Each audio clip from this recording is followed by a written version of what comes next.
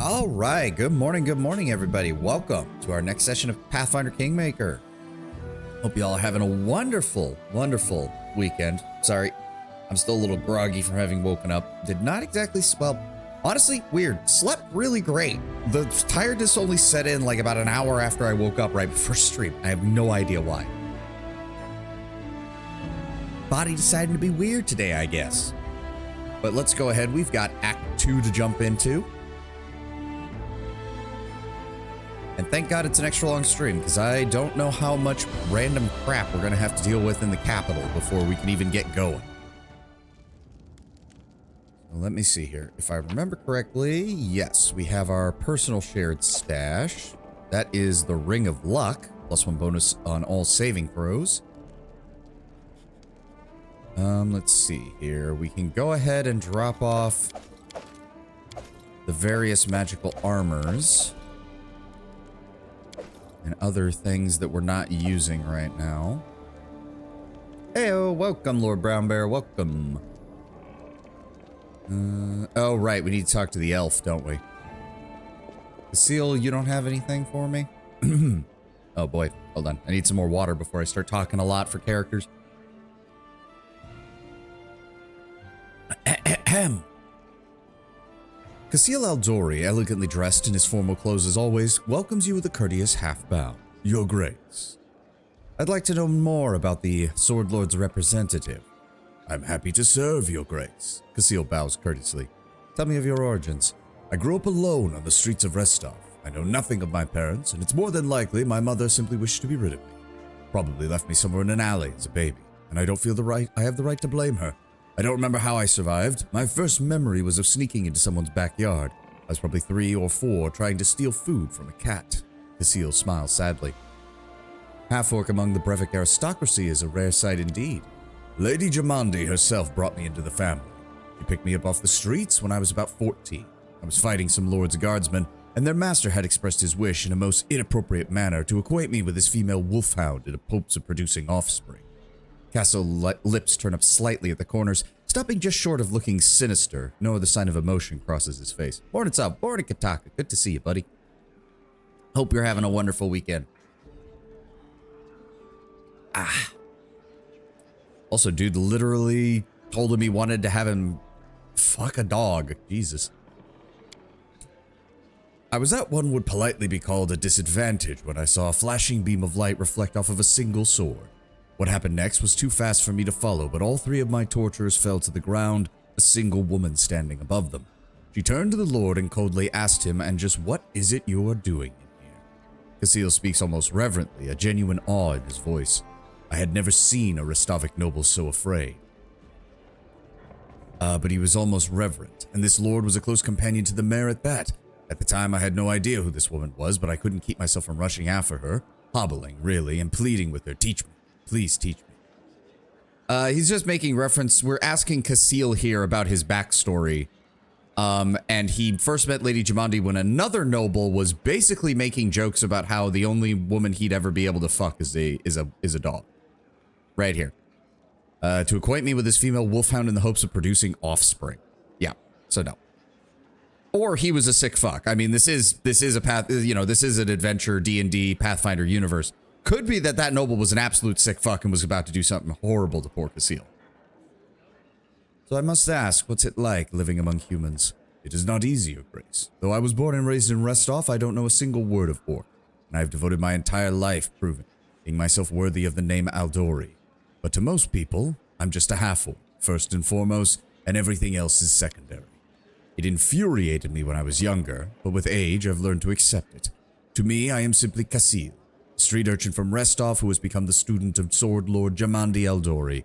Nothing more, nothing less. One criticism I do have of the character writing is they're eager to write unique characters. The cast is lacking in stereotypes for context. To a certain degree, again, in the River Kingdoms, it makes more sense than most given how fractionalized, isolated, and kind of just broken up the region is. You're less likely to have to worry about that much because you do have a lot of people who kind of come and go in that area. Pretty much all of our party companions are exactly that.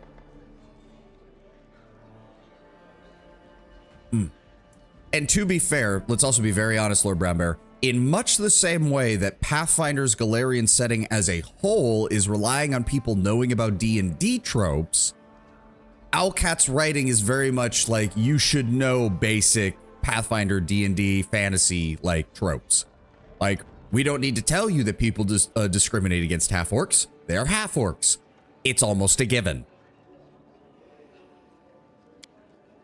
Let me discuss the affairs of the barony. What exactly is the situation as you see it between the Eldori and the Sartovans?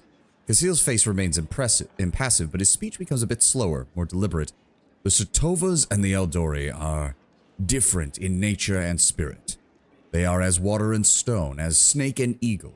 When Coral the Conqueror came to our lands, the Sartovans didn't even try to fight him. They gave up the crown in exchange for positions of power in his court, along with the safety of their lands. The Eldori went to war and lost.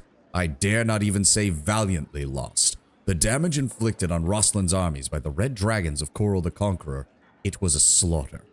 A crushing defeat. A barely noticeable frown darkens his face. Even with 2 centuries of effort, the Eldori and Roslin have yet to fully recover. For 2 centuries, we fought for survival while the Sartovans flourished and grew stronger by the side of the throne. Needless to say, now that King Noleski Sartova and his sister Nadala rule over Brevoy, the relationship hasn't improved. The Sartovans fear the Eldori, and the Eldori will never trust the Sartovans. That's the current situation between the two.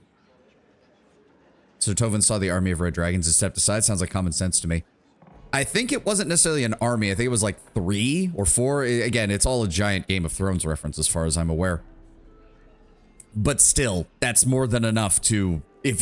If your speciality as a military force is your close-in dueling strats that allow you to take down much larger opponents, that's not going to work if the dragon doesn't land on the ground and just flambés your ass from 200 feet up.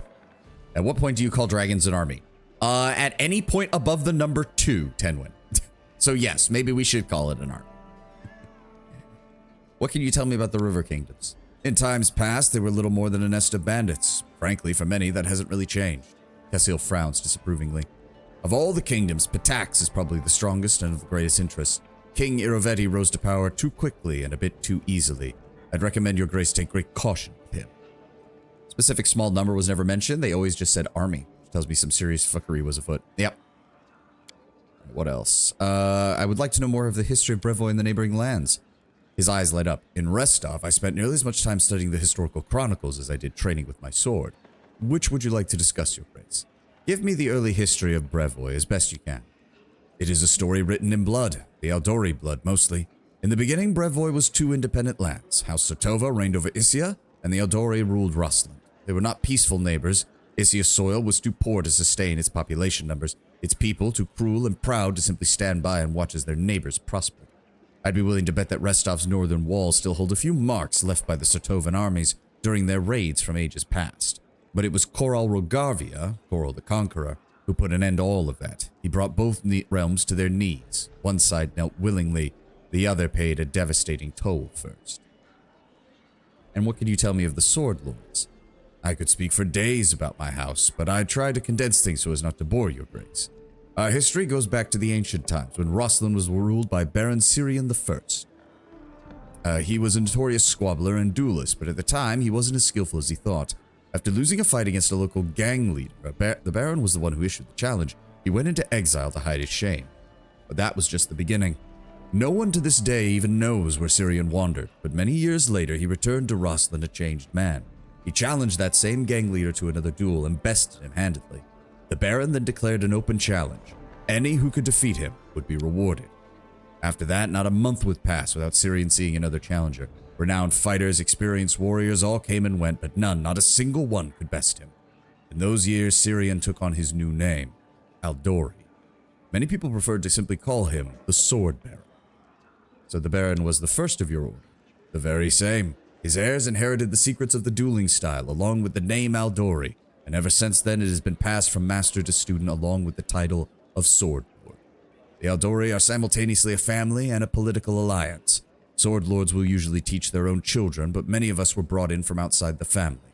Occasionally, you can even find a half-orc fosterling or two. He gives a slight bow. Can I rely on you to advise in matters of state? You notice Cassiel's eyes flash. Certainly, your grace, to the best of my ability. I've learned from Lady Eldori not only the art of the sword, but the ability to inspire. I could apply myself well in the role of a military advisor. Well, you can advise a Miri. Good luck with that. I don't think Keston has anything else for us. How may I serve you, your grace?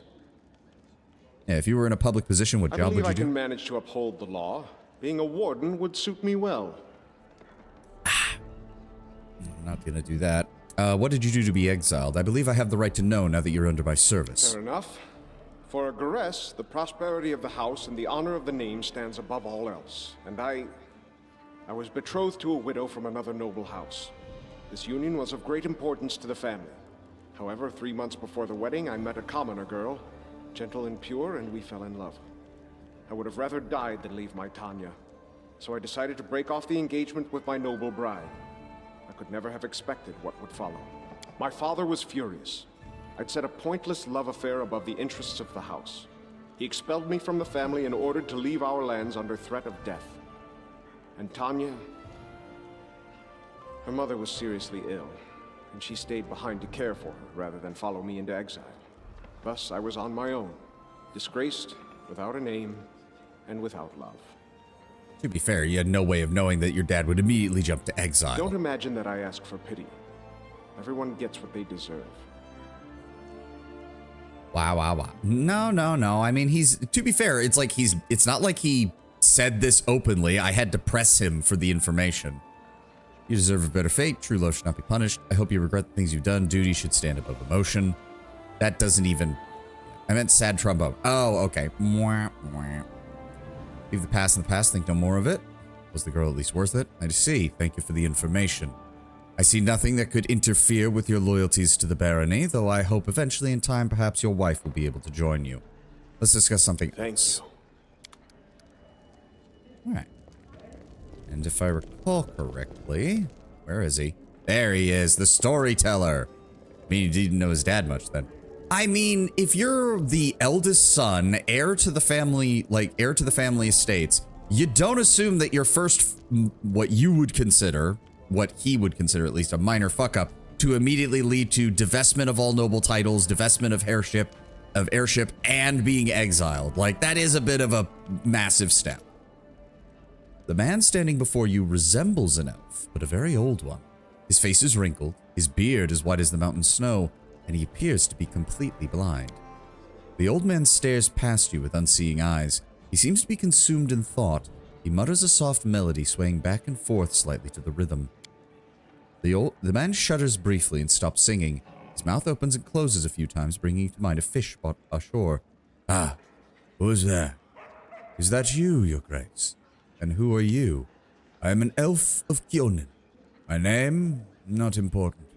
I am the storyteller. Collector of stories. I collect the unknown legends of ancient times. The man smiles, but it doesn't seem to be directed at you. Long ago, I was a mage smith of Yonin. The fire of the forge has burned out these eyes, but I am grateful for it. If I could still see, I would yet be forging suits of armor for Yadara's guards. Instead, I have stepped upon the path of an adventure and gatherer of ancient legends.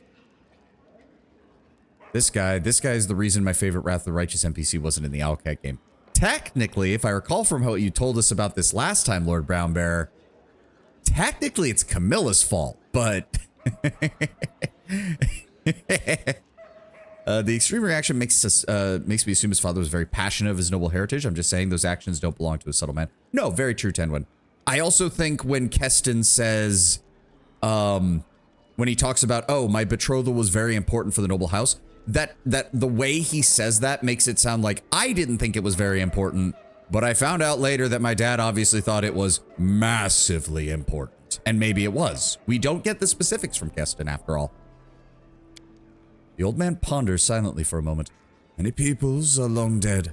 Long have their homes crumbled to dust and bodies to ash. Only legends can tell us of triumphs and defeats, joys and fears. We would be so interested to hear the stories told about us after our demise. I have always been drawn to the stolen lands, countless expeditions, armies, kingdoms that have met their untimely end. When I learned that a new barony was being founded in the heart of these lands, I knew I wanted to see part of that story, so I have made the journey here. Are you really an elf? Do other elves age as you have? A common question. Despite my unusual looks, I am an elf. And an old one, yes. Older than any other elf of Kjonen. However, I doubt my age alone is responsible for my appearance. I keep the stories of many peoples and races, some forever gone from the face of Golarion, but they live in my memory and my heart. When I accept a new story, I lock it within myself, bearing the weight of its words and the emotions they invoke. Sometimes, I think that I probably should have died long ago, but some incomprehensible force is keeping me alive, granting me the ability to continue my quest to gather more stories. Be it divine power or fell curse, I am grateful either way. How could you even tell it was me? The old man smiles slightly. It is not so hard to recognize a ruler by the way he walks. No one in this kingdom yet steps as confidently as you, Your Grace. The beloved had to leave behind was a halfling. The woman for whom I was betrothed was an elven princess that would have elevated my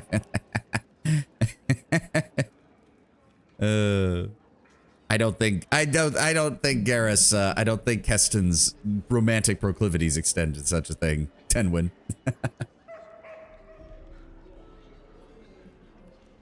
Alright, then why don't we try to trade stories? The man's voice rustles like autumn leaves. I am a collector, not a trader, Your Grace. If I share a story with you, you receive the power to pass it further, changing, embellishing, willingly or not. Can I be certain that you will keep my stories intact with their absolute purity? The storyteller ponders for several moments.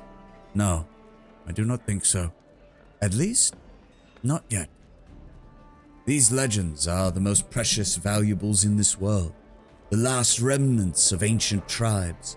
They are beacons illuminating the way to the past, allowing us to meet generations long gone. I cannot let their light fade. The path to the past must not be lost. He continues thinking for a moment. I can offer you a deal, Your Grace. If on your journey you discover items that come from these eras long past, please bring them to me.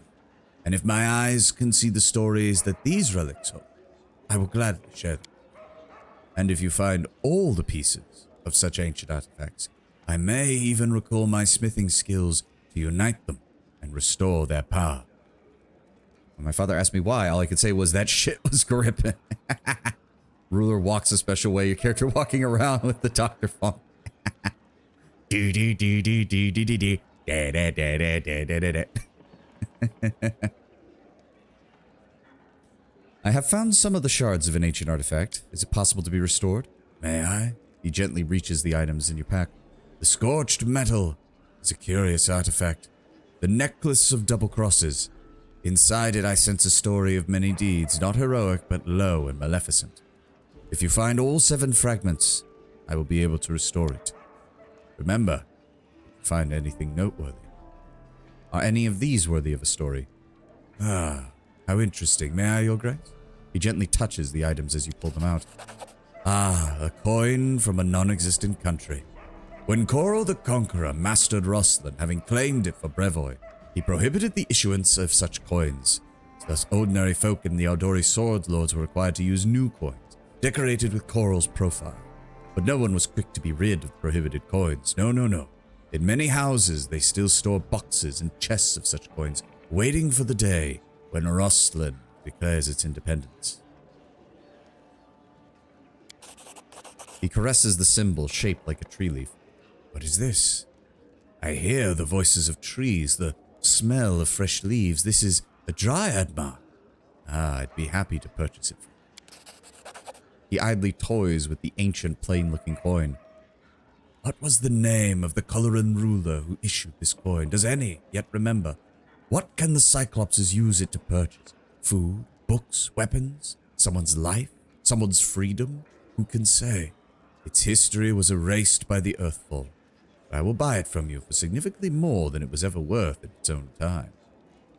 The Coloran, the name by which the ancient Cyclops Empire was known in the records of Iblidos, which itself is one of the oldest human civilizations of Kazmaron.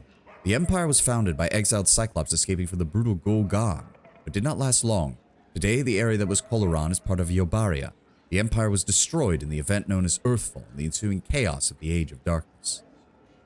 Earthfall is the name given to the cataclysmic event in which a swarm of meteorites impacted Galarian in -5293 AR.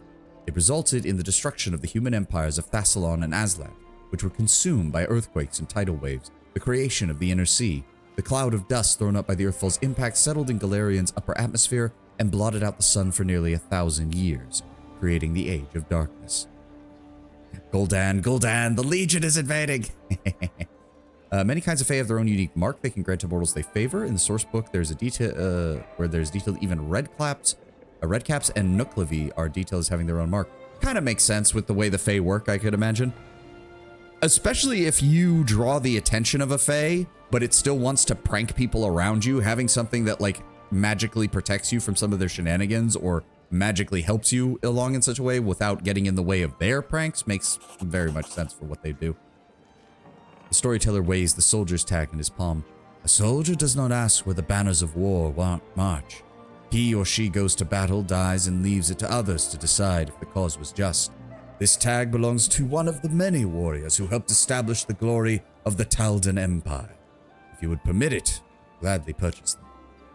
Ah, the belongings of brave heroes who performed their feats here before you. I sense you would be interested to hear their story, but there are too few here for me to recount it yet. Find all 5. I'm sure you will not regret the time you spend in the search. I do need wise advisors in my court. Would you be willing to serve me in matters of state?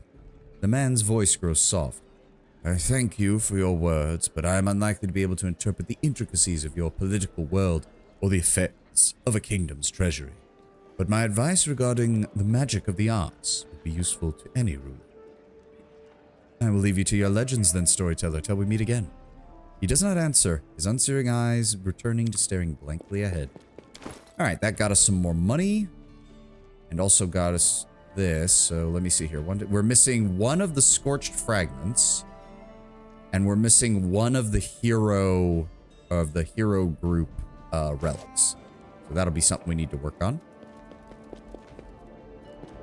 We're gonna exit. We've got to actually explore our capital first. Fun fact, the Earthfall was originally one massive meteor called to Earth, but 2 Aslanti deities sacrificed themselves to accept it. Dying in the process but saving Galarian. Nice. And here I am. A savory aroma of herbs and flowers is the first thing that lets you know that your longtime acquaintance is here. The nymph looks at you in a strange way, like she's never looked at you before. I see your fate has changed since last we met. Now you are the ruler who will determine the destiny of these lands. I am their living heart, the whisper of the wind, the strength of rivers, the luxuriant growth of the meadows. Do you wish to touch this power? I do. I will show you a place where we can finally meet in flesh, you and I. Deep in the woods, there is an old mossy ruins long abandoned, nearly swallowed by the thicket. There is an old tree growing among the stones in the yard, which I remember as a seed. A shadow under its green crown I call my verdant chambers. Visit me there, my lord, and come alone. A nymph's reward awaits you. I do not need any reward for seeing you as the finest. Then come to my chamber and be my guest. We'll share stories and laughter, imagine the future, and dream. So long, I will await you there as the ground waits for spring under the heavy winter's snow. Come alone, unarmed. Let your guard down. Trust me. Yep. Luckily, I'm a sorcerer. I am a walking magical artillery device, and I can grow claws that can tear apart flesh. I am never unarmed. Okay, we've got... These are our main 3 merchants, if I recall correctly. Young dwarf, red-haired, neat, and surprisingly clean-shaven, stands leaning against a sledgehammer. He's busy reading some books, but as you approach, he looks up and bows slightly. Greetings, Your Grace. Videl, blacksmith, what can I do to help you? Tell me about yourself, Adele. I'd like to know more about those who are settling my country. How'd you get the favor of a red cap? Oh, yeah. Not a dwarf. Not a dwarf then. Well, I mean, you know, it's... We can break stereotype. Plus, I think this guy actually has a lore rationale for why he does it. How would you get the favor of a red cap? Probably by bringing them a victim or by assisting them in killing a victim. What is there to tell you, Grace? I am blacksmith. My father was a blacksmith. My grandfather was a blacksmith, and his grandfather as well. Every one of them remarkably fertile, so I have plenty of cousins, second cousins, third cousins, and all of them are blacksmiths.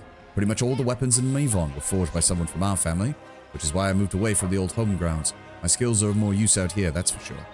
You look a little unusual for a dwarf. He sighs and runs his fingers through his hair. You expected the beard. No offense, but I don't see the point. Especially when you're a blacksmith and working with fire. You burn it once, dip it into lighting oil, catch a spark for the forge, the beard is history. Quite frankly, I've been better off without one. And what are you reading? He looks a little confused. Different things. It's nice to take a rest with a good book. Right now it's, Valor and Honor, 10 Adventures of the Splendid Willis Gunderson and Absalom. Alright, let me see what you have. As your Grace wishes. Alright, he's got more of our +1s. He's got Adamantine full plate, which, if I recall correctly, I don't remember what exactly Adamantine does. Right, it gives them an intrinsic damage resistance. Right. And our virile, not fertile, implying his father, grandfather, and so on were fertile. To be fair, he just said that his family was fertile, so he could also just mean that they picked very fertile wives. Either way. We also have a mithril breastplate, which would probably be good on... Because what is it with mithril again? One category lighter than normal for the purposes of movements and other limitations. So this would be perfect for a Miri to keep... for a Miri or a Ragongar in order to keep their bonus movement. Mithril chain shirt. Mithril full plate, which is not nearly as... Well, I mean, it can be useful since it gets rid of some of the speed penalty. But other than that, he doesn't have much. So I believe we don't need the Might's Relic or the Kobold's Relic. So that's another 500 gold. We don't need that. And we don't need the Mandibles of the Huge Spider. So we can go ahead and get some additional funds from that. That's another 504 gold. Thank you, good sir. Zarcy. The tiefling girl looks as though she's made of springs. She cannot sit still for a moment. She nods her head, snaps her fingers, and taps her feet in an inner whirling song. Seeing you, she quickly waves her hand and breaks into a wide smile, immediately starts jabbering. Your Grace, welcome. What do you want? Scrolls? I've got them. You won't regret it. My suppliers bring more scrolls for sale. If you manage to attract more mages to your land, more mages, more demand, more goodies for you. Build them libraries and we'll both profit from it. Could you perhaps slow it down a bit? Sure, as you wish. Who are you? I'm Zarcy the Letter Gobbler, at your service. The girl bows with a wide smile. The best spells, charms, jinxes, and hexes for the best baron across the River Kingdoms. Buy it all, don't be stingy, you won't regret it. And where do you get your goods from exactly? Family business. I've got siblings all over Mendev. They pinch every... they're very creative suppliers. I sell it all. Get it now, don't hesitate. My goodies are great. I have no problem with the reselling of stolen goods in my land, Zarcy, so long as you do not steal them from my own people. Make sure your larceny is handled outside of our borders, and we won't have a problem. Now show me what you have. And yes, she sells all the different metamagic wands as well for exorbitant fucking prices. Jesus goddamn Christ. At least for the greater ones. Lesser metamagic rods are a lot easier to deal with, but greater metamagic rods are expensive as fuck. Scroll of Acid Arrow, Aggressive Thunder, Greater Airwalk. Oh, and of course, because Call of the Wild added a whole bunch of spells, her options are going to be huge. Oh, dear God. Yeah. Oh, God. Oh, God. Oh, God. Okay, yeah. I think she has enough fucking... I think she has enough fucking goddamn spells. Jesus Christ. Okay, moving on. Hasuf. One sec. More water. Got a metamagic rod for you right here. Why is it a lesser one, Lord Brownbear?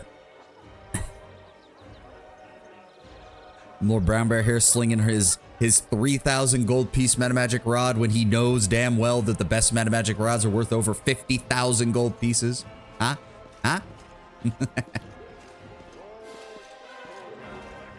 Fuck, didn't even wait for 10. Sorry, Lord Brownbear. I thought of it on the spot and I knew I had to use it. You know I love you, man. But I had to get my turn in this time.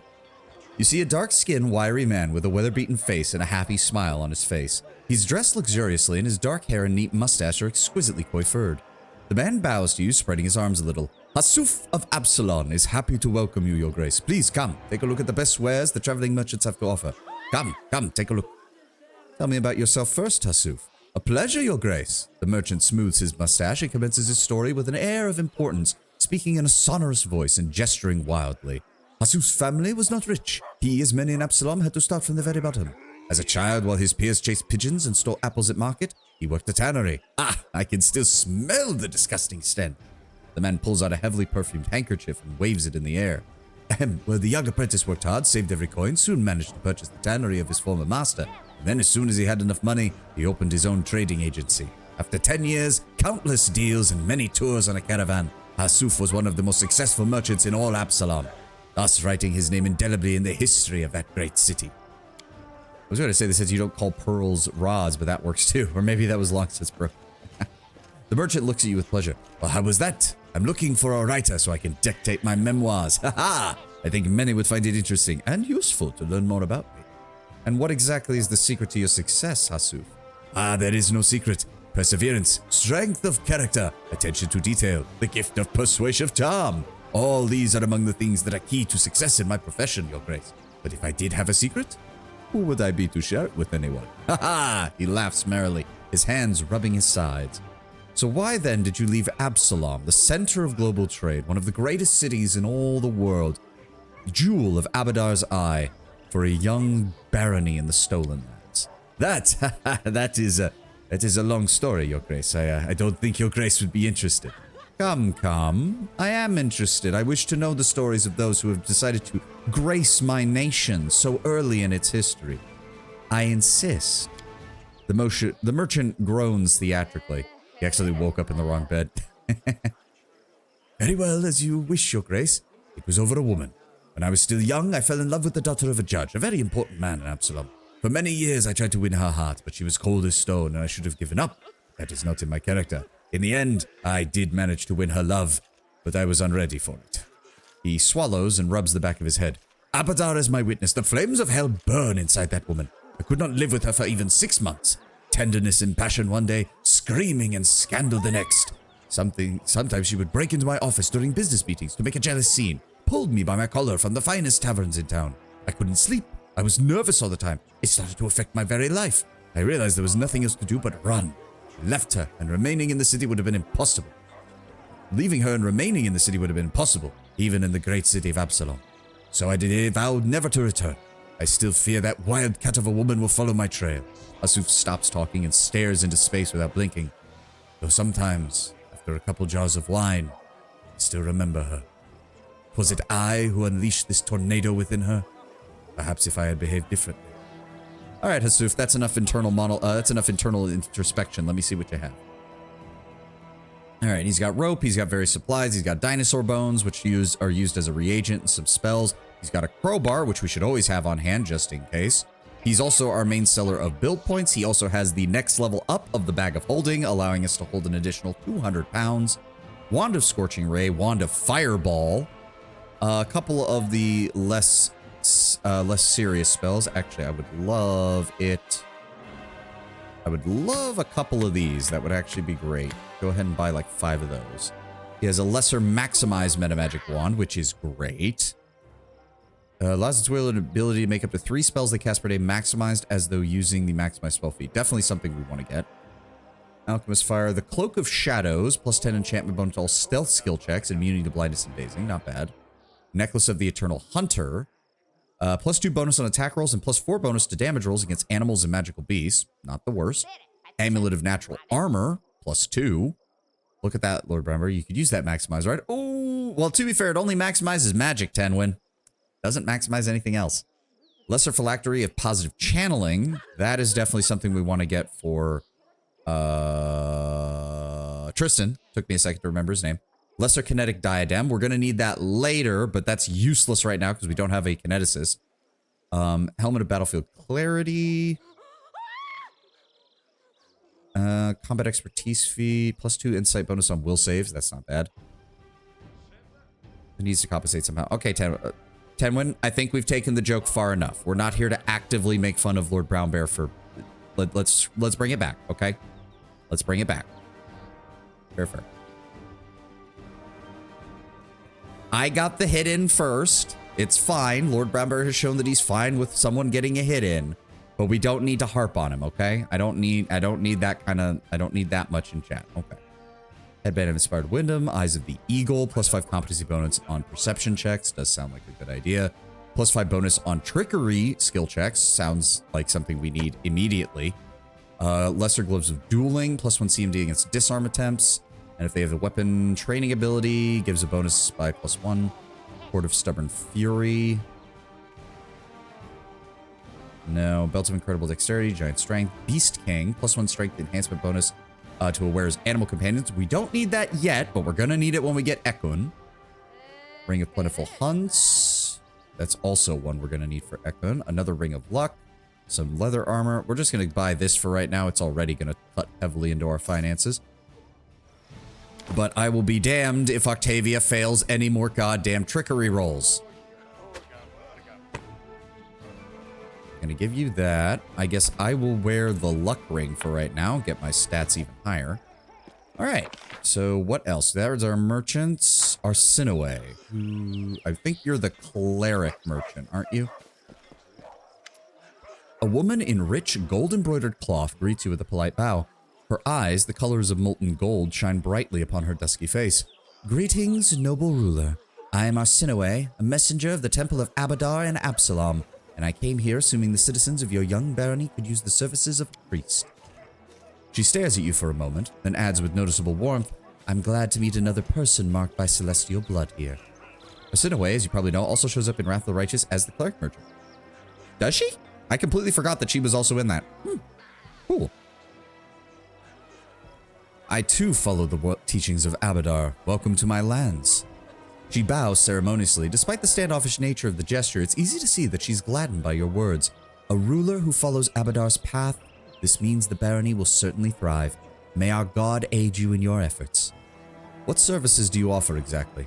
I have the selling of various divine spell scrolls, quite useful even if you don't have anyone who can read them. Oh, this is the exact same thing that Jode said when we talked to him about cleric. You are a fellow Aasimar, if I'm not mistaken. It is easy to tell. Yes, I am Aasimar, though I am not sure how or when the blood of the Celestials appeared in my family. Among all my relatives and known ancestors, I am the only one who inherited it. I must admit, I'm glad this lot fell to me. It draws more attention to me, a useful trait for a priest who wishes to gather a congregation. Can you tell me more of Abadar? With pleasure. He is the god of cities, laws, merchants, and wealth. The core of his teachings is simple. Law and order allows for the development of civilization, which allows people to live in peace and prosperity.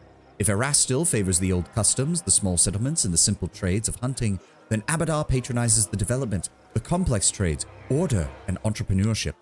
Each priest of Abadar finds something personal in serving him. Some believe that law is the main aspect of the faith and guard it zealously.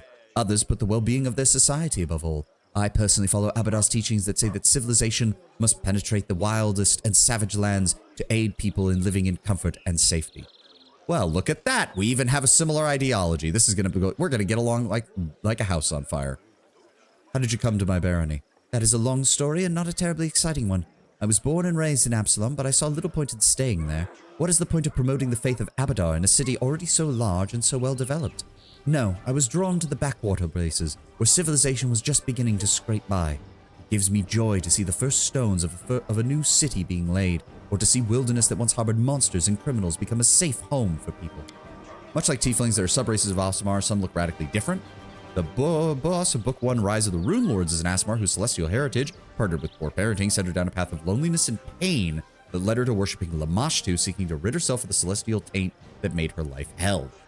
The worst part about that is you might want to remove the taint in that fashion, but Lamashtu is just going to double down on it because she enjoys both your suffering and the suffering that you inflict in her name. Like, not a good choice in the end of the things, but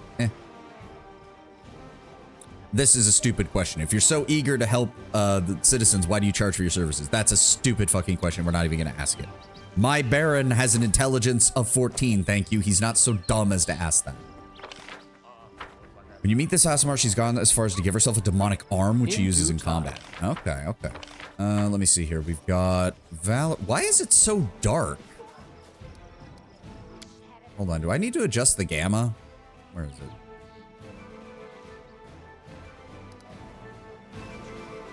There we go. That's a little bit better. I don't know why it's so dark. Like, is it late in the game? I don't know where I can check the time. Oh, there it is. No, it's midday. Valerie nods to you. Nope. Nope. No, nothing to update with Valerie. That's good. Delia and Highland. Who are you guys? You see a stout man, suited in well-worn armor. His face is framed with silvery stubble, and his fleshy nose is red and pockmarked. He radiates perfect calm, and as you approach, he bows respectfully and with dignity. Highland, Your Grace, Captain of the City Guard. A young dwarven girl salutes you awkwardly. Delia, assistant to the captain. Happy to serve, Your Grace. I don't remember hiring a guard captain, or guards for that matter. We came here from Restov with a dozen of our best by order of Lady Jamandi, Your Grace. I hired the rest from among the locals who've been arriving. It's midday, you must be near Mordor, apparently. Don't you worry, Your Grace. We are now the subjects of your barony. We are sworn to serve you faithfully and loyally. You can count on us. Besides, we all get our salary from your chests. The captain looks at the female guard, raising his brow, then sighs and looks at you. Of course, every one of us is ready to die protecting Your Grace, but there's still some work to be done when it comes to discipline. Do you know the dwarven author, Baldric Zebras? Garlic Tundras? The name escapes me. My boneheads used to read his book about guard duty right on guard. Used to read his book about a guard's duty right on guard duty. I'll have to teach them a lesson or two. Nonetheless, I'd like to know something about those who served me. Of course, Your Grace. I've been a guard and a serviceman all my life. I started as a snot-nosed runt in the Night Watch. Restov is famous for its fencing schools. You've got young people from all over the River Kingdoms who come to study. It seems every person has a sword, and every third thinks they know how to use it better than everybody else. A misspoken word, a drunken fight can easily lead to a stabbing rampage. That's why there's so many guards in the city, and they don't just accept anyone. Lady Jamandi took note of my achievements and merits and marked me for advancement, and that's how I ended up here. As for Dahlia, I found her on the street about a decade ago. I remember vividly, tiny dwarven girl sitting on the temple steps, dirty face, barefoot, feeding a piece of bread to a stray cat. I saw her and my heart skipped a beat. Captain looks away. Where's she from? Who left her alone and why? Only a rat still knows. As she grew, I tried to send her to learn to craft, but who could talk sense into a dwarf? She wanted to serve alongside me as a guard, and that's that. So now I'm teaching her myself personally. Luckily, she's got a good head on her shoulders and a fair bit of strength. So many guards and still the castle got invaded at the start. To be fair, that was due to Tartusio opening the door for them. And also, Tenwin, they had a frost giant. The guards in Restov are used to dealing with, like, you can even see, he wields a tower shield. He's very much, it seems like the guards in Restov are very much of the opinion of, look, we know we can't take the Sword Lord apprentices in a straight fight, so we're just gonna hide behind our shields until we can wear them down and then either arrest them or hand them over to the other Sword Lords. A frost giant is just gonna punt you into next week if you try to sit behind a shield. Highland, do the guards have everything they need? We have sufficient munitions and supplies, Your Grace. The salary is fair. We have enough to buy toys for the kids and a jug of beer when the shift is done and put some aside. Of course, the town is growing, and it would be nice to expand our ranks, but for right now, we manage that ourselves. Have a quiet shift, then. Or cast Cone of Cold, as we saw. Yep, or just step on you, as we saw with the poor bandit who got in his way. Alright, and talking to Delia just leads to talking to him. I don't think any... I'm pretty sure if they don't have... If they just have a generic name, then they don't have any dialogue. Oh, what's that? Hey, somebody left a quarterstaff over here for some reason. I'll take it.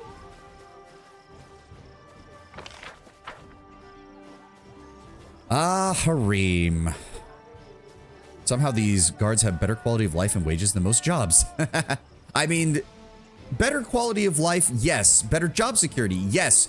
The imminent fear that an orc war party or a goblin raid or a bandit clan could just show up and kill you and 20 of your friends, that's kind of a commonplace occurrence in these settlements. And again, I do love that this is going to get all built out as we go through the game. Don't know how, I'm going to assume that we buried all the bandits that we killed, because that's the only way you have a graveyard that large at this point. Giving the Frost Giant stat block a quick look tells me they don't know Cone of Cold by default, so either that Frost Giant had class levels or it was an Ogre Magi. Interesting. Harim pulls at his beard, muttering something that could either be prayers or curses. Upon noticing you, he winces. Ah, what?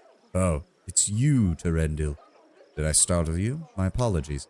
Oh, that doesn't matter. I am just contemplating the futility of existence and the worthlessness of the universe, for the way of Grotus are great. My humble mortal mind cannot fully grasp them, but I do what I can. Arim smiles apologetically. I wish to know more about you. Tell me of your past. My life is divided into two parts. The first filled with blind wandering, doubts, and attempts to serve Torag. The second part when I accepted Grotus into my soul and received a clear vision of the world. What would you like to know? Torag, known as the Father of Creation, is a stoic and serious dwarven guard of the forge, protection, and strategy who values honor, planning, and well-made steel. He is often a distant deity, lending magical power to his clerics, but leaving his followers to make their own way through life, knowing that this will make them stronger and more determined.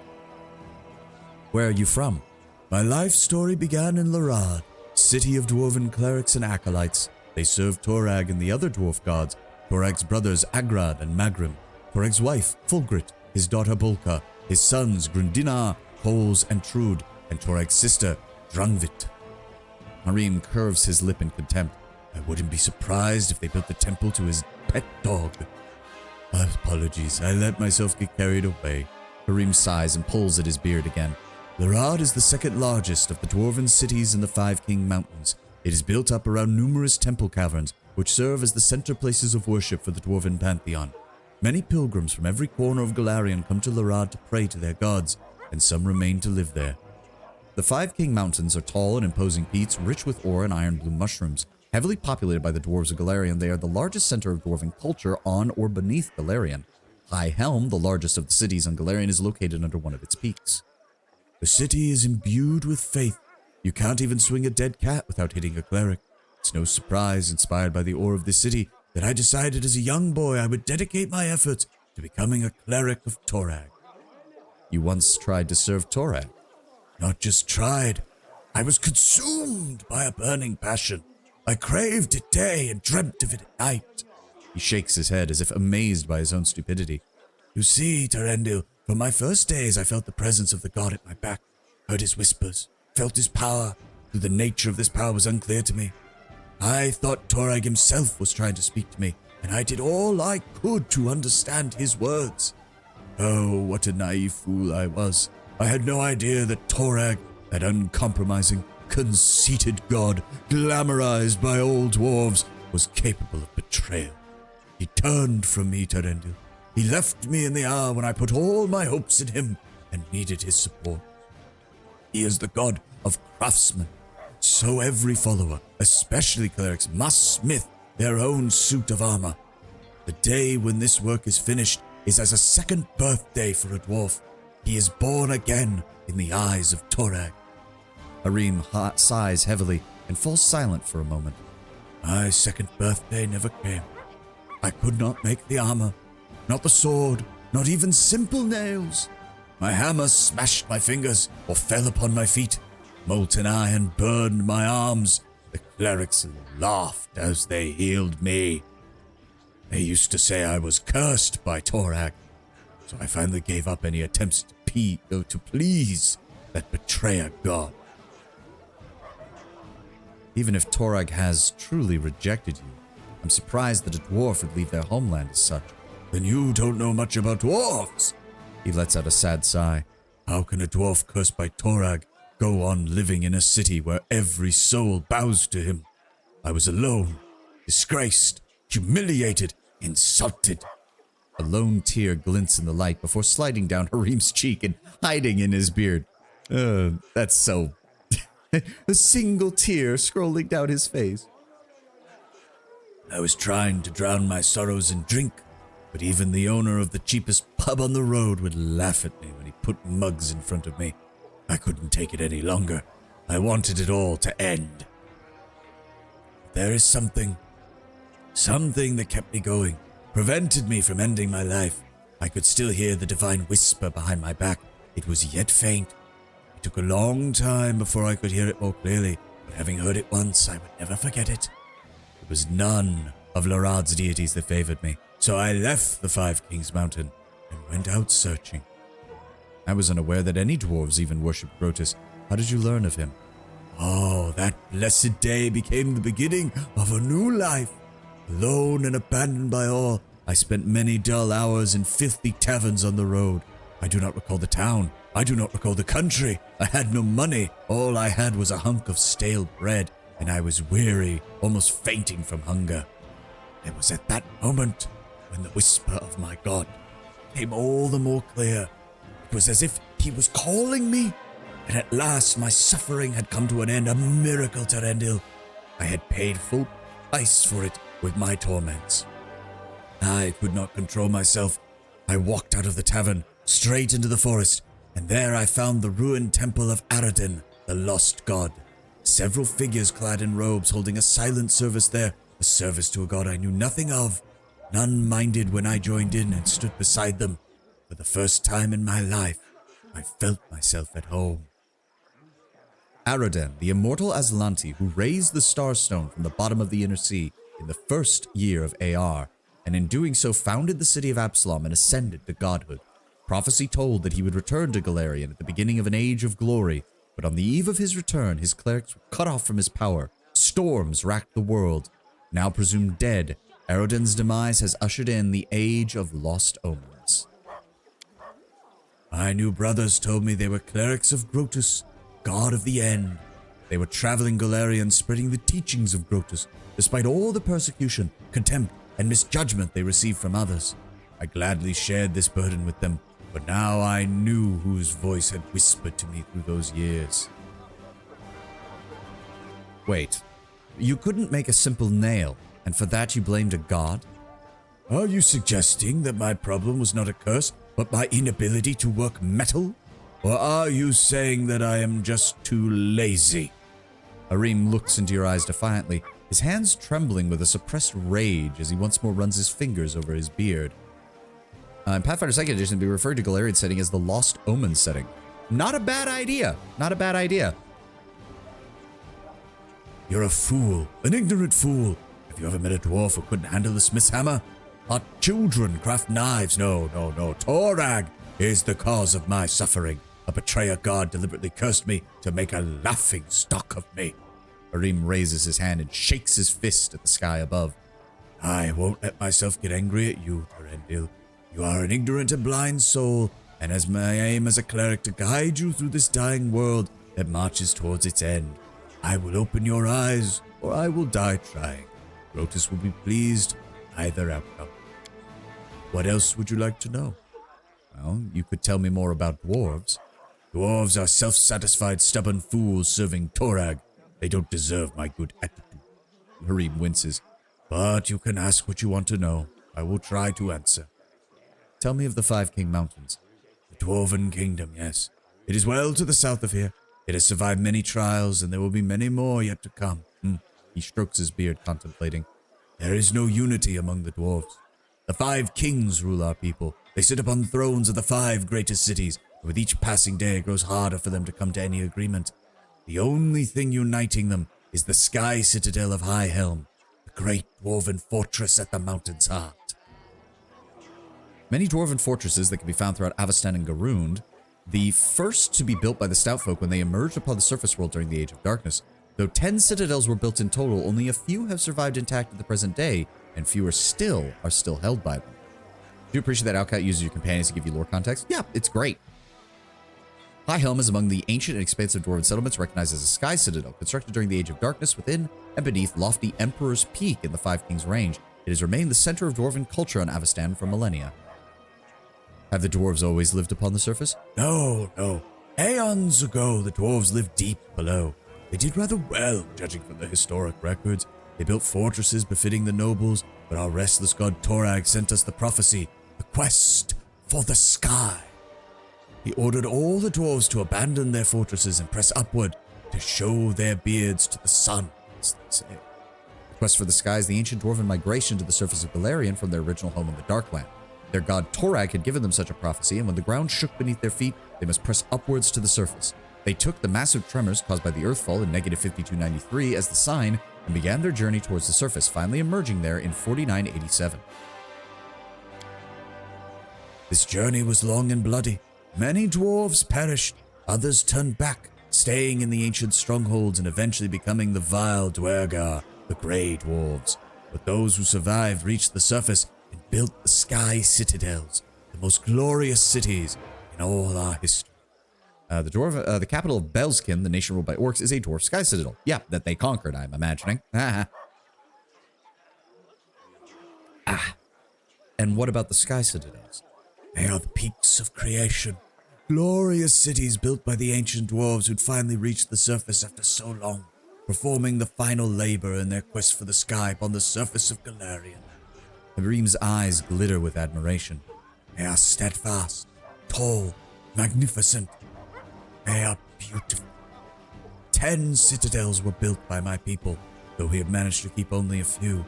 As the citadels crumbled and the orcs, sworn enemies of our people, trampled their blessed streets, ruined the palaces of the ancient kings. Harim's eyes grow misty with tears. Each was a heavy loss and a disgrace to all our people.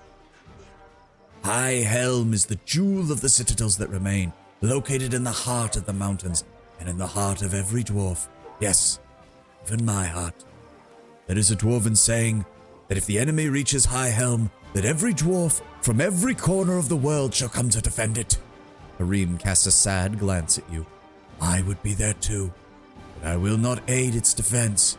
I shall be there to witness the fall of our people with my own eyes and to mourn it. I would fall upon the cold stone and raise my final prayer to Grotus. All right, let's stop beating around the bush. Tell me of Grotus. You wish to learn? Harim seems surprised and pleased at the same time. Yes, of course, I will answer anything you ask. Fine, what are his teachings in a nutshell? Grotus is the end of all that exists. He smiles, obviously has been waiting for this question. Look around, Terendil. Look at what you see. Look again and realize that everything you see will be destroyed. Our clothing and armor will turn to dust. The walls of the palaces crumble into ruins. The trees will fall. And you and I will die much sooner than that. Oh, and there's the ad. All right, taking our usual break, and we'll be back to continue talking to one of the most nihilistic and depressing characters ever in fiction.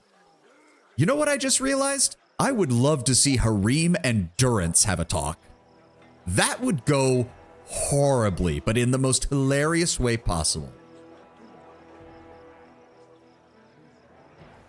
All right, I'll be back in a sec. Blah.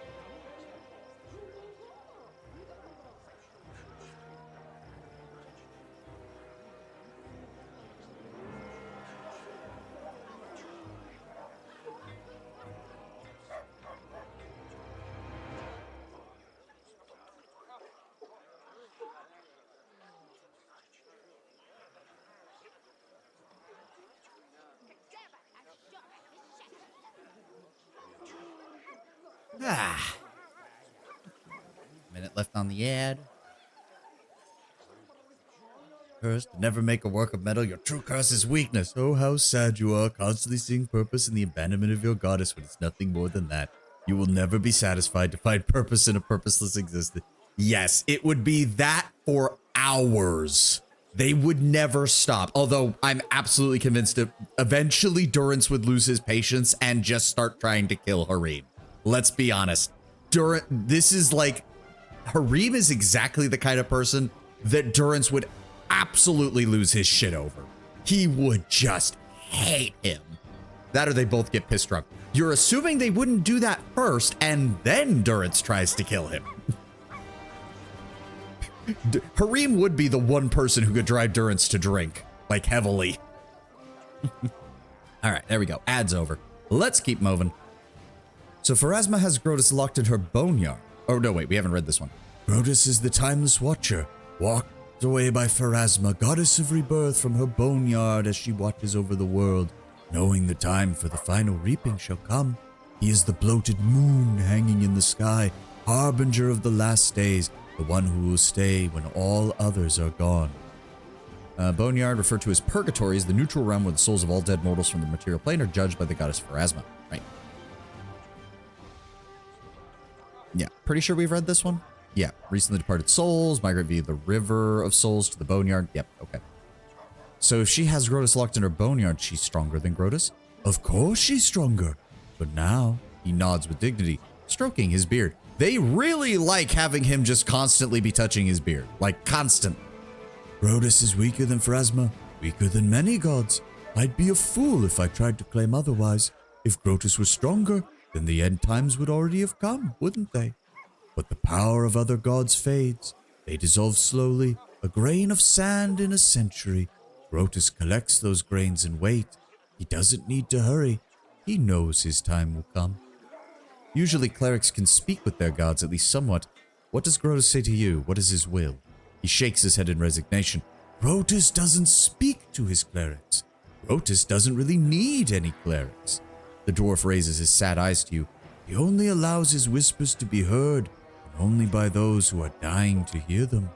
The words are unclear, but they call to you. His voice comes with the soft rustle of fallen leaves, with the woeful wailing wind of a mountain pass, or with the roar of a raging blizzard. It calls you to strike out upon the road, onwards, always onwards, over the pass, over the bridge, further along, up ahead where the edge of a grey robe flashed and a candle spluttered for the last time before dying. Onwards, always onwards, till your feet can no longer carry you. Harim falls silent, submerged in his own melancholic thoughts. That is enough. Let me ask, what do you think of Grotus? It was interesting to learn about. No more, no less. He nods in contentment. I will be glad to talk about Grotus any time, Terendil. It is why I travel in your company, after all. From what I've heard, Grotus doesn't spare the minds of his clerics. They go insane eventually, is that true? Ah, who told you that? I'd like to look that slanderer in the eye. Harim bursts into laughter, but you can't understand what's so funny. You see, Terendil, sanity is a relative concept, he says as his laughter recedes. Each of us is so certain that he is the sanest creature in the world. Meanwhile, we periodically doubt the sanity of others. What happens if 2 or 3 people claim that someone is insane? Does that make it true? Perhaps the accusers are the ones who have lost their minds. The longer a cleric listens to the whispers of Grotus, the better he comprehends the essence of his designs, the deeper his understanding becomes. When our enlightenment comes, the mind of a cleric ascends to a new level of understanding, inaccessible to simpler souls. Is it insanity? This is for you to decide, Terendil. My decision was made long ago. When I reach enlightenment, I will accept it with joy and delight. You're a funny dwarf. You have your peculiarities, but ghosting voluntarily, you should give it up before it's too late. Your eagerness to serve your god is commendable. Though I'm not so sure you have chosen your master well, your loyalty is to be respected. I am glad you notice. I dreamed that Grotus would someday notice my eagerness too. Have you ever regretted your decision? Your question might seem offensive, Terendil, but I am not offended. I realize you ask it because you wish to learn more about Grotus. He squeezes his beard in his fist, but in a moment he lets it free again. Torag betrayed me, your grace. All he has ever done was look down with contempt on all my futile efforts to please him. I crafted armor plates that broke with a single strike of a fist. I smithed swords that shattered at the hilt. Torag's priests used to say that such failures were the curse of their uncompromising deity. Harim's fingers grab at his beard with such force that it seems he'll tear a handful of hair out of it. Grotus clerics all do go insane. Naturally, Harim does survive the length of the story without going nuts. Yeah. Even he implies it's a gradual thing. It's not just something that just happens. It was Grotus who opened my eyes. Grotus who showed me the failure as a manifestation of his will. The end times are coming, Terendil. Every failure is just another step towards it. Torag's curse is only half the reason of my failure. The other half is the blessing of Grotus, which I have borne since childhood. He smiles warmly at the thoughts. So the short answer is no. I have never regretted opening my soul to Grotus. Thank you for the conversation. We'll talk later. I will be happy to continue. Actually, now that I think about it, yes, we do have access to his inventory now. So how exactly does this work? 17 strength, 14 dex, 14 con, 10 intellect, 16 wisdom, and 8 charisma. So how the fuck does this spell, or does this class work? Let me see here. Fate's favored. When under the effect of luck bonuses, bonuses increased by 1. Glory of Old, +1 trait bonus on saving throws against all spells, spells-like abilities, and poisons. Weapon focus, unarmed strike, and he gets improved unarmed strike right out of the gate.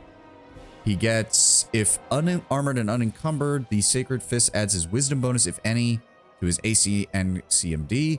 In addition, they gain a +1 bonus to AC and CMD at 4th level, and this bonus increases by 1 for every 4 Sacred Fist levels up to level 20. He has his unarmed strike as per monk. He has anarchic strike. For 1 minute, the weapons glow yellow and purple and deal an additional 1d6 points of damage against lawful creatures. He also has destructive attacks. For 1 minute, the ally gains a morale bonus on weapon damage equal to half your level. For 1 minute, the ally gains a morale bonus on weapon damage rolls equal to half your level. God, throwing that on Amiri in the late game is going to be fun. Here, Amiri, just have a casual +10 additional damage. Sacred Fist uses the War Priest level as monk levels for the purposes of meeting the feat's prerequisites. Sacred Fists are well, I mean, we're mainly going to be using unarmed for him, which kind of makes sense. Destruction's Blessing. At 1st level, you can touch an ally and bless it with the power of destruction. Yep, we've seen that. And Heart of Carnage. At 10th level, you can touch an ally and bless it with a greater destructive power. For 1 minute, the ally gains a +4 insight bonus on attack rolls made to confirm critical hits, and has a 50% chance to treat any critical hit or sneak attack against it as a normal hit. Great if you have a crit build in your party. Not so good if you don't. All right, we already seen an Anarchic Strike. We also gain Battle Companion. At 10th level, you can summon a Battle Companion. This ability functions as Summon Monster 4 with a duration of 1 minute. The ability can summon only one creature, regardless of the list used. For every 2 levels beyond 10th, the level of the Summon Monster spell increases to a maximum of Summon Monster 9 at 20th level. So basically, you get a free 9th level companion spell. Nice. Detect Magic, Deity Selection. All right, let's go ahead and...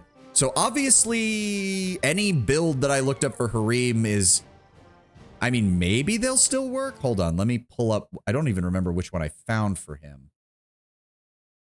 Pretty sure it was just a pure support build, but I'm not seeing it anywhere.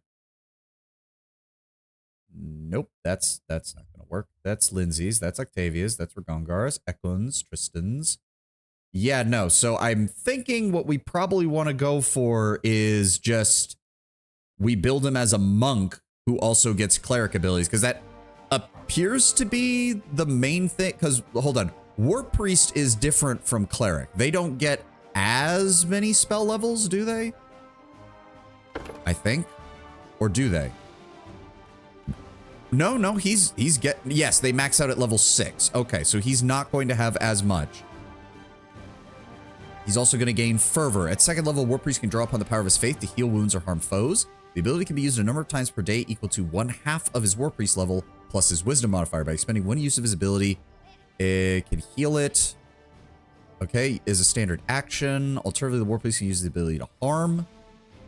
Evil... Okay, hold on. We're going to have to open this up.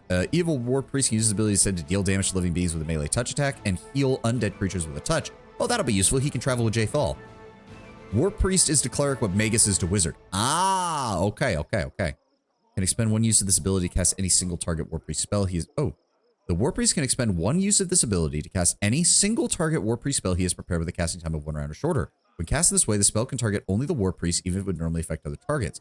Spells cast in this way ignore somatic components. So basically, he can So he can use it to deal additional damage, heal undead, or can just straight up swap it out for buff spells to target on himself. Okay, okay. I think I can kind of see the... I think I can see the overall, like, image in my head of how this is going to work. He only gets a single skill point. Dear God. Oh, wow. Yeah, that int of 10. Damn, okay. Call of the Wild really cuts into your skill points. Holy shit. I guess, who else is, so, I do kind of want to have him with Lore of Religion because most likely we're not going to be taking him whenever we have Tristan with us, so I need somebody else because there's very little reason to take two cleric-style casters at the same time. All right, he's got all of his abilities, Fervor, Fury of Blows. Making a Flurry of Blows to Sacrifice can make one additional attack at his highest base attack bonus. This additional attack stacks with the bonus attacks from Haste and other similar effects. They can make these attacks with any combination of unarmed strikes and weapons that have the monk's special weapon quality. Takes no penalty for using multiple weapons when making a Flurry of Blows, but does not get any additional attacks beyond what's granted by the Flurry of doing so. It still gain additional attacks from high base attack bonus. Yeah. And at 15th level, they get an additional attack on top of that. All right. What does he gain here? He gets Blessed Fortitude. Sacred Fist can avoid even magical and unusual attacks. If he succeeds a Fortitude saving throw against an attack that has reduced effect, he instead avoids the effect entirely. Okay. A helpless Sacred Fist, so if he's paralyzed or anything, does not gain the benefit of this. Makes sense. Yeah, we're just going to double down on his Lore of Religion stat. Okay, so welcome to level 3. We actually have some traits. So I'm assuming the first thing we need to decide is... Ooh. Choose one of your natural weapons. While using the selected natural weapon, you can apply the effects of feats that have improved unarmed strike as a prerequisite. If you are a monk, you can use the selected natural weapon with your Flurry of Blows. Ooh. I didn't actually know that was in this game, or in this must have been from the Call of the Wild mod. Shit, would that work with... I don't have the feats for that for this build, though. The Sorcerer does not get many feats. I must wait to do some homework. Hopefully I'll be done in time to join later. Thank you, Lord Brown Bear. Have a good time. Hopefully it doesn't go too long. When you hit a target with an armed strike, and you've hit that target with an armed strike previously that round, you deal an additional 1d6 extra points of damage to that target.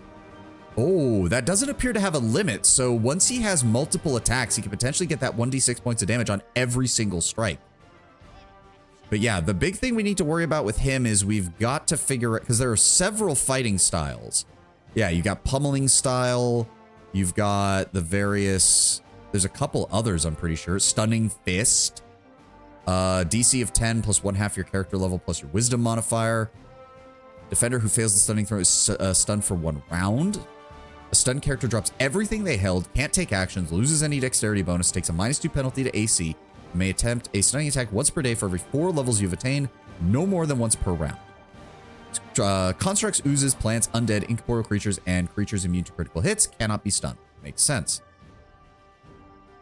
I need to see what other styles there are, and unfortunately they don't have a search function just yet. We've got advanced armor training, agile maneuvers, amplified hex, no. I need the other, like, where would they be? I don't even know.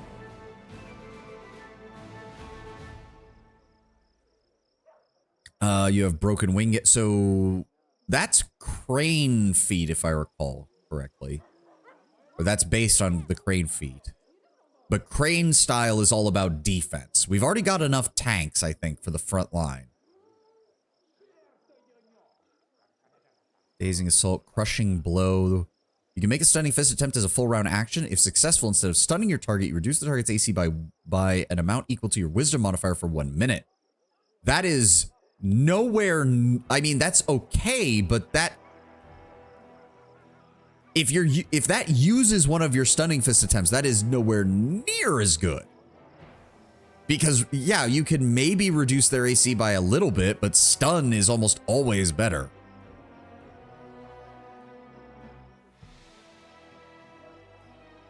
Deadeye's Blessing, Dervish Dance. I need to see where some of these are going. Okay, Dragon Style I've heard of. That requires mobility, though. That gives him bonuses on saving throws and gives a higher strength bonus on the first attack of the round. Yeah, but that requires a lot of mobility. That's the problem. He is not built for mobility. He's a fucking dwarf for starters.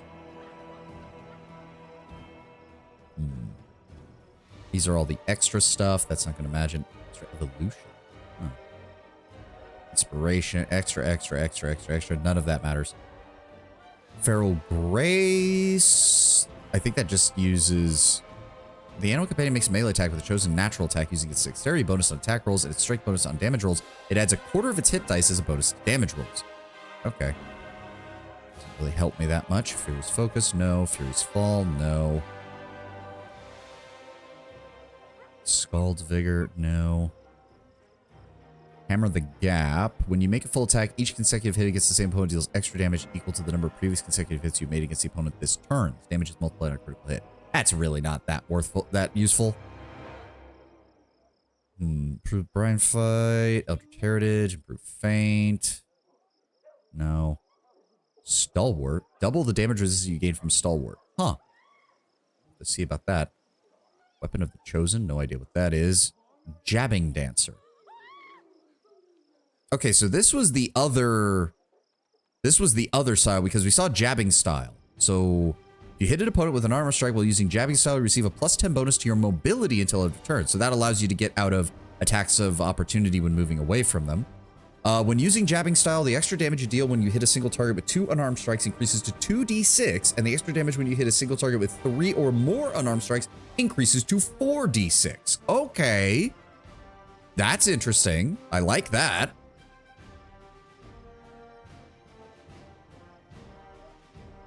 Lenormand Style requires base attack bonus of 3, which he's not gotten to yet. You take a -2 penalty to your AC against melee attacks. After a creature makes a melee attack against you, you can choose to add your wisdom bonus to the damage from your unarmed strike against the creature rather than your strength bonus. If you normally add your dexterity bonus, do you play with mods? Yes, Maxmar. I am playing with a couple of quality of life mods and some other things. I've got Bag of Tricks to handle any...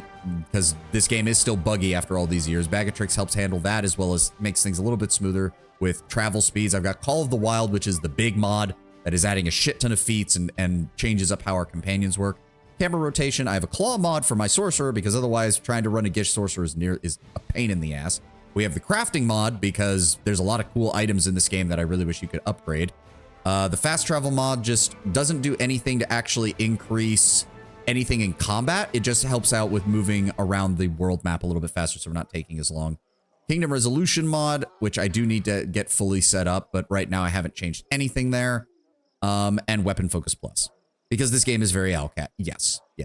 To be fair, Tenwin, again, first Owlcat game. Still not bad. Let me see here. You can make a retaliatory unarmed strike against an opponent that hits you once per round. This attack is an attack of opportunity. It counts against the number of attacks of opportunity you can make each round. Okay. All right. I don't really like the Lenormand style. The jabbing style seems better. We just need to remember to get the other abilities. The other choice is pummeling style, which I did see. You can charge and make a full attack or fury of blows at the end of your charge as part of a charge action. Oh, so this is essentially a monk's version of pounce. You can use pummeling charge in this way only if all of your attacks qualify for using pummeling style against the target. Pummeling style also requires trip. When you use pummeling style to make an entire attack against it, if you hit with any of your attacks, you attempt to crit. Oh, okay. Pummeling style is looking a lot better now. Trip and pounce. Okay, we need to plan for that then.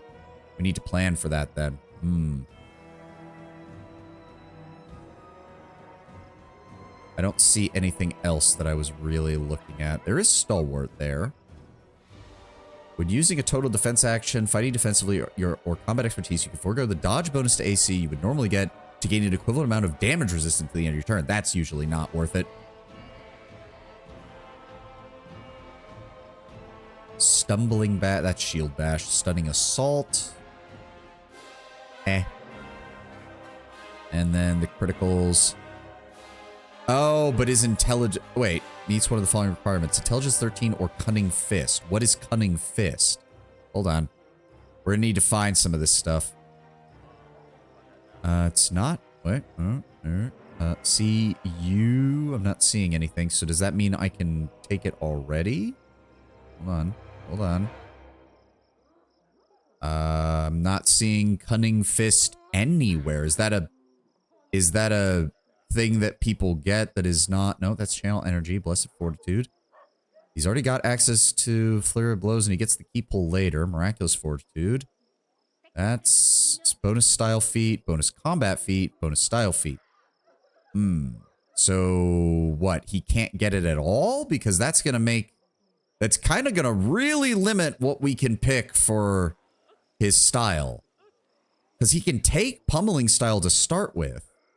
But then the other portions of pummeling style all require additional abilities. Where'd they go? Where'd they go? There it is. Yeah, so pummeling style will unlock pummeling charge when we get to level 8. But pummeling bully requires us to get to monk level 5 and have trip. The only way to get trip... Where is it? We have to have combat expertise or kinetic warrior. Or meets one of the following requirements. Intelligence 13, cunning fist, combat expertise, or kinetic warrior. I thought cunning fist was a feat, but I didn't see it anywhere in here. So then what about... Okay, kinetic warrior is related to the kineticist class. Combat expertise. Combat expertise. Where is that? Combat expertise. Requires intelligence 13. So he just can't take it. So that means the pummeling style is completely useless. I mean, yeah, it can still get you pounce, but the fact that you'd be able to pair pounce and trip on the same attack is actually really good. So then what is this cunning fist bullshit? Where is that? Hold on, I'm actually going to have to look at the Pathfinder SRD to find out what the hell that is. Pathfinder First Edition Cunning Fist. Where does that even come from?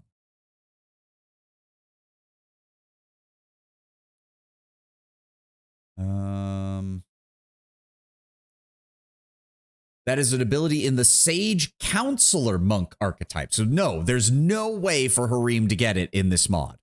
Not without completely compromising his entire build. And taking until like level 12 to get the necessary intelligence for him. Shit. That is... Okay, so I guess we have to go with jabbing style. Because that's the only style he can really use. Because I'm not seeing any other way for him to really have the ability to do that. Favorite prestige class? No. Yeah, jabbing style appears to be the only one that he's really going to have. It's just a straight damage style. It's just meant to increase damage. But I guess that's what we're going with. So we need to build Harim as a pure damage dealer. Because that's what he's good at. Which I suppose does fit with anarchic strike and destructive attacks. Like... I suppose that is pretty fitting then. Yeah, additional damage against lawful creatures and just a straight damage bonus. Technically, if we fight somebody who's lawful and he uses both of these, that's a lot of additional damage. Yep, get the bonus hit point. He's level 4. We're gonna go ahead and use the first stat point to get his strength modifier up to 18. And then after that, we're gonna probably dump the remaining stats into wisdom so that he maxes out that wisdom modifier, which is going to help all of his monk abilities. Okay, he's got channel energy, and he started picking up his spells. Very nice. And then we get to level 5, bonus hit point. I guess we go with that. Channel Smite. Before you make a melee attack roll, you can choose to spend one of your channel energy abilities as a swift action. If you channel positive energy and you hit an undead creature, the creature takes an amount of additional damage. Channel negative energy, hit a living creature, the creature takes additional amount of damage. Your target can make a will save as normal to have this damage. If your attack misses, the channel ability is still expended with no effort. That's always annoying. I hate that. If you miss with that, it should not be wasting your spell cast, because that's just defensive combat training, deflect arrows. Once per round, when you would normally be hit with an attack from a ranged weapon, you may deflect it. You must be aware of the attack and not flat-footed. Attempting to detect a ranged attack does not count as an action. Okay, that might be a good idea. All right, now he has access to Lenormand style, but you can only use one style at a time, so this still doesn't really help. Meta magic. It does occur to me with him extended meta magic might be a good idea to get his buffs higher. Because if he's going mainly for damage, he's mainly going to be going for buff spells on himself. But we might be able to grab that later. Precise strike. Eh. Alright. Pummeling style. Armor attacks. Total the damage from all your attacks before applying damage reduction. Yeah, but the problem is there's usually no point in taking more than one style feat. Because it's not like monks have that many, like, extra feats compared to, like, fighters or something. It's usually not a good idea. We should probably grab Stunning Fist. That's probably a good idea. Yeah. It's a quintessential monk, like, ability. We should absolutely have it. Alright. Thank you, Harim. We'll work on getting you some gear eventually. Octavia, nothing new with you. Ragongar, nothing. How do you like it in my party? I think it's grand. We've got a fine gang of lunatics here. I myself am no noble from high society, but seriously, Octavia and I have never dreamed of a leader like you. We imagined we'd sit in the woods and rob wagons, maybe join a band of mercenaries. We never expected to become the henchman of a local baron. Not to mention a pretty one. Ragongar winks at you playfully. Don't joke like that. Alright, no, that's also the romance. Ugh. See, this is a BioWare writing where it's like, go for the romance or be a total dick. Like, why can my character not just be like, thank you for the compliment, Ragongar, but I don't look at you like that?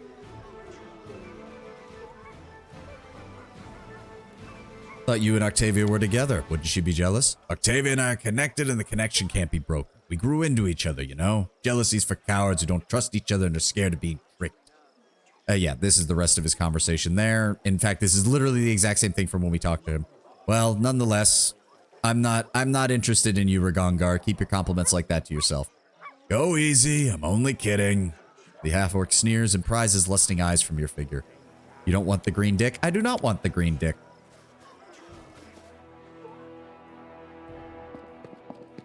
Okay, yeah, there's something up with the lighting. This is not how the inside of these buildings is supposed to look. There is definitely something up with the lighting, and I have no idea what it is. Alright. I don't think there's much else around here. Anything in here? All according to plan. Alright. Hermit with a cucumber pops up on screen. Day, your grace. There's a dog over here. Various horses. Most of them we probably took from the bandits. Why is there a shovel over here? Why are there bones over here with a shovel? That doesn't look very good. Some more citizens. Yep, good day, your grace. Good day. What is this? This well looks quite ordinary, and yet when you approach it, it feels strange tingling in your temples. That goes into a side quest, if I recall. More citizens. Hold on, let's go back over this way first. Because I do want to check out and make sure that we get... There's a couple of houses you can go into that have various things in them. Want to make sure we get everything. Yeah, no, what is with the inside of these buildings? What the hell is going on here? Oh, well, I don't know. Not far. Oh, no, wait, we didn't... Ah! Open the other case. There we go. Thank you. Into the house. These are all guards? Yes.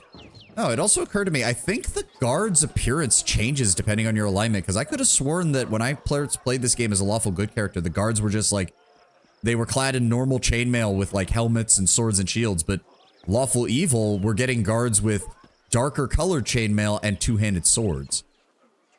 Interesting. See, I don't know what's going on with this. Good day, good day. Oh, that's locked. Well, too bad, because I'm not allowed to bring party members in here, so no game. You don't get to just lock stuff from me in these scenarios. You will give me the loot. Would you look at that? It was a basic fucking mace, but it is worth 600 gold. It will be sold for the good of the realm so that I can afford more stuff. All right, we talked to everybody over here. We've been through all the doors down here, I'm pretty sure. I don't think you can get into any of the buildings near the very entrance of the town. No, you cannot. All right. So now we can go talk to Kaese. All according to plan. A tense silence hangs over the house. Kaese, your tiefling friend, emerges from the shadows, but her eyes are staring into the distance. She seems to look right past you. Oh no. No, not now! The tiefling girl from Kadira. Yep, and there we go. The secret is revealed. It's actually 2 tieflings. The turmoil is suddenly over, but you see fear in Kaese's eyes, her blue eyes. Oh, it's you. I wanted to say that You know, I feel almost sure that I just witnessed some form of divine magic. The girl closes her eyes and clenches her fists, obviously in the grip of a strong emotion, but one you cannot read. I knew it couldn't last forever. Why did he even make this rule if he knew it would be impossible to keep? The easiest menage a trois. Yep. If I recall correctly, you can romance both of them simultaneously, and one of the endings is that they are both your queen. She takes a deep breath, opens her eyes, and speaks with firm resolve. Come what may, you should know, Terendil, that the person you know by the name of Kaese does not exist. My real name is Kalike, and it is a long story, and such stories are better told beside a welcoming fire. Will you hear me out? All right. Tell me. The girl rests her head on her arm and stares into the distance, lost in memory. Stories by the fire, in the desert where I was born, my fondest memory. When the day is done, hosts and guests, parents and child, friends and rivals all gather by the fire under the stars to tell their tales. All they did, all they witnessed, all they heard from other travelers, and the whispers carried by the desert wind. My sister and I often snuck in to hear these stories, hiding in the shadows just beyond the circle of light and warmth. We are hellspawn, as you can see. Tieflings are unwelcome guests in Kadira, unblessed by the light of the merciful Sarenrae. We grew up sleeping in a common tent, scavenging food here and there like orphans, all but outcast and disowned. We were 13 when we left and set out to find happiness in the cities, and everyone that we left behind sighed with relief. My sister and I were twins, but as different as the sun and moon. Her name is Canera, which means the silent flame. She is fire, a cold fire, one that turns everything to ash. I am a river. It brings me joy to give water to the tired travelers and to nurture the green shoots, but when I flood, I bring death.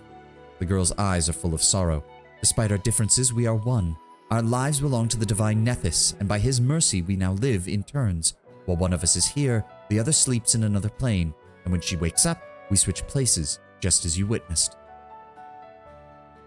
And this is why you don't remember me from talking when we were talking to Jamandi Eldori.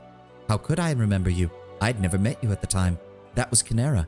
She was the one who talked to you at the reception, who helped you fight off the assassins. We usually write each other notes, recounting in detail all that happened and describing any friends that Kaese has made.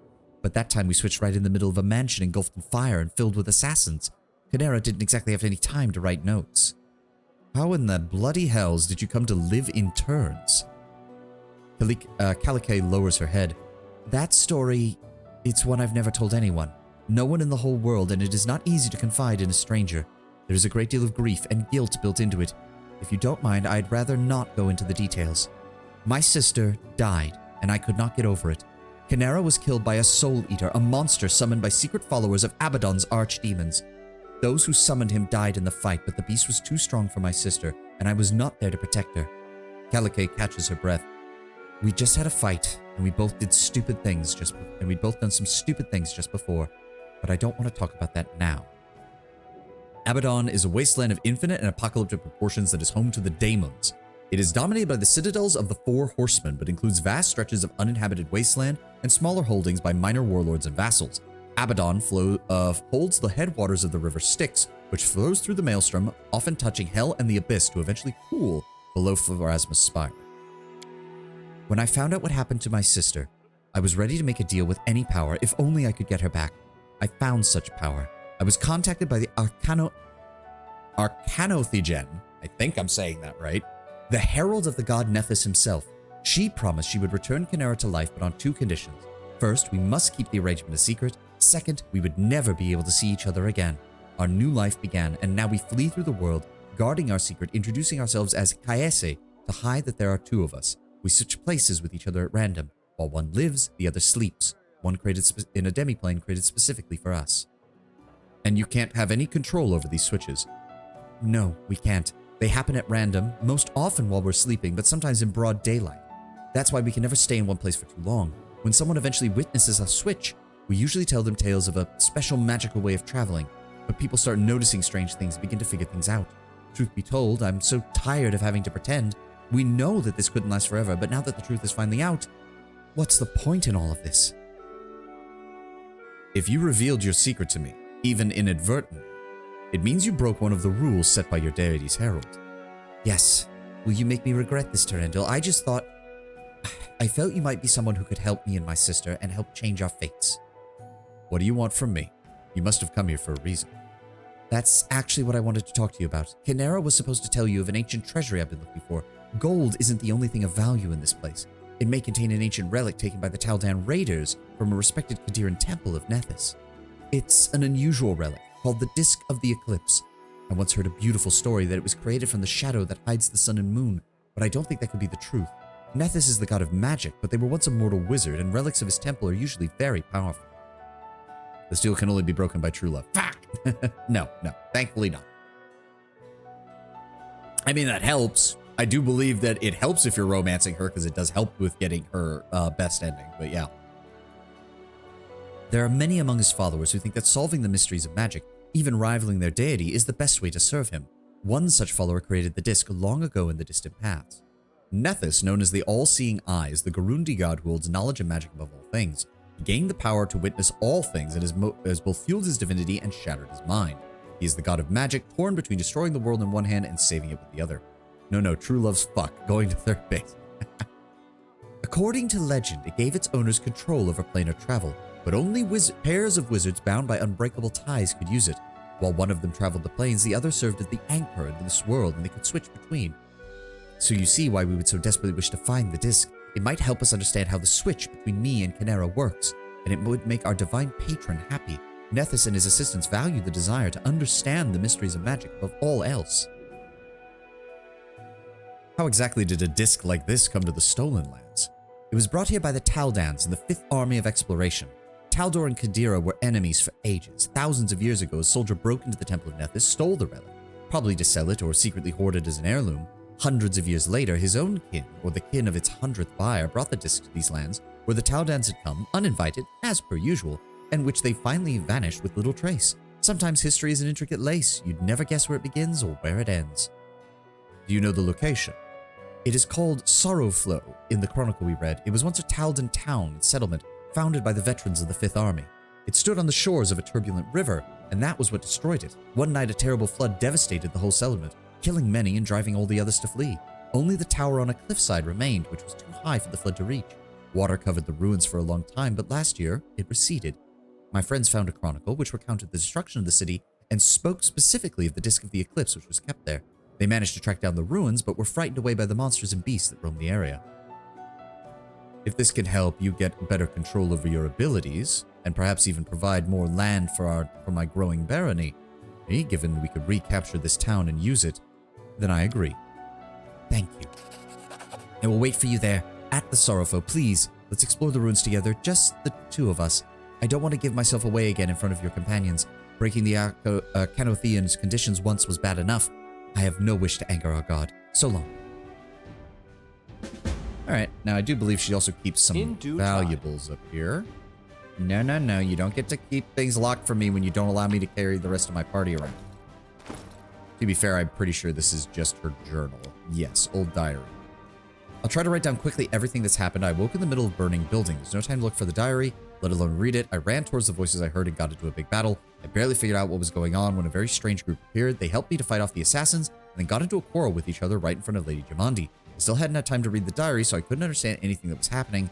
I somehow made up an excuse so they'd leave me alone. The strange group split into two parties and is set off for the Stolen Lands. I'm staying in Restov for now. I haven't made any new contacts, and I still haven't figured out your old ones. A hand-drawn cloud weeping drops of rain stands in place of your signature. You silly goat, you ruined everything! I ran off my feet trying to find a way to the Stolen Lands and get my hands on the disc. The expeditions organized by Jamadi would have been perfect. I'd hoped to use them to find reliable companions who could be talked into accompanying Kaese to Sorrowflow. And now here we are, stuck in Restov because of you. Couldn't you have simply asked to go with Terendil's group? You could have gone with Tartushio. I'm sure that smug gnome would have been gently steered in the right direction. But you refused, and now I don't know what we'll do. The Sword Lords are running wild looking for spies, and we're just sitting tight hoping not to arouse suspicion. But all this inconvenience has been a complete loss. Interrogations, Oh, and it was Captain Keston who personally came to interrogate me. How could someone punish me so, sending a delicious man to press his questions? I bet myself that I could make him blush in under 3 minutes, and I won, of course. Ah, yes, our new contacts. You are unlikely to need them considering your fecklessness, but still. Casil Aldori, half-orc sword lord, he accompanied Kayese when she came to introduce herself to Jamandi, a boring idealist, little interest, but friendly enough. He obviously has nothing against tieflings, presumably because he's a half-breed himself. Keston Garrus, captain of the guard, tall human, male, dark curly hair. He's looking for spies and doesn't seem to suspect Kayese. Lindsay, halfling bard, round-faced, chestnut hair, kept getting in my way, unreliable, irritating. You'd get along marvelously, I'm sure. Thankfully, she left with the expedition. Tartusio, gnome wizard, overly fond of the color purple. Funny enough, I liked something about him. Probably his business says he's in charge of one of the other expeditions. Jathal, a pale, dark-haired elf, a spook with a scythe, always turning up her nose as if she's a queen, but elven queens don't go on expeditions in a backwater. Harim, dwarf, shaved head, black beard, don't come any closer to him than an arrow shoot or you'll die from the gloom. Valerie, human, fighter with a horrible blonde haircut. Valerie. I'd gladly pay some dragon or evil wizard to catch her, pluck her out of her armor, and keep her in a cage for 6 months, taking care that she doesn't abuse her hair. I might just play the dragon or wizard myself. Amiri, barbarian with a sword the size of a kitchen table, funny sort, left with the expedition along with everyone else. Terendil, male Aasimar, forgot what I said about Keston Valeri, that's the one to catch and make blush. Addition, silly goat, we finally got another chance to get to the Stolen Lands and seek the help from my contacts from the above list. If we switch in the meantime, don't ruin everything again, please. A hand-drawn flame stands in the place of a signature. Ah, yes, and as we can see, the sibling dynamic is alive and well, despite their not actually being able to be in the same room together. Follow my lead. Okay, so this building is perfectly fine in the lighting department. I don't know why all the other ones are having problems. Alright, we've been in there. I don't think we can get in... Nope, there's no other building there. And apparently she sees you as someone to manipulate. If I recall, one of the twins is lawful good and the other is either neutral evil or lawful evil. I can't remember. Yeah, I don't know what's going on with the lighting in these buildings. I did turn off the... No, I did not. Okay, good. As I said, I only use that in areas that we've cleared out that the game has decided, lol, you don't get to unlock this shit. In due time. How may I serve you, Your Grace? What role might you play in the government? One thing I know, it is matters of faith, whether it is my own god or some other deity. If you appoint me as High Priest, I'd be able to do much good. On the other hand, politics or questions of trade, I know little of such things. Thank you. And as for Tristan... You did call yourself the Chosen of Serenray, Tristan. What did you mean by that? Apologies, a mere jest. Other acolytes at my temple used to tease me with the title. This should tell you how pious and devoted I was compared to them. But my faith is strong. Serenray knows this and protects me in times of great peril. If something ever threatens my life, by her divine powers, I am transported away to a safe location. That doesn't actually tell me much, but thank you. Oh. Alright. Over to the tavern. Once again, this is why he can't die. Yep. Nobody's named here for the most part, except for the owner and Amiri. You need anything, Amiri? So you've proven yourself a mighty warrior. I may have. The trial's finished, and if someone ever doubts me, I'll prove it again. She shakes her fist at the unseen offender. So technically, I'm the chieftain of your tribe. What is expected of me? The tribe needs to always have plenty of food. The tribe needs to fight tough enemies, not easy scum. The fighters of the tribe must challenge the strongest of enemies. Also, she contemplates deeply, you need to rule the tribe and make all the big decisions. She waves her hand vaguely. All right. My nose is bothering me. Hold on.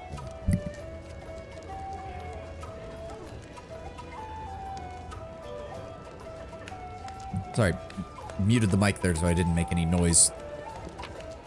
Oh, some supplies. What is that? Someone carved a body poem about the origin of the name the Stag Lord. And we have some supplies back here. Some more supplies. Fish. Alright, and then we have Elena. Behind the inn's bar stands a young woman with curly red hair, a round face, and rosy cheeks. She gives you a friendly smile, fixing her cap. So nice of you to stop by, Your Grace. I'm Elena the innkeeper. Wow, tell me about yourself, Elena. Happy to, Your Grace. I'd love to talk, especially about myself. Where are you from? What land? Which family? I hail of the River Kingdoms, Artum to be precise, and I'm from a farming family. Like just about everybody around here. More fertile land and pastures there than anywhere else in the kingdoms, except for maybe Seven Arches.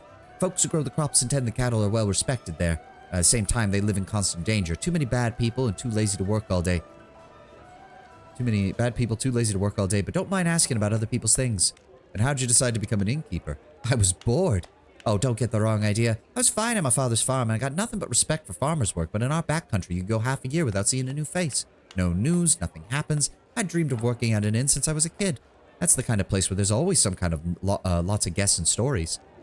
Where does the inn name come from? Oh, don't ask. It's too funny. I kept thinking about what to pick, choosing just the right one, but not one to waste time. I just drew a beer mug on the door. I figured folks would see it and come on in, and then the locals got used to calling the place the Beer Mug Inn. The name stuck. Tell me about the River Kingdoms. I need to know more about the people I intend to rule. Oh, a month won't be long enough to tell it all, Your Grace. Each kingdom is a special place unto its own. Elves live in one of them. Another one, half the country belongs to the Murderers Guild, and the other half gives them their orders. They say they even get local discounts. There's just the one thing that unites us all, a strong thread that keeps the whole quilt together, the 6 river freedoms. And what are those? The first freedom, say what you will, I live free. It doesn't mean you won't get beaten up for what you say, though. Second freedom, well, if you can call it a freedom, oath breakers die. Those who break oaths get killed, just like that. So people prefer not making any oaths at all. The third freedom, walk any road, float any river. Once the ruler of Hybar decided to build a gate across the river and collect a fee from each passing boat, well, there's no more kingdom of Hybar. The fourth freedom is even worse than the second. Courts are for kings. Whatever a king says goes, as long as he doesn't say to build a gate across a river. The fifth, slavery is an abomination. Nothing to explain there, pretty self-explanatory. Runaway slaves from all over come to the River Kingdoms for a reason. And the sixth, you have what you hold. It means that theft is a much worse crime than robbery, if you catch my drift. You can honestly beat a robber and keep what's yours, but a thief acts on the quiet. Shame on him, that's just disrespectful. I thank you for the perspective, Alina. We'll discuss more later.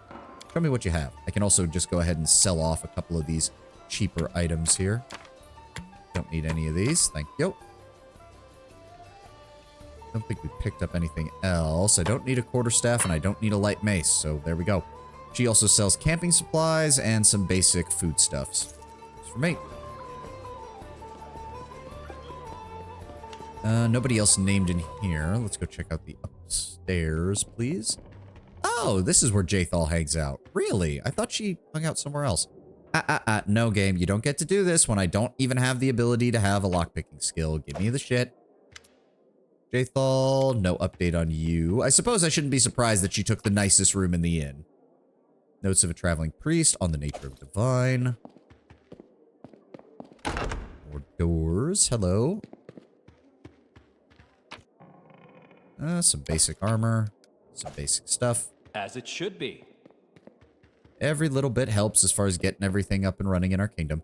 Writing on the wall. Eldori, crossed out. Sertova, crossed out. Beer, underlined. Not surprised. Oh. The Hand of Magus Dawn. Whenever the wearer uses a scroll, either to scribe it into a spellbook or to cast a spell, the hand has a 25% chance to produce a perfect copy of the expended scroll. Well, we're obviously going to be having Octavia use a lot of scrolls, so I'm just going to go ahead and put that on her. There we go. Regular citizens, another door. Some more books, some more scrolls, and some more diamond dust.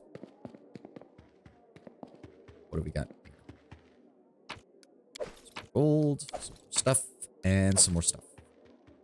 All just some basic stuff, but hey, at least now we don't have to worry about any of that.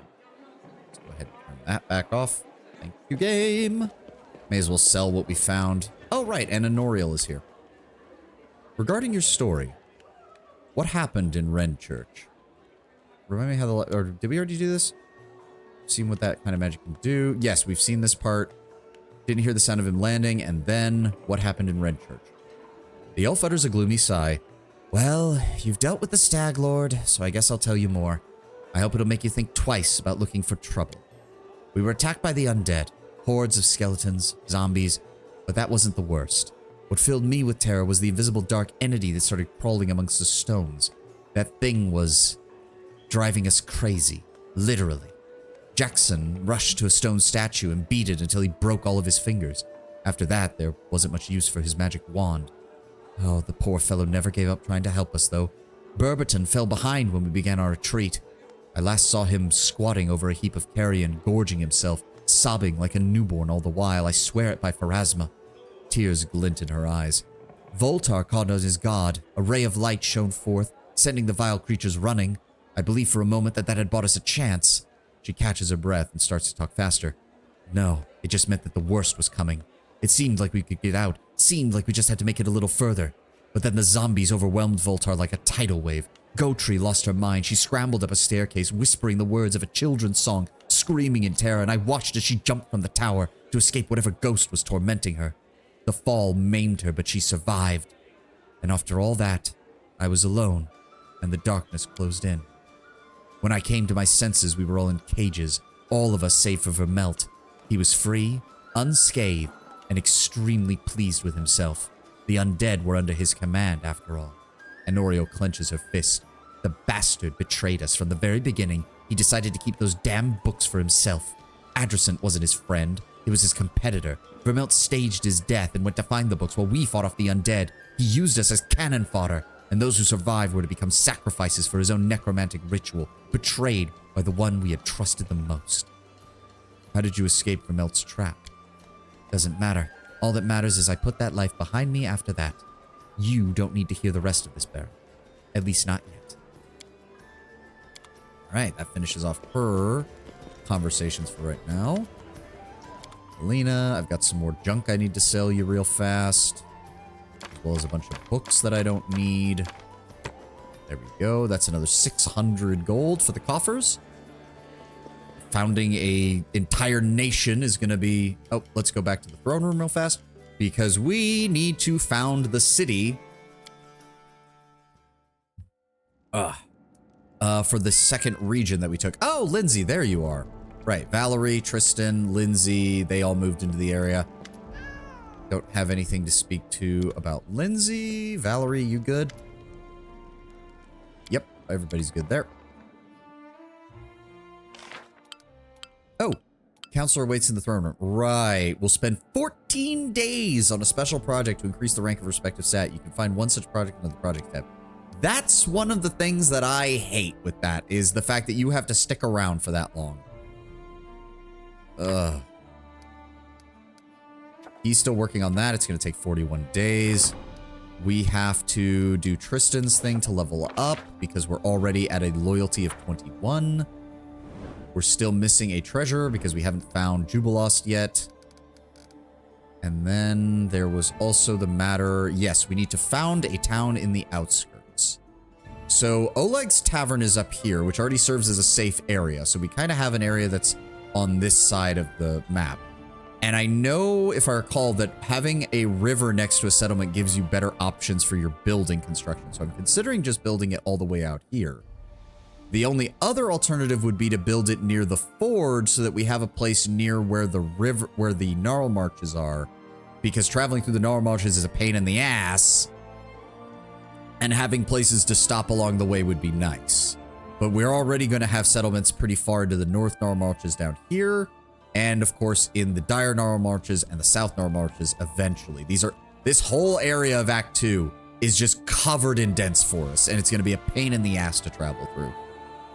So given that our capital is down here, I'm thinking we go with the outskirts over here.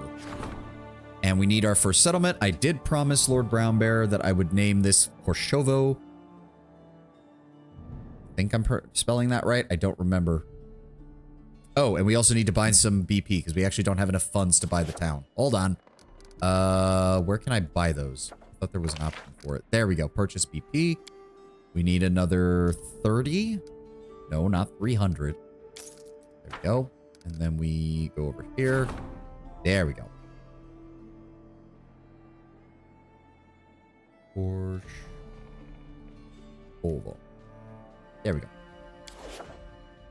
And then we can also enter this town and start building it up. We're going to need to buy a lot of stuff, though. Oh, right. It does have the slightly weird setup where we have a 2x4 grid over here and just 2 spots over here. So You are going to let me buy. Okay, so let me see here. First, we need a wooden wall. That's 30 BP.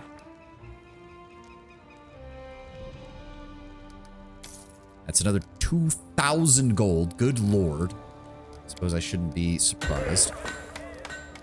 We're going to want a longhouse because it's going to give us community, divine, and culture. That's 50 BP. Good lord. Yeah, we're already... No. I just... Oh my god. I don't like how it does this. There we go. 50. Need a longhouse. We'll put pier. The pier gives an additional community and... Or it will give an additional... Yeah. Wait. No, it gives economy. Right. Okay. And then we need... What is that? 25 BP?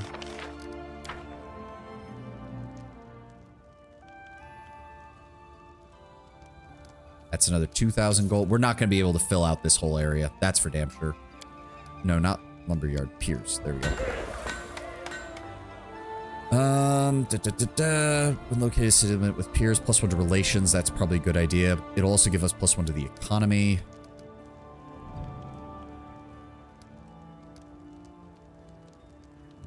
Can only be built in separate slots. All right. Well, we also are going to want to get... So the priority is we definitely want to get the bulletin board and the stocks, because that's just going to give us straight benefits to when we have to resolve problems in this area. So the stocks are 15, and the bulletin board is 20. So we need 35. And that's probably going to be it. I don't want to go below 10,000 gold, because we need to save some money. So we need the bulletin board here. And we need the stocks here. And that'll be all we get for this right now.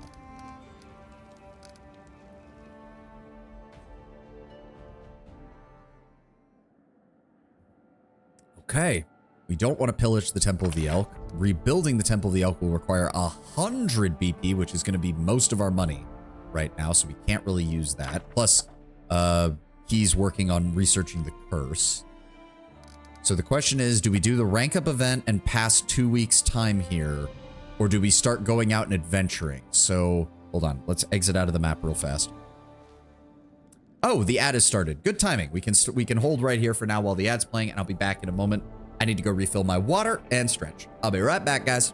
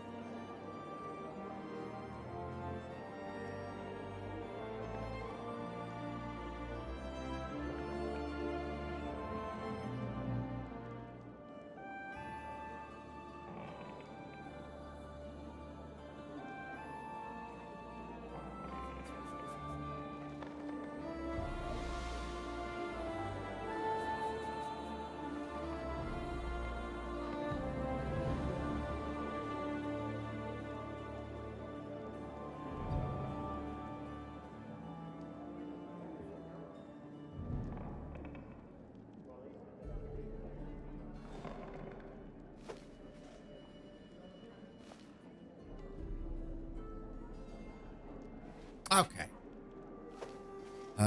Wait, what was I was gonna do something, but now I can't remember. What was it? Shit. What was it? I was literally about to do something. We checked the map. We were doing that. Right, we were gonna check the quest log. And And what I wanted to do is, yeah, she wants to meet me in the, meet the nymph in her verdant chambers. Oh. The nymph suggested the Baron set off to her chambers, an old tree growing inside the ruins in the middle of the woods. She didn't invite anyone else. Looks like the nymph is only interested in offering her a reward to the Baron. I don't like this. If I were in the Baron's shoes, I'd definitely stock up on invisibility potions or some other means to avoid trouble. The game itself just telling you this is a trap. Do not go here thinking that this is just the normal shit. This is the start of troll trouble. We need to prove our worth by helping a Mary kill another. That'll show up eventually. Go to the Taldan ruins. We do not want to do this just yet because I remember this quest being a pain in the ass because it's just you and the tiefling. And that's it. And it can be a bit of an annoyance. We have 37 days. Okay, good. We have 37 days until this quest completes. So we do have time to do the event. Good. We need to find our treasure, which isn't going to happen until after we start troll trouble. We need to add more land. And we need to find... Right, we need to go to Boken and talk about him becoming an alchemist. Yes. So then, yes, I have no trouble. We're going to wait 2 weeks. Well, hold on. I do want to check. Let me see here. Not that. Where is it? Kingdom resolution. So let me see here. Event time factor. This is adjust the duration of kingdom events from 1 day. So yeah, one day is 1 day, basically. It doesn't change anything. Duration of kingdom projects, including projects that require player assistance, from 1 day. So I don't have any problem with that. Ruler manage time factor. Adjust the duration of kingdom projects that require the player's assistance from 1 day. So 1 day is 1 day with 100%. I'm going to cut that to 50. I think that's fair. I don't like the idea of sticking in our capital for 2 weeks. That just seems too much. We're going to keep the BP price factor exactly where it's at. 80 gold pieces equals 1 build point. We're not going to enable any of the easy stuff. We're not going to skip all the time. I just wanted to reduce it slightly. We're not going to pause anything. That's all we're doing. So there we go. We are now going to go and support Tristan in spending time in resolving the loyalty of the citizens of the Baron. Start project. Yep, and that cut the time in half. I'm fine with that. There we go. Spending 2 weeks resolving the citizens. Loyalty has reached rank 2, thanks to the counselor, and the Baron's subjects' loyalty to their new ruler has reached new heights. We still don't have an advisor, but we did get an event. Harim has a request. To the throne room! Hello, Harim. Harim looks embarrassed. He runs his fingers through his beard and clears his throat a few times, then speaks at last. I heard... no, that is not important, but, well... He clears his throat again. I'd heard that an ancient trade road built by the dwarves of the Five Kingdoms Mountains runs through your lands. I don't know what happened to them, or where they went. Unforgiving time spares none, but the road itself is still there, and possibly not only the road. He holds his beard in his fists. Terendil, I have a request.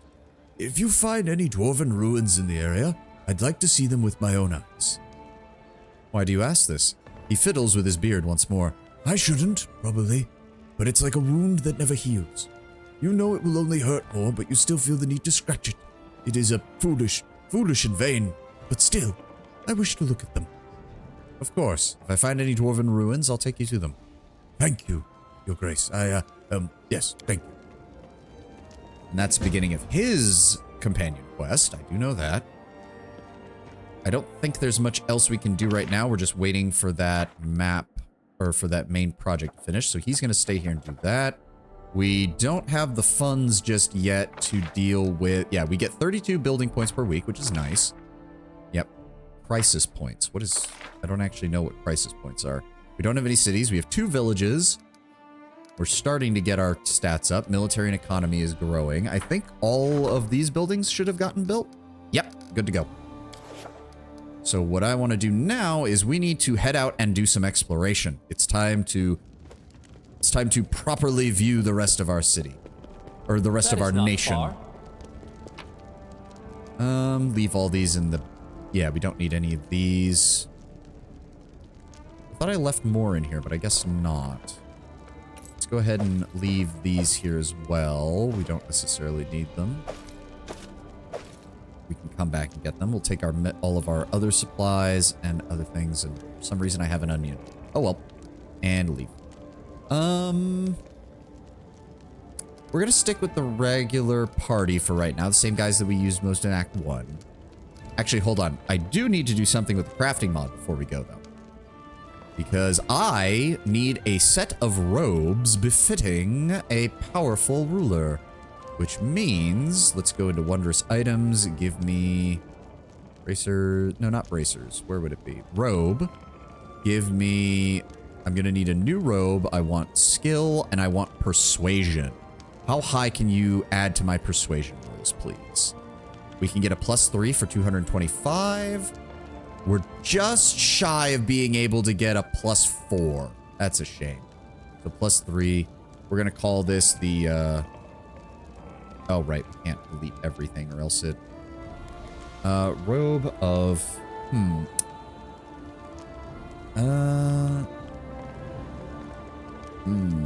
Black Dragon Guile. There we go. And then we're going to go ahead and have her craft that up for me for 225 gold. It's going to take her a few... Yeah, it's going to take her a day to make it. That's fine. Let's go.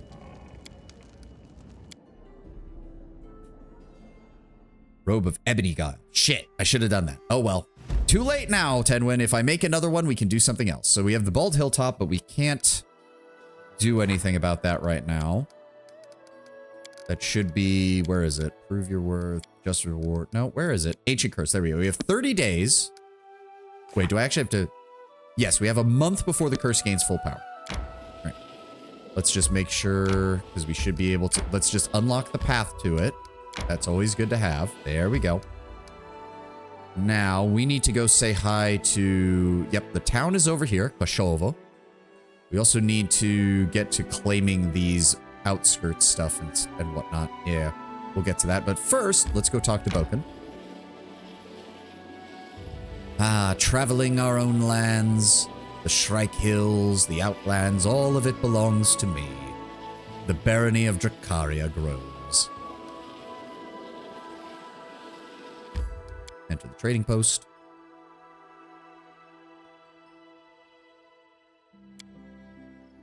Follow my lead. And now we can have our party members here while we're walking around. Very nice. Gate hinges are deformed and the deadbolt broken, it seems. Oh, yeah. I'm surprised he never fixes that. You'd think he would. Boken, how would you like to become my court alchemist? The old man peers at you with an inquisitory squint. Court alchemist? Me? That'd be a first. He finally sighs and waves his hands. Fine, fine.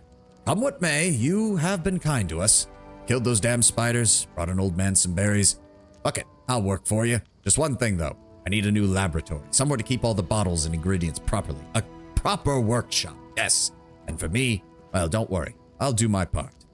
All right, we'll get that built for you. Oleg, do you have any issues? Nope, none. Let's go check with Svetlana as well. Make sure everything's good here. Yep, greetings, your grace. Everything's good. No problems. Sounds good to me. Share your troubles. Yeah, I was about to say, I thought we had the cat. Why is the cat here when I have the cat? That doesn't make any sense. As it should be. All right, whatever. That's handled. We should be able to build his laboratory in the town nearby. Okay, we're just freaking the fuck out over here. Yeah, and we do have access to the stash while we're here, which is nice. Ah.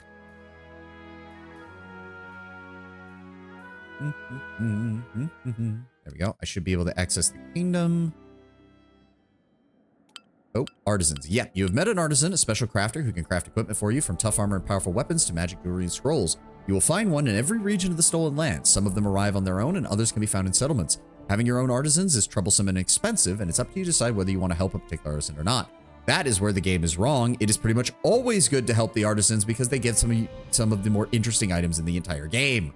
Why you would not do it is beyond me. Every artisan you meet will ask you for a favor. As soon as you fulfill the request, a workshop blueprint will appear in your settlement. An artisan with a workshop receives payment from the treasury and crafts weapon or armor for you either at your request or of their own accord. Each artisan you hire will eventually request your help in creating a special item. Complete this special task to unlock a masterpiece, an extraordinary piece of gear. The artisan will inform you that they're prepared to start working on a masterpiece and ask you to stop placing specific orders in the meantime. Yep. So obviously, in the town of Korshovo, we are going to construct Boken his laboratory that he might make. Yes, +1 to the economy when adjacent to a tavern or a longhouse. So what we want is to put it here in a corner so that we can put a tavern next to it. There we go. And we had enough money to pay for that. Speaking of which, I have 2 BP. So that was everything that we had. Fair enough. All right. That he might make those potions of vigor for those long nights. Wiggle, wiggle. I mean, it is Boken. I think he's more interested in, like, experimental stuff as a court alchemist, but I'm sure he will bring us the practical things as well. All right, let's exit out of the kingdom management screen. Do we have to actually go to these areas to claim them? I think we have to. Yeah, I think we have to. That's kind of annoying considering we already found all of them. Yep, there we go. To reap its benefits, you need to claim the corresponding region, return to the resource location, and claim it for 15 BP. Right, okay, so we don't have enough right now. That's fair. Let's do some exploration then. I don't want to deal with the Tranquil River Bend yet because that was a pain in the ass. So where can we go? We have the Sorrow Flow, which we can't really do because we're not on our own, which is stupid. We can connect there. There's the Bridge over the Gudrun River, which I know is its own area. There's Candlemere Tower. I know for a goddamn fact we're not ready for that location. Fuck that place. If you do not have communal resistance against electricity, do not go to Candlemere. It is a fucking nightmare. All right, so I'm thinking if that's the case, let's get this side of the... This is also be easier because this side of the river is not wooded, so it'll be easier to travel through. We'll deal with having to explore the Gnarl Marches later, which is going to be most of Act 2, unfortunately. It's the one aspect of Act 2 I really don't like, is how hard it is to travel through the opening areas of Act 2. They take forever. That is not far. Oh, look at that! Bandits! Well, you picked a very bad time to come here, my friends. A very bad time. No, I don't want you to move. I don't want you to move. Stop trying to move. Time. Well, we don't need turn-based mode for this encounter. That's for damn sure. I'm listening. Miri, would you be a deer and start us off strong? Don't hesitate. To Victor, let us strike as one. Get fucked. To just yeet herself across the screen and fucking eviscerate that man in a single hit. I love that. I do love it when Amiri does that. Just straight across the screen. Thank you for your gear. It's not worth much. Oh, you had a light crossbow rather than something that was actually valuable. Oh, there we go. Composite longbow. That's basically your bounty. 100 gold. Thank you. Every little bit helps. Every little bit will make us slightly richer. That's a building point after all. That's basically a building point. Plus some change. We're just going to keep killing things and making money. Glorious. Yep. And now we're across the river. And now we can start filling in all the gaps over here. That fills in that one. We can head south down this way. I don't think we can claim this. Oh, it is available for claiming, but we don't have any BP right now. Okay. We'll get to that, though. Why does that say a dragon? Why does that show a dragon figure? Oh, dear God. Is this going to be one of those events where... Oh, it's a primal manticore. So it's a dire manticore. Oh, you've got to be shitting me. Has permanent blur, permanent haste. It has 24 in straight. Okay, this is going to be a problem. Hold on. Turn-based mode. Okay, counts as flat-footed, but so does everybody else. Oh dear. This is not good. Does it count as evil? I don't think it does. Please. No, lawful evil. Manticore. Okay. Protection from evil communal. And then fall back. Because he's coming right at us. Who's he attacking? Ow! Who did he attack? Me right off the gate? You son of a bitch. Let's go Shocking Grasp. What do you mean? What the fuck? Okay, hold on. I thought the whole point of the Magus class was they don't trigger attacks of opportunity when they cast their spells with spell combat.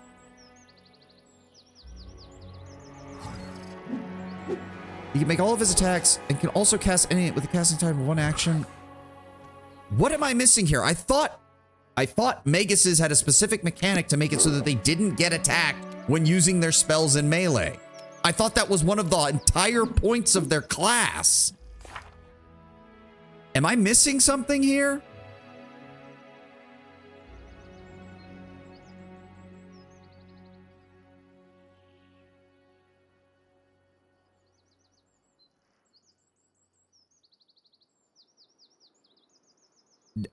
I don't know. I must be missing something here. This is, I don't know what it wants me to, because if he can't cast his spells in melee, then what's the fucking point of the Magus class?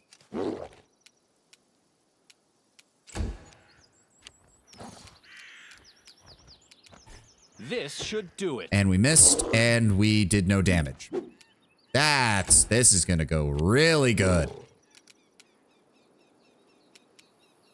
Try to shoot him. Consider me provoked. And you also missed. And unfortunately, he's already in melee, which means nobody can fucking hit him. And he's going to fucking maul my face off next round. Tear them apart! Thank you, Amiri. At least somebody hit something. For fuck's sake, I guess channel positive healing and pray that heal. Nope, wow. 4 hit points, and it healed the Primal Manticore because I forgot I don't have selective channeling on him. Fuck. Well, I'm dead.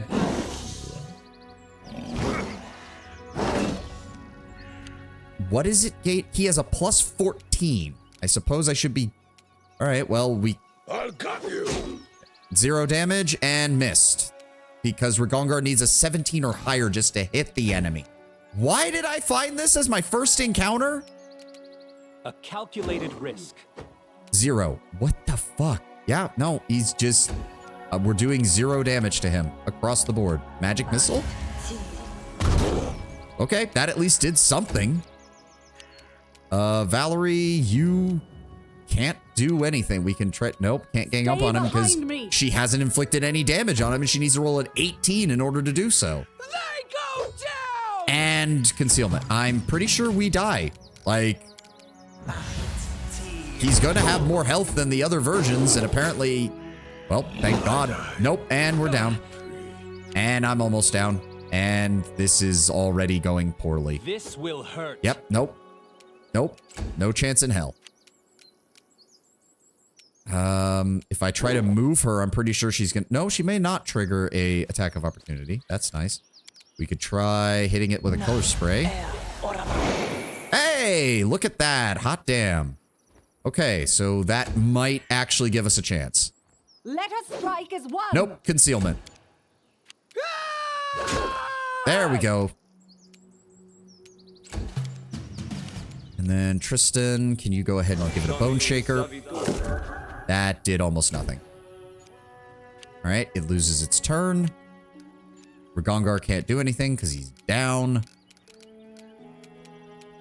Let's try this way. And we missed, and we still do no damage.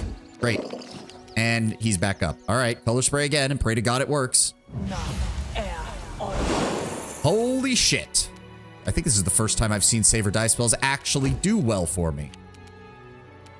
Can you Vindict? Yes, you can do that. And now gang up so that everybody gets the bonuses. And hit him. And you missed because concealment. Okay. Amiri is at least still consistently hitting the enemy. That's nice. Let me see. What else have we got? More magic missiles. 10 more damage. Good. He's still stunned. Thank you. Ragongar can't do anything. That's fine. I'm going to try Corrosive Touch. 25. There we go. There's some actual damage there. And then, unfortunately, she's back up. Let's just use Arcane Bond, get our color spray back again, and hit him again. Come on.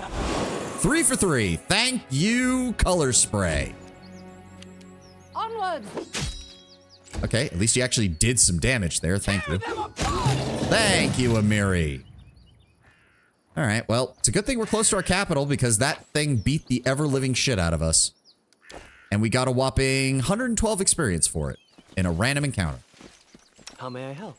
All right, Tristan, time to waste most of your channeling abilities so that we can head back to the capital and rest. I guess maybe we should be exploring the Gnarl Marches, because apparently the other side of the river has decided to say, fuck you. Yeah, no, we're going back to our capital and resting.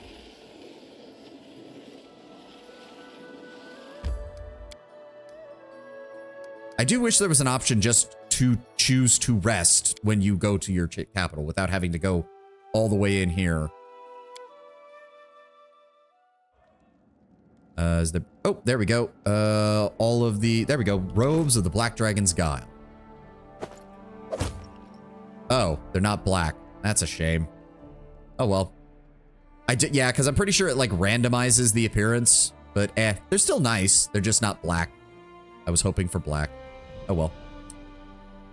How do I rest from here? I know there's a way to do it. Do I just... Yeah, there we go. It just rests. All right. There we go. Oh, right. And then we have our personal chambers, which for some reason has a magical flail. And more stuff. Okay. How do I get out of here? Oh, wait. What? Oh, no. That's just the personal belongings is the loot. There we go. Oh, right. It's back through that way. I missed that. All right. No updates for anything in the kingdom. Nope. Then we're good. We just need to get back into adventuring. Then I guess we are exploring the Gnarl Marches now because God help me for trying to... God help me for trying to explore the area that isn't covered in horrible trees.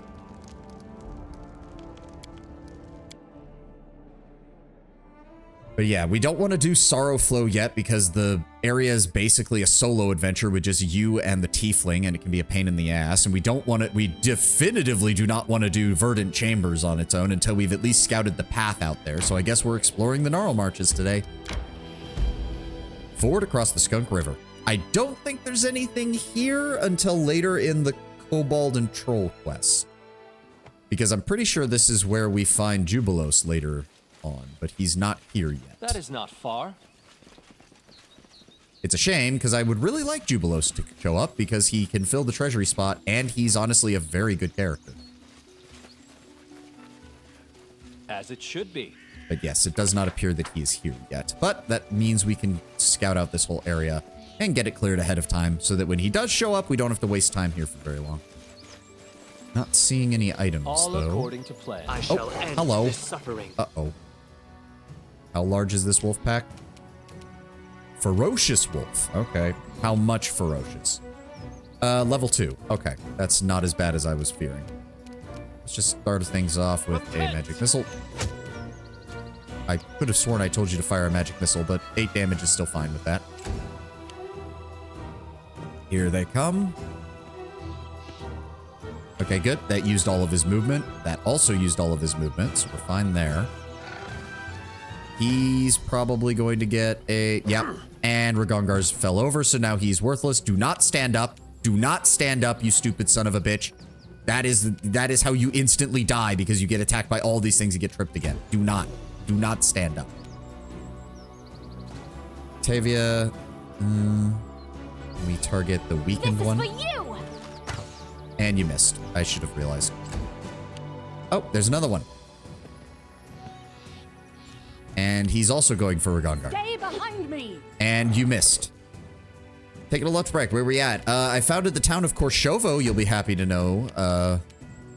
Okay. And we've got these guys. Why are my... God damn it! Turn the claws on, game! For fuck's sake! Amiri, please prove yourself to be the more competent member of the party and kill these things immediately. They go down! Thank you. Good lord. Oh boy, there's even more of them. Alright, Tristan, go ahead and give me Bone Shaker on... Which one's the injured one? There we go. Down you go. Well, now Ragongar's only going to get bitten by 2 of them. Wow, he actually didn't get hit by the second one. Fountainry's shocked. Nope, still don't stand up. You're just going to get knocked over again, Ragongar. There's no point.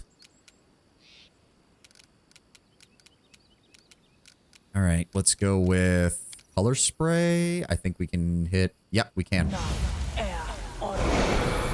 2 of them. Nice.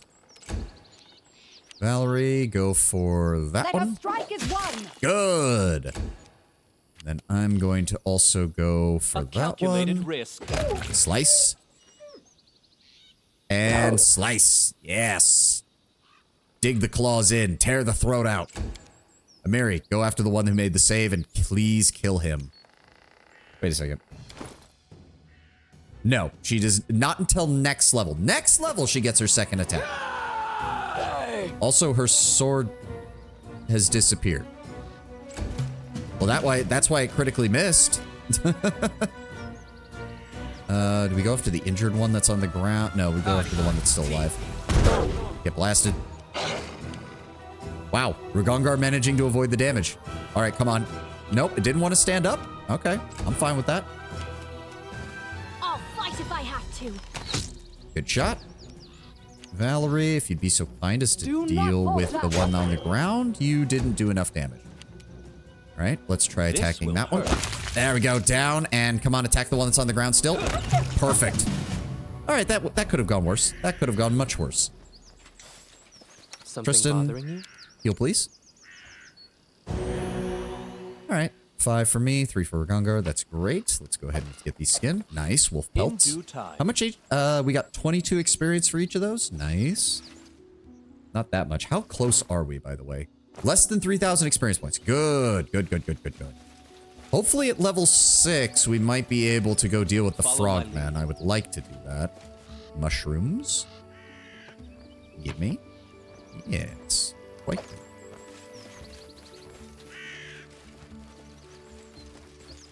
Does actually show up on my character sheet, right? Hold on. Yes, there we go. Charisma, skill, class skill, and competency bonus. Nice, nice, nice, nice. That is not far. That is what I want to see. I will be able to persuade anyone of anything, and when we're in combat, I'm eventually going to get the dazzling display perks, and I'll be able to basically flat-foot anyone that I fight in combat. This requires your attention. What was that? Please unlock it. Please, Octavia, I'm begging you. There we go. Ooh, Shard of a Knight's Bracers. That's another artifact. In due time. We still need to find the last piece of the necklace is unfortunately a problem. Is there anything over here? Doesn't look like it. Nope, we can't approach anything over there. It's all blocked off. Let's keep going. Maybe I should have someone carry me through the water so I don't have to get wet. No. The only person who'd be strong enough would be Rugongar or As it Amiri. They'd should be more be. likely to drop me in the middle of the river.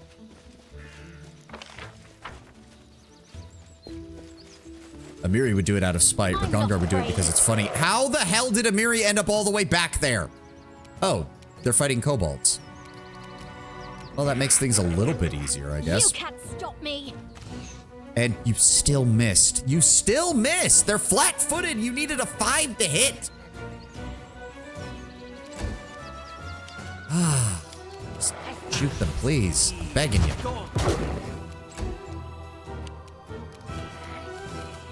I'm thinking, how close can we get? We can move up to here. That shouldn't be close enough to trigger an attack of opportunity. And then we're going to throw burning hands on the 2 of you. There we go. And now they're all focusing on me. God damn. This is what I don't like about these kind of things. The wolves are attacking the kobolds? No. Now that you're in combat, they're all going to target you. Soon you'll need a nat 1 to ever miss, and you'll find them in abundance. Yep, I am well aware that that is what is going to happen. Yep, here he comes. Yep, they're all coming for me. And now I'm tripped. And now he's going to come for me too, even though they were fighting the wolves. Oh no, they're actually fighting the wolves. Shock and fucking awe.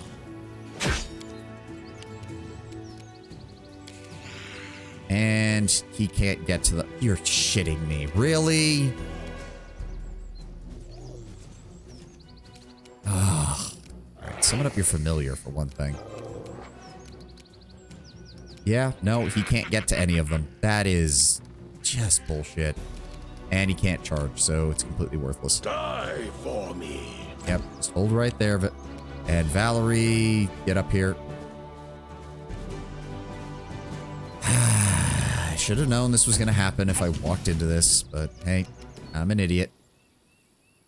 Can we try to kill the one that's weakened? Consider me provoked. There we go. Thank you. Tristan, I would appreciate it if you could vaporize the other one as well. There we go. Okay, I might actually be able to stand up without getting immediately bodied. I would like to stand. Yep, that's fine. One attack. That's fine. Annoying, but fine. This should do it. There we go. Slice him up. And he's going to attack again. Calm down. Oh my god. Not Really? dead Okay, Amiri, go deal with these guys. Goodbye. Yeah, get fucked. Reduced to 0. Get screwed. Bleed for me. Go. And bite. And Valerie. There we go. Problem solved. This is for you. I know the turn base is slower, but gods is it so much easier to manage things. You know what? Just go ahead and use your magic missile. Just finish this guy off. Thank you. Once a girl told me my eyes light up her world. I said that the blessing of Cerebrae will light up her soul. She seemed Thank you for the healing. disappointed. Heal some more. Heal some more. Thank you. Basic supplies. In due Nothing of any time. real value there. Anything interesting in here? We have a soot-blackened brand, which I believe goes with Harim's quest, and Gult Ragu, which we'll probably never actually make because, as I said, most of the recipes are shit in this game. But hey, more That is experience, not more far. gear. That's what we always want to see. Doesn't look like there's... Oh, wait, what? Oh. Hey, Torag's Pendant. That's one of the other Follow my repeatable lead. items we can turn into the Storyteller for money. It's very good because we are so desperately in need of money. We literally have just founded 2 towns and spent like 15,000 gold doing so. Oh, great, there's more of you. I've been told someone annoys you, you either pray or polish your All right, armor. well, there's no point in running forward. My Fight armor if I have gleams to. as it does. Go. How many we're talking about? Oh, big boy. Okay. Going after Valerie. Luckily, Valerie has plenty of AC. Step. You can't even get her without rolling a 20. Get fucked. All right, Tristan. Let's go with Heavenly Fire. Go for the... There are other ways to Why cast can't this you... spell. What is the problem? What is the problem? It's a damage spell. Cast it. There are other ways to cast this spell. Am I missing something here? No? Divine. It heals good creatures and deals damage normally. Oh, neutral creatures are neither harmed nor healed by this effect. Okay, that makes sense. Let's go ahead and restore your Bone Shaker then and try to heal with this guy. There we go. 1 target down. Amiri... Yes, Rage. You've still got 13 rounds of it. You should be good. There we go. 1-shot that bastard. And as for me... We're going to go with... Good Magic Missile. I do need to start using my defensive spells, but for right now... Can we kill him before he gets a turn? I think we can. A calculated risk. Or we could just miss, you know. That also is what can happen, I suppose, you fucking game. Go, we go a touch of fatigue. And we miss. Great. Thanks, game. Multiple coin flips, all coming up tails. Gotta love it. Try to keep his attention on you, Valerie. It probably won't work because the game's going to be like, well, now he's just going to attack somebody else, but okay. Let's try to shoot him. Stop me. There we go, sneak attack. And now he's going to attack Valerie and actually hit her. That's annoying. Son of a bitch. Fine, more magic missiles for you. Mary, please splatter this man all over the ground. Almost. You almost managed to do it in a single hit. Please tell me we can finish This him off. will hurt. Yep, there we go. There we go. There we go. The coin flips are starting to go in my favor. Fear me. And Ragungar naturally won and then managed to make the bite attack at least. I suppose that's better than nothing. Let There we go. Okay, come on. Okay, and the turn. There we go. Octavia, finish him off, please. There we go. Skin the wolves. All according to Wolf plan. pelts. Making money. And what were they guarding? A ring of protection. +1. Ow. Not very useful. I do believe that's all there is this area because we can't get back here and this is all water. So we will return to this place later when Jubilos shows up. But until then, nothing else is here. Ahem. All right, let's finish exploring this side of the river. Overgrown pool. Okay. Gonna go ahead and make a hard save here because again, I don't remember many of these random areas that we need to clear out to make safe your kingdom. We will do so. We will ensure that this land is cleansed of monsters. As it should be. Oh, this encounter. I vaguely recall this one. Hold on. Yep. A group of hardy people with axes, most likely local lumberjacks, are menacing a fragile Nixie. 2 lumberjacks stand before her, relaxed and disconnected. The lead lumberjack shakes his fist at the Nixie. You let him go, you swamp freak. If you don't, I'll burn your rotten grove to the ground on my word. On this day, 1 year ago, Concord was shut down just 2 weeks after launch. Yeah, I saw some articles, or not articles, I saw some memes on that. Yeah. Yeah. No one's gonna forget that game. Like, that is the one thing. That game will not be forgotten for a long time, precisely because of how badly it flopped. You're the freaks. The name is Miliance. Thank you very much. If you keep being rude like this, I'll just drown these jumbos in the lake, you understand? Noticing you, the lead lumberjack grins and waves. You there, you seem a capable sort. You interested in some coin? Name's Korax, and we're loggers here in the forest. You're not Korax, you're not a Primarch. We could use your help in freeing our people from the Gorgon here's claws. Or we could just slaughter you all and be done with it. What is going on here? We're minding our business, cutting the trees and splitting logs, when this hag shows up out of nowhere, starts screeching at us, jinxes 2 of our men, and threatens to drown them. With these fae breeding like rabbits everywhere, what's an honest, hard-working man to do? You're the stupid jumbo who breed like rabbits, spreading into more and more space that we've lived in since forever. I've grown these trees for more than 100 years, know them down to their tiniest leaf, and then you just show up with your axes and ruin everything.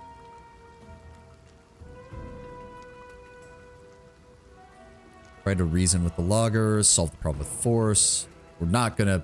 These people have...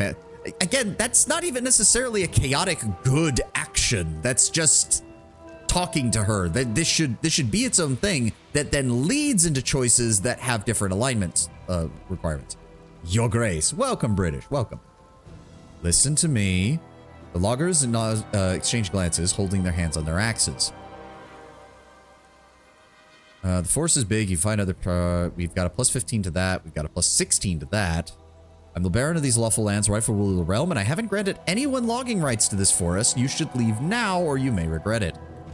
Quarreling with the Fae is more trouble than it's worth. You have no idea how powerful and thin-skinned they can be. The lumberjack looks at the Nixie with suspicion.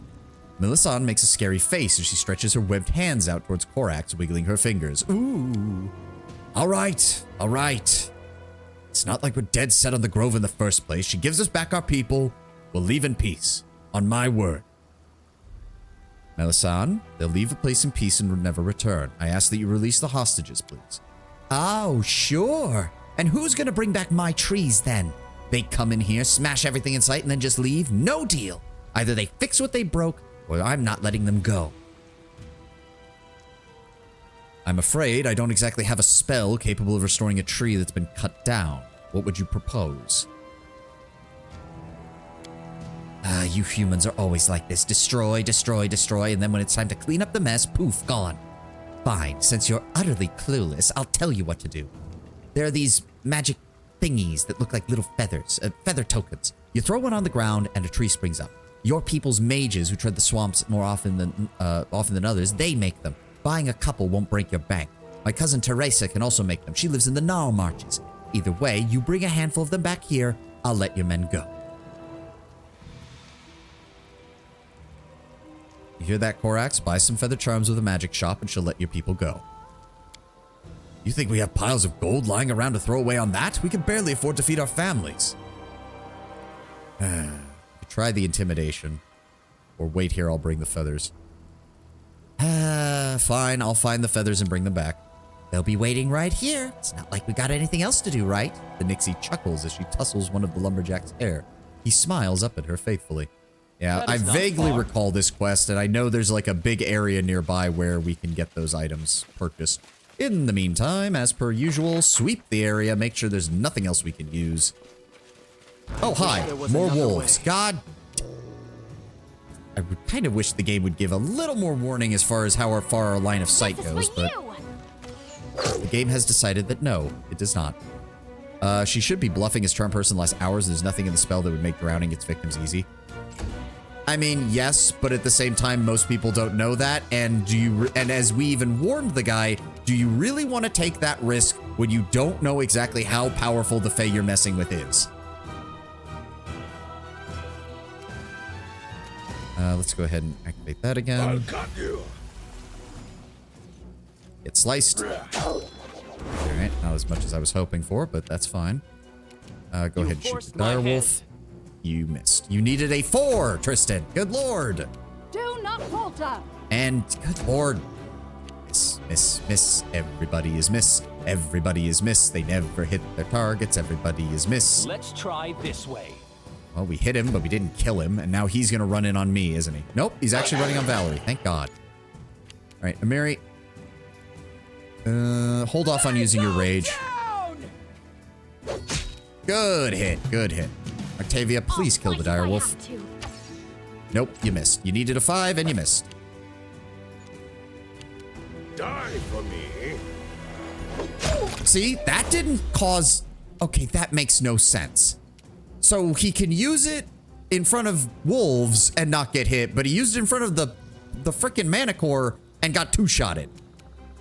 Someone please explain to me what is going on with Ragongar's abilities, because I do not understand. I'll try to make this swift. Yeah, I wasn't really expecting you to hit anything there, Tristan. And you missed again! You need a 4 or higher, and you missed both times! What the fuck?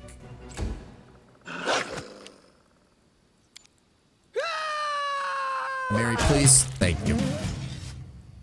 Maybe Manicores have a unique ability? It's possible, I suppose. In due time. I can't think of an ability for the Manticore that would mean that it has an easier time doing that. Like, I just can't. All according to plan. No idea. Oh, right. Again, I forgot they made it in Kingmaker. You have to actually go out of the area through the proper zones. Lunch break is over. Back to doing homework. Have a good time, Lord Bear. Hopefully it's not too difficult. Thanks for swinging by again. All right, so we need to go back there when we get there. I'm pretty sure she marks on the map where you can find it. Or not. I guess I was wrong. That's the ruined watchtower. We do need to take Harim there eventually, but again, we're finishing exploring this side of things. Oh, hello. Oh, is this our first troll encounter? Yep. Oh, bandits fighting trolls. We're just gonna hold off on engaging for a second. No reason to get involved while they're willing to kill each other. Oh, wait. Is this one of those encounters they made it so that they don't actually take damage? All right. Oh, no, they did. Never mind. The bandits just had a lot of health. Holy crap. All right. Yep, branded trolls. Here's where the problems start. You can't stop me. Go. He's weakened, though. So we just need to hit him with an acid spell. We should be able to kill him. For some reason, Valerie counted as being ambushed in this for some god-awful reason, but okay. Let's go ahead and try to blast him with the fire. Nope, you're also counted as flat-footed for some reason. All right. Whatever. Close. Miri, can I have you charge? I can. All right, hold on. Rage. Charge. Come on, Amiri. That was not nearly enough damage. Not nearly enough damage. All right, Ragongart. All right, Octavia, I'm gonna need you to acid splash that one in the back. Please hit him. Really hoping this works. There we go. Okay, that's one down. Good. Unfortunately, are the bandits going to be stupid and start attacking me? No. Who did he just cast that on? Okay, on the trolls. Good. Oh, and he blinded the troll. That makes things easier. We're gonna focus on the branded troll for right now because it looks like they're focusing on the bandits. Good. Let's go ahead and get us another magic missile going. Bap, bap. Yep, he's going for the alchemist. Somehow rolls a natural 1 on the very first attack. Ah, nice try. Punching Valerie, and she's just sitting there taking it. All right. As for me, how much health does he have left? Surprisingly decent amount. I think we'd be better off using a magic missile on him. Good. Let's move a little bit closer. He's blind. Yep, still going for the bandits. That's fine. Yep, not gonna have a chance in hell of hitting that. Mary, if you would please. Good. That knocks him down. Ragongar, I need you. You should have the cantrip, right? You should. Yes, there we go. Acid splash. No, acid splash. Just finish him off. And you missed. Never mind. Octavia, would you like to finish him off, please? Thank you. Move forward a bit. Please don't throw at me. There we go. Yep, throw it yourselves, please. Blow yourselves up. Cause fear. I don't... Yeah, that wasn't gonna work, buddy. Alright, whose turn is it? Valerie's? Okay, the alchemist is almost dead. The necromancer... You know what? I'm just gonna have you hold right here, Valerie, and hopefully they'll kill each other. I would appreciate that. Kristen, move back behind Valerie, so that way when you fire this spell off, they're not tempted to come and shoot. Or break your back, basically. Zap. Alright, what's he doing? Nope, they're going after the alchemist. Yep, there he goes. I do not want to get close to that. Let's go with... Where's my spells? Level 2. I guess magic missile? Kind of no reason not to. Not the necromancer, the uninjured bull. Let's keep doing damage to them. There we go. Yep, heals. They're going after him. That bandit is not doing well. Right, Amiri, he gets to go next. So the blind one we can kind of ignore. It's permanent, so yeah, he can't do anything. All right, let's charge in on the troll. Okay, thank you, Amiri. Just fucking bodied that man.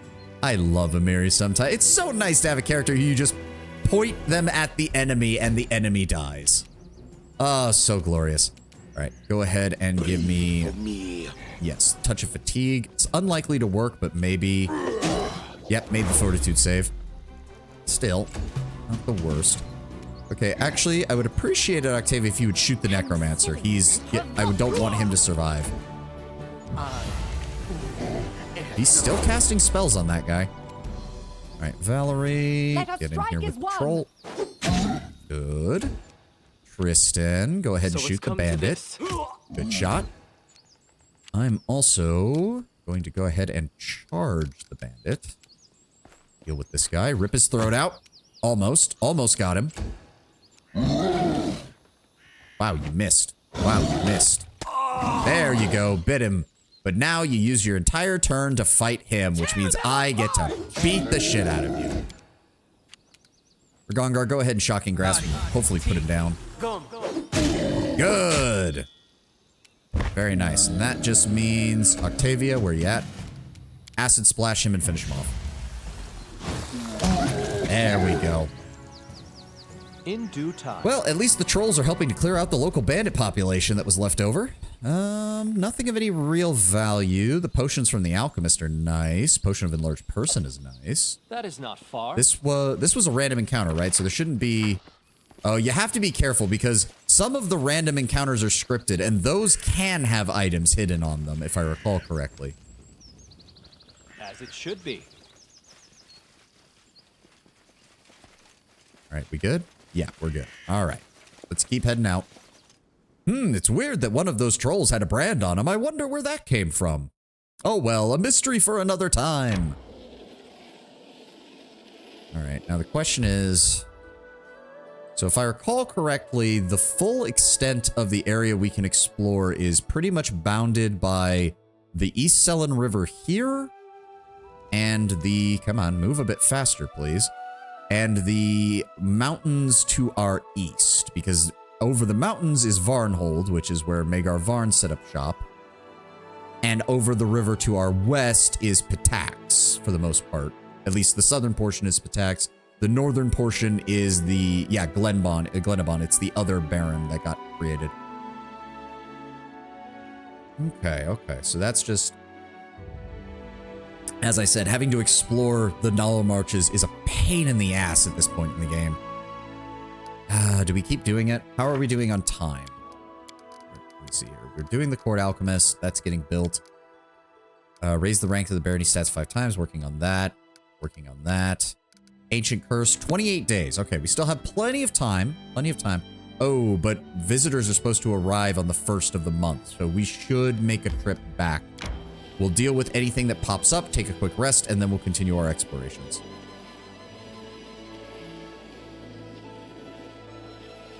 We're going to arrive on the 1st? Yes, the 1st of Serenith. Go to our throne room, make sure there's nobody arrived to talk to us. Nobody? Doesn't look like it. No events. Good. No projects. We need... So we have 34 BP. We're trying to work on... No, not pillaging. Where's the other one? We do need to work towards getting rebuilding. We also need to get Esvanki's offer for that. How much do we need? 100 BP in order to get that. It requires 60 days to resolve. See, that's the only other problem, is that these advisors then spend so long on some of these events that it's ridiculous. What I do want to do, because we do have enough BP now, we need to add yet another building here. Let me see here. We're getting the bulletin board and the stocks have been built. That's good. We're getting Boken's alchemical shop. Yep, next to a tavern or longhouse. So what we want next, then, is a tavern. Tavern is 20 BP. +1 to relations when adjacent to a longhouse. +1 to espionage when adjacent to a barracks. So I'm thinking we put the tavern here so that we get the bonus from economy for being next to Boken's shop. And then we'll put a barracks next to the tavern on this side. But that was all of our money for right now, so that's not going anywhere anytime soon. All right, that's taken care of. You're still working on that. Nothing. Can I get rid of you? You don't need to be here anymore. Okay, apparently not. No events. Can't really afford to spend money just yet. We should make a quick trip to the merchants and sell some shit. We also have the storyteller. I think he'll give us stuff for that amulet. Found the shards of an ancient artifact. Yep, we're still looking for that. These shards, they were once part of the Forest Knight's bracers. I would be honored to restore this artifact for you. The bracers would serve you well for a long time, and we could uncover their story if you managed to collect all 10 shards and bring them to me. And then brought some relics. Yep, symbol of Torag, 400 gold, and a dryad mark for 300. Thank you.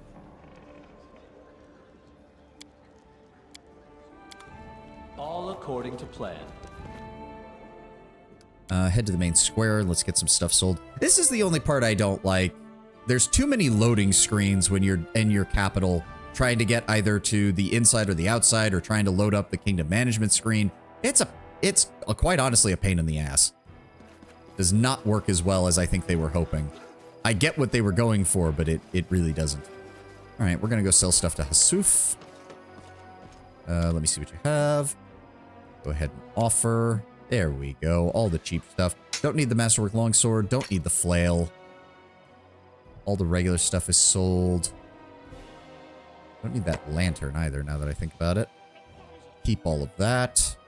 And sell off the meat and poultry that we found. We also don't need the herbs anymore, because I don't think there's any more of those fancy... I don't believe that there's any fancy chests like we ran into before. Also, we never actually looked at his stuff. He's got Stratagem, the Rapier. Agile Rapier +2. Allows the wielder to add their dexterity bonus to damage, which is nice. Flame Guard, which is a big old tower shield, but we don't actually have anybody who can use tower shields right now. Or wait, did he add these? Yeah, no, we did look. He added these. Interesting. Eyes of the Eagle. +5 competency bonus up to 7 checks. That would take us below 10,000, but it's worth it. We need the perception checks. Yep, we're still going to lose 1,200 gold, but that's fine. I don't think there was anything else we needed to pick up right away from him. No, and we need to save up for that bag of holding. I don't think we're going to get that this chapter, though. That's 25,000 gold for another 200 pounds of carry weight. But that's fine. Yep, we're just under 10,000, so we need to be careful not to be spending anything else now. Nobody else needs a ring of protection, right? At least not in the current party. No. Oh, right, but I do have it. So let's go ahead and just give one to Harim, because why not? I don't think there was anything else. Does not look like it. Okay. So then the only other thing I wanted to do... Who has the highest perception in the party right now? Tristan has a 13. She has a 9. 5, 13, 6, 5, 0, and 0. So yes, Tristan would be the best choice. Oh, but he has a headband on already. Oh, that's not good. I have a headband on. Funnily enough, Valerie... but she's got a 0 in perceptions. That's really not going to help her. Shit. Ragongar does have a +5 from Keen Senses and Lizard Familiar, so he's actually our best choice for that. There we go. Until I can get him a Charisma Diadem. Yeah, Headband of Alluring Charisma, that's it. Until we get him one of those, that's going to be the best choice for him. Ah, another glorious day. Should we rest while we're here? Yeah, we should rest while we're here. May as well. No reason to avoid getting some extra... Getting our buffs back. Or getting our spells and stuff back. Yeah, there's just too many... There's just too many... I should also... I don't think I need... Let me see. That can also... That and that, so that we can put that on Harim. Because he does need some basic gear. There we go, Harim. Let's go ahead and give you another point of AC. Let's go ahead and give you some resistances. There we go. In due time.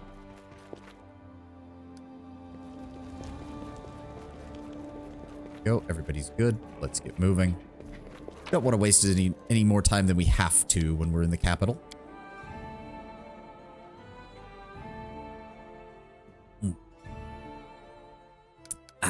All right. Bald Hilltop still a month out. We don't want to go this direction because the game has decided that no, if you go across this river, you will die.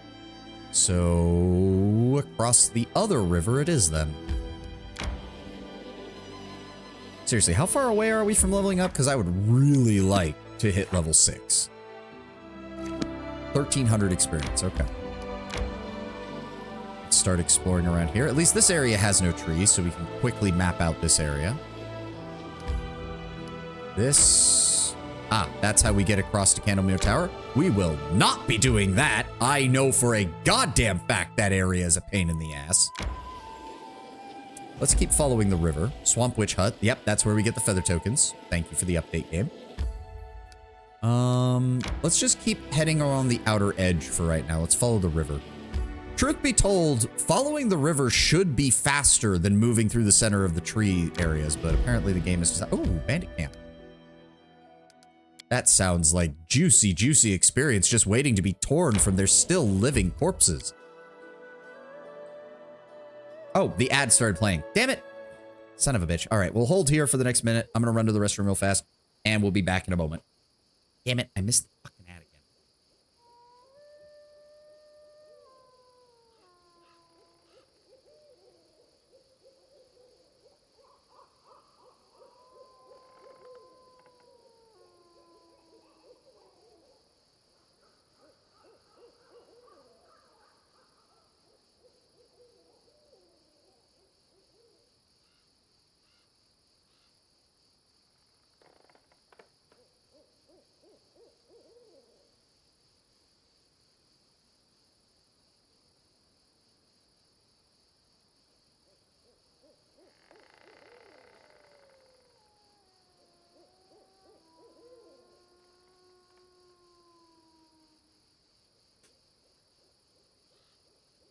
Terrell, good to see you, buddy. Welcome, welcome. Hope y'all had a nice day. Hope you had a wonderful weekend, man. Ad is going on right now, so we're just kind of paused right here. I'm getting murdered in Silksong. From what I've heard, a lot of people are. A lot of people. I think I saw Tenma from FaZe Connect posting quite a few things about the difficulty spike. I'm not. I'm sitting here eating popcorn watching everybody go on about Silksong, though the memes have been good. Especially the memes dunking on the rest of the AAA and indie industry from Silksong just being completely based. When you have piracy subreddits talking about how we don't want people to pirate their game, we want people to go and buy it, you know you've officially hit peak as far as like gaming culture goes. The pirates are telling people, no, this game deserves your money. Go and get it. Okay, so there are bandits up here. Let's go ahead and get ourselves actually prepared. Mage armor, please. Shield. Got my extra magic missiles. Regongar, go ahead and throw your shield on. Look at what the Sun Touch Hornets. It's all 2 damage. I need to concentrate. Becoming distracted. We should be careful with this encounter. Let's go ahead and throw mirror images on. You can Octavia, you're all set to go 1 minute per level. Does this last? How long does this last? 1 minute. Okay, so we're gonna have to move quick. And give me protection from evil communal. There we go. Quick save. All right, everybody move forward. But I only have 5 HP. Yep. I think I recall seeing somebody say that one of the first mods that was put up for the game is giving Hornet 6 HP because everything deals 2 damage anyway, so why not? Follow my lead. Hey, you're all leaving me some for me, right? Just stand lookout like you were told. The man's voice carries the weight of command. He seems to be the leader of these bandits. His bushy beard is matted and remnants of the last day's meal still evident in it. Oh, quit your whining. We always take care of our own, don't we? Says a disheveled, slightly rotund woman with a round face. Ah, right you are. Now, when have we ever mistreated you, shorty? The short, ratty man, whose filthy strands of hair do little to obscure the prominent bald spot on the top of his head, doesn't even try to watch the road. His eyes are locked on the sight of his companions rummaging through the most recent haul of obviously stolen loot. The bandit leader looks up and jumps with a start. When he sees you, his sole eye wide in disbelief. Shorty, you damn ass, you're supposed to watch the road! Shorty spins to face you, noticing your presence. Oh shit, someone's coming! Grab your blades! He yells belatedly. Hold up, everybody! The bandit leader says as he sheaths his sword that he just drawn a moment ago. Shorty, stop your foaming. It's the glorious Baron himself. Come on, bow down, everybody. Bow down. The bandit leader bows low, a smirk showing through his bushy beard. The rest of the bandits clumsily repeat the gesture, all save Shorty, who can only glance back and forth, unable to comprehend the situation. Really?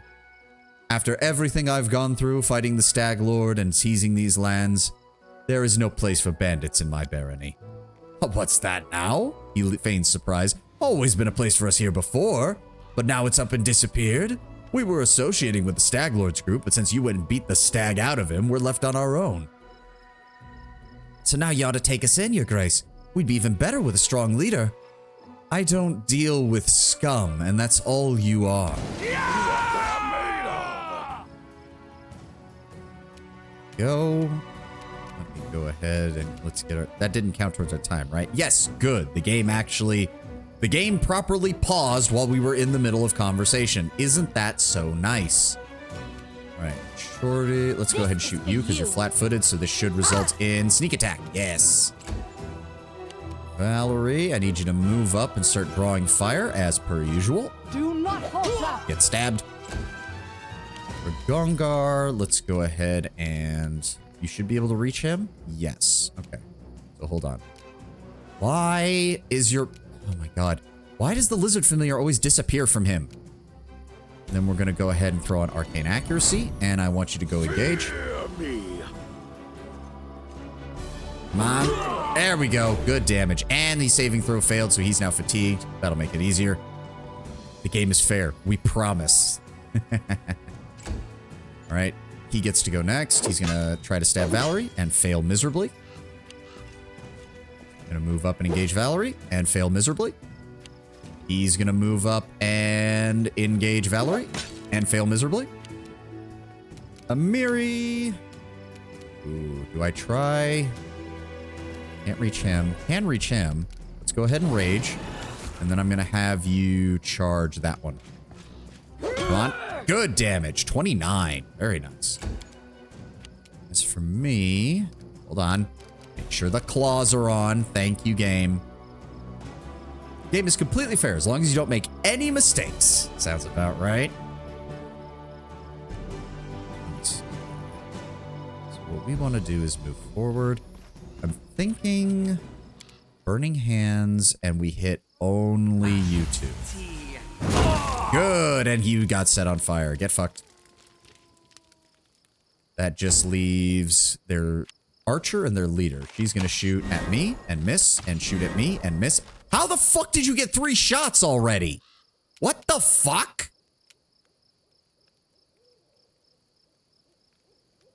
What level are you? What in the hell? Oh, rapid shot. Okay, that explains one of the extra shots. Does not explain the second extra shot.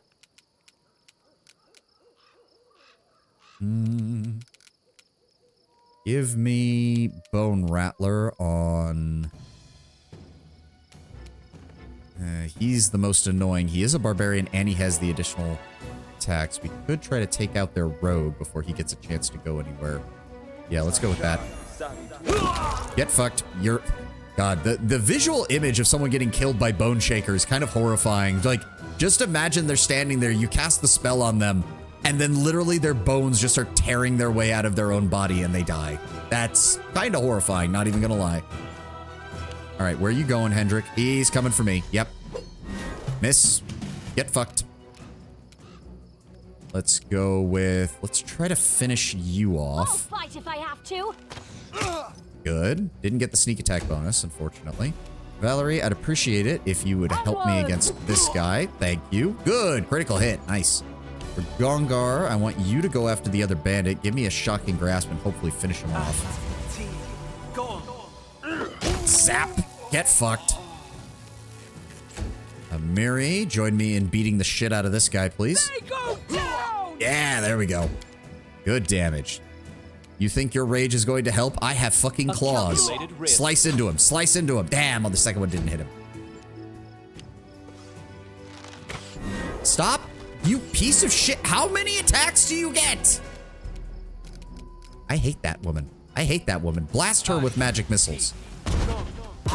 Unfortunately, now he gets to go, and I just lost all my mirror images. Oh, nope. He'd rather attack a mirror. What the... Okay. Okay, game. I get it. Every enemy in the game now has multi-attack, and I don't yet. You dick. Stay behind me. The action economy is going to be against me until we get to the next level. Frigid Touch. How much health does he have? He's still at like half health. Yeah, let's go with Frigid Touch. Slice him. Good. There we go. Bite his ass. Oh, he did get it. All right, please, Amiri, kill this man. Thank you. I am gonna come for this bitch. You shot me like 6 fucking times. And we missed because we needed a 6 and we rolled a 2. Ow, what the sh... I really don't like this woman. Vaporize her, please, Tristan. You rolled a natural 1. Of course you did. Consider me. Octavia, would you like to hit her? Thank you. Everybody else want to join in? Is there a reason you're not attacking? And you only used your 20 movement. Okay, I guess you're too far away. Fine. I'll cut you. There we go. Succeed on the saving throw. Valerie, Amiri, get over here and slice her head off. Thank you. That's taken care of. Please tell me we're getting close to leveling. God, that was barely anything. They weren't even worth that much. Shorty had a +1 short sword. That'll be getting sold. He had a +1 battle axe. That'll be getting sold. Berta had a +1 short bow. That'll be getting sold. So, okay. At least we made a decent profit off of that. Oh, a Wand of Cure Light Wounds. Oh, that's going on Tristan. That will help save us on casting immensely. How may I In help? fact, just go ahead and use one of those on Amiri right now, please. Thank you. In fact, use another one. Perfect. All right, what else we got? Ooh, heavy mace. Scrolls of haste. Very nice. We've got... Wait, scrolls of haste. Hold on. I won't Octavia, let you you need to down. learn that right now. There we go. May as well see if there's anything else in here that we can have her learn. Doesn't look like it. Oh, stone skin. Good to have. Good to have. Don't think there's anything else we picked up, though. Does not look like it. Oh, there we go. Protection from elements. That's also good. Oh, I should have had that on when we did that. I didn't realize I had to toggle that. Oh, well. All There's no according to guarantee we plan. would have gotten scrolls out of it anyways, but good to know. Ooh, symbol of Torag. All right, so that's one less bandit infestation to have to deal with. You know the drill, guys. Let's quickly sweep the area, make sure that we don't have anything else we need to discover. As it should be. But yes, I would appreciate getting level 6 games so that my martial characters can get another attack. You know, like all the enemies now have. That would be really nice. All right. Area's clear. Bandits are dead. A fresh coat of blood has been applied to my character's claws. Sounds good. Okay, there is the ruined watchtower that this road inevitably leads up to.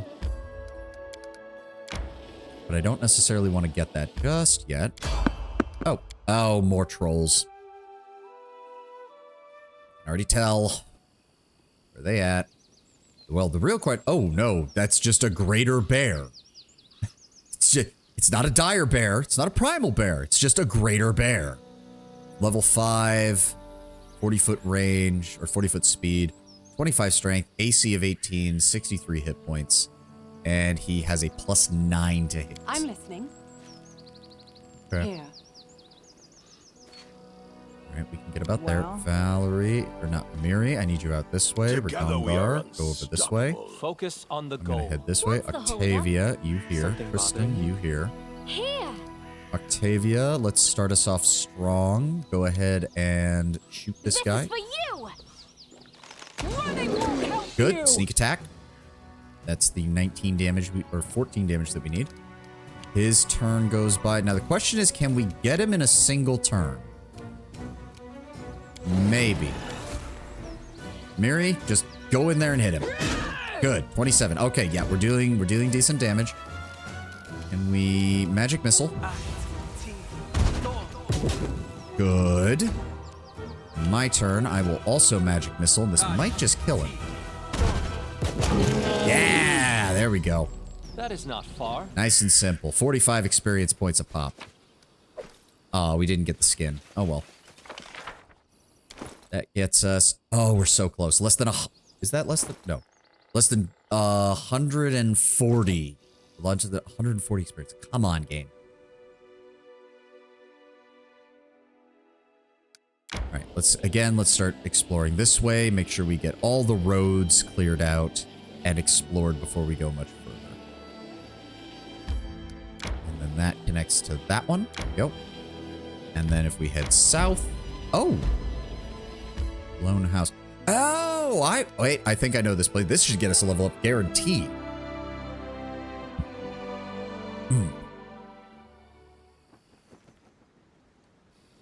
This is Follow my another lead. area we will be returning to later.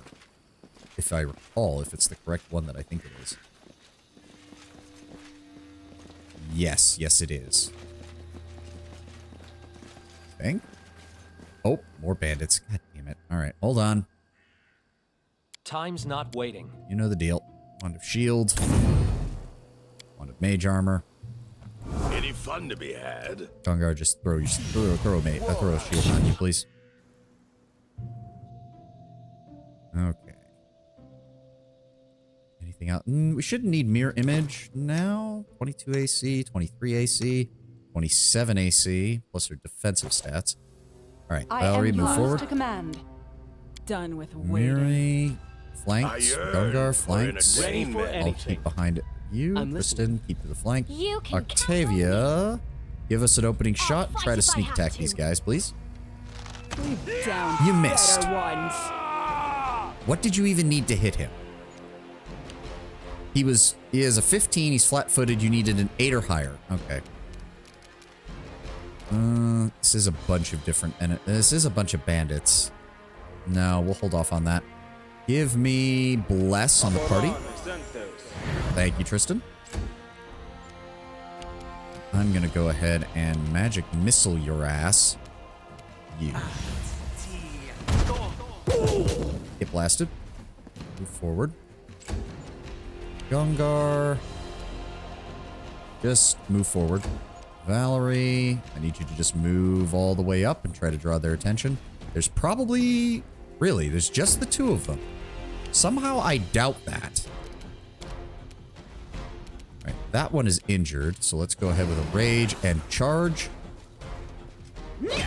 Good damage. Alright, Tristan... Ooh, he's still got a lot of health. Or, no, he's still alive. There are other ways to cast this spell. Please move forward then and cast this spell. There are What? other ways to cast this spell. You cannot... No, you cannot tell me that the bandits are counted as neutral. That makes... There are other ways What? to cast this spell. Alright, fine, whatever. Hit him with the magic missile. There we go. He's dead.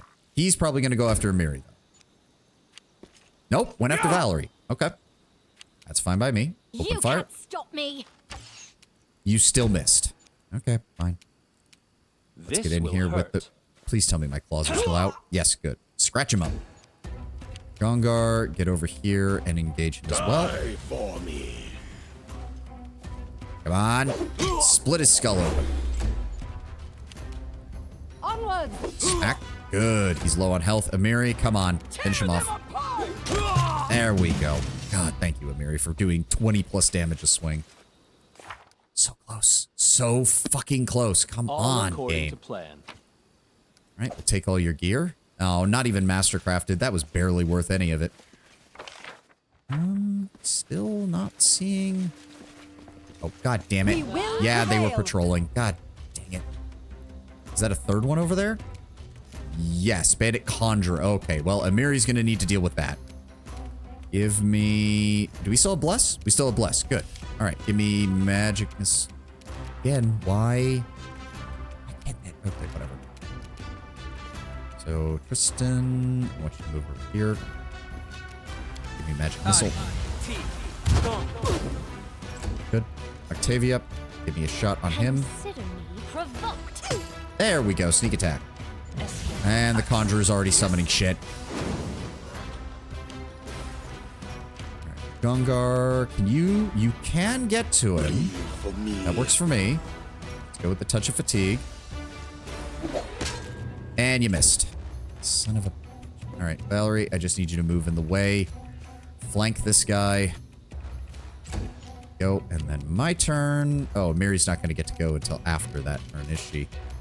Son of a... Alright, I guess I'll Let's move up and try try to help this against the way. bandit. And we missed. We needed a 4, we rolled a 3. There we go, they're attacking Valerie. He should also attack Valerie. Yes. And he actually managed to... What was his ace? What? Why is her AC only 27?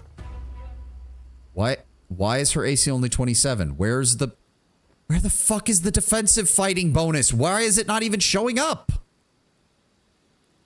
Because that should have made it so that he couldn't hit her with that.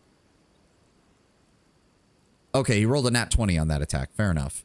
But that still doesn't explain why her armor class against the other one is need to turn it on. It's always on as far as I'm aware. What do you mean charge is unavailable? Oh, she's still fatigued from the last fight. God damn it. I hate that. It hadn't been a minute, which meant she's still exhausted from the previous usage of rage. God damn it. And now the Conjurer's... This Conjurer's going to be a pain in the ass. He's just going to start summoning stuff nonstop. Oh, that's Amiri. It's hard to tell who has what. Oh, yeah, sorry. No, Amiri has fatigued, but I was wondering why Valerie's AC is the one that didn't count the defensive bonus. Yeah, he's just gonna keep summoning bullshit now. And now that one's gonna move. Is it going after Valerie? Okay, what the? 2 in a row? Yep, 2 natural 20s in a row. The game is deciding that I get fucked. All right, Ragongar, go after the bandit, please. No, I don't want to use his remaining second level spells. And you missed. And you missed again. You have missed every single attack so far, Ragongar. Thank you.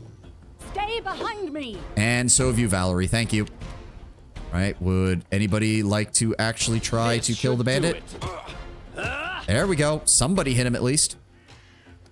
It is turned on. Yeah, it is. Combat expertise and her defensive abilities, but for some reason it doesn't show up. Did she not attack? No. Well, the previous turn, I guess. I have to reread it. Who's he attacking? Okay. Oh, thank you. He rolled a nat 1 this time. Please go for the Conjurer Mirror. I know you're going to get an attack of opportunities. That's fine. Thank you. And they're gone. Don't have to deal with that bullshit anymore. There are other ways to cast this spell. I get that, Tristan, but you should be able to cast it because it's a bandit. Why can you not use the anti-evil spell on the bandit? You. And everybody's missing now. Would anybody like to hit? Nope. Nope. Still nothing. Nobody's hitting. Let us strike as one. Thank you. Please kill this man. Please kill this man. Thank you. Glorious. Don't hesitate. Combat expertise, fighting defensively. Yeah, it's all on. Don't know why it decided not to do that. Turquoise brooch. I do know that that is for a little mini quest that we can do. All right, everybody else good? Yes. In due time. All right, save. Also, welcome, Britnoth. Sorry I was getting a little aggravated since you showed up in the middle of the combat, but... Amulet of Agile Fist. The wearer has the weapon finesse feat. This amulet allows her to apply her dexterity modifier to damage rolls with all unarmed and natural weapon attack. Okay. And then... What is this? My sweet Lexon, I've received a letter from you and rushed immediately to answer. I want you to get word from me as soon as you arrive in New Stettin. With all these endless travels of yours, I've become an expert on the roads and settlements. Little Ketri asks about her father's whereabouts every night, instead of a bedtime story. Then I get a map and show him, here's our Galt, and these are the stolen lands, there's Brevoy, and here's the road our father is riding on right now. When we wish you a good night and then go to sleep. Everything is all right here. The workers you've hired have finally finished painting the walls and fixing the roof. Now sitting at the very top of our house is that marvelous forged weathercock you brought from Numeria. It's perched up there and watching around. What's there beyond the horizon? Maybe the master is on his way home. Ron the Baldhead returned recently. You somehow missed each other in Mivon. He told a bunch of tall stories about his adventures, as he usually does. Told us that there's a hodag living in the woods in the southern stolen lands, and I almost fainted on the spot. That's the forest you pass by every time. Maybe Ron just lies. God knows he usually does. But I beg you to take care and choose another road to skip coming through that damn forest. I'm writing this now and can't keep my fears from running. I'm just not myself without you. The only joy I have is watching little Ketri. His face and yours are as like as 2 peas. He even frowns just like you. You'll always bring some presents, dresses, or shoes. And now this turquoise brooch you promised last time, but I need none of that. The only thing I need is you by my side, safe and sound. Take care of yourself. Your beloved, Olika and Ketri. And he is dead. Sucks to be that woman. Sorry. Like, if we can get the message to her, that'd be great. But there's really nothing we can do. Proceed with caution. Traps ahead. Yep. Actually, yeah. Hold on. We should be able to spot them pretty well. That is not far. Confident in that? I don't know where they're located, though. Surely, there we go. All right, Octavia. I did give you the gloves that give a +5 competency bonus to trickery skill. I think you skipped the stuff near the entrance. We'll work our way back, because, like, I'm pretty sure the house for the guy I'm thinking of is up here, and we can work our way back around. It's fine. Also, these traps are worth experience to disarm, so... Confide in me. Kristen, just to be on the safe side, please buff Octavia. And then Octavia, I gave you those nice gloves that give you a +5 to trickery skill, so let's try not to set off the traps, shall we? Guidance is competence, by the way. Oh, so it doesn't stack, does it? Oh, well. Trap Stringer's Glove, +1 to trap finding. When did she get a thing that gives +1 to trap finding? Of course it doesn't. Yeah. I did as you asked. Thank you. Now, what was the check for that? DC of 20. Okay. So she needs a 3 or higher to succeed. Please do not fuck me on this game. That is all I'm asking you. We should be pretty decent right now. All right. Rogue levels give half their levels to perception. Oh, okay. Done and done. All according to plan. But these should get us leveled up here soon, I think. Oh. What's that? Nuts. We found nuts in the wood. Are they Pete's nuts? I don't know. Hey, Dwarven Helm Shard. Nice. That's the other major item for this Follow my area. lead. Or major relic, I should say, for You this see act. that? Yes, Samiri, I do. Thank you for spotting the trap. Let Octavia do her work. I did as you asked. Come on, how close are we? Come on. Less than... Oh, I misread that. We're less than 1,000 away, not less than 100. Damn In due it! time. We have got to get to level 6. Oh, there he is, Bartholomew. Yes, one of the only lawful evil characters that's actually written quite well and also looks a bit like a relative of Eggman. A middle-aged man stands before you. His clothes are not too gaudy, but tasteful. Despite living in the wilderness, he looks fairly well-groomed, even dapper. The mustache is slick, and the nails on his agile, soft hands are meticulously polished. Can I do an Eggman voice? There's some nice stuff to buy too, which is even more important. Very much so. Because, like, I'm getting Eggman vibes from him, but I don't think I can do a Jim Carrey impression. Greetings, Baron. Sorry my brother couldn't be here to welcome you. He's off chasing some enchanted hedgehog. Don't ask. What a pleasant surprise. Welcome, your grace. Would you like a cup of tea? Something stronger, perhaps? 'Tis a great honor for a humble merchant entertaining such an important person, or humble hermit entertaining such an important personage. Please allow me to introduce myself. I am Bartholomew Delgado, at your service. How may I be of assistance? You seem an educated man. What are you doing this deep in the Gnarl Marches? I am a simple researcher in a field of esoteric sciences. I've chosen this location to work in peace away from the noise of the city. When the environment is quiet and the air is fresh, ink just begs to be set to paper. Octavia laughs. And no rude neighbors to complain about the explosions, the smoke, or the ghastly screams. Bartholomew gives a wry smile. Yes, that is equally valuable. You could go for game, Eggman. I don't know if I can pull that off either, is the problem. Yes, that's equal. Yeah, no, I can't. No, it just doesn't sound right. I can kind of imagine it in my head. Wait. I could go... Could I do animated series, like the original animated series Eggman? The robotic Eggman, like the devil Eggman that they did, like the actual, like, pure evil version. Because that was more of a, yes, that's equally valuable. Yeah, we could just lean into this, just make him totally sound evil. The traps that we encountered in the woods, are they yours? They're mine, yes. You see, while I was happy to receive, yes, I prefer those who are capable of coherent speech. I've never interest in nor desire to waste my time with fighting off every monster or bandit that comes across my dwelling. But I did leave a safe passage for those who can read. I even installed a sign. You must have seen it. And what if someone can't read? Bartholomew shrugs. Literacy is one of humanity's most significant achievements. Trust me, my traps aren't even close to the worst dangers threatening anyone who chooses to remain in the darkness of ignorance. Though I suppose if I were to meet a painter here, I could ask him to add a picture to my warning sign. And the local bandits, they don't bother you? Oh, they tried once. Now they make every attempt to stay away. They only show up if they don't have any other option, and that's usually just to politely ask me to enchant their arrows. Trying Sat AM Eggman. It's whatever the one where, like, Eggman won and the whole story premise is, like, the resistance against him. It's like Eggman when he's like a full robot has the very like deep evil voice. Oh yes, that's good. That kind of thing. And you're happy to help them? Just because someone asks me to do something doesn't mean I actually do it, he says with a shrug. Though to be honest, in these parts, it's hard to tell the bandits from a local hunter based on the looks alone. I thank you for satisfying my curiosity. I gave myself a promotion. Yes. I'm always happy to help those who seek knowledge. Question about the trap. Nope. Okay, that's the only thing. What do you have for sale? Certainly, let me show you. Yep, he's got our first ring of protection +2. He's got the boots of striding and springing, increasing a base wearer's land speed by 10 feet, and gives them a +5 competency bonus to mobility checks. So if I recall correctly, that's basically, yeah, it's Boots of Elven Kind, but also boosts your speed. Though in truth, I would kind of like to have that on my character, but that is unfortunately kind of beyond our budget right now. We don't need the heavy mace. We don't need the short swords. We don't need the battle axe.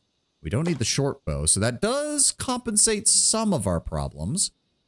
Necklace gives its wearer an inherent +2 dodge bonus to AC against attacks from the monster with the giant subtype. Cloak of resistance +2. Headband of vast intellect. Wand of acid arrow, which definitely sounds like something we should probably buy. Pouch of feather tokens. Huh. I didn't realize he sold them as well. Vanilla, he has the class plus a small bag of holding only. Really? Huh. Well, either way.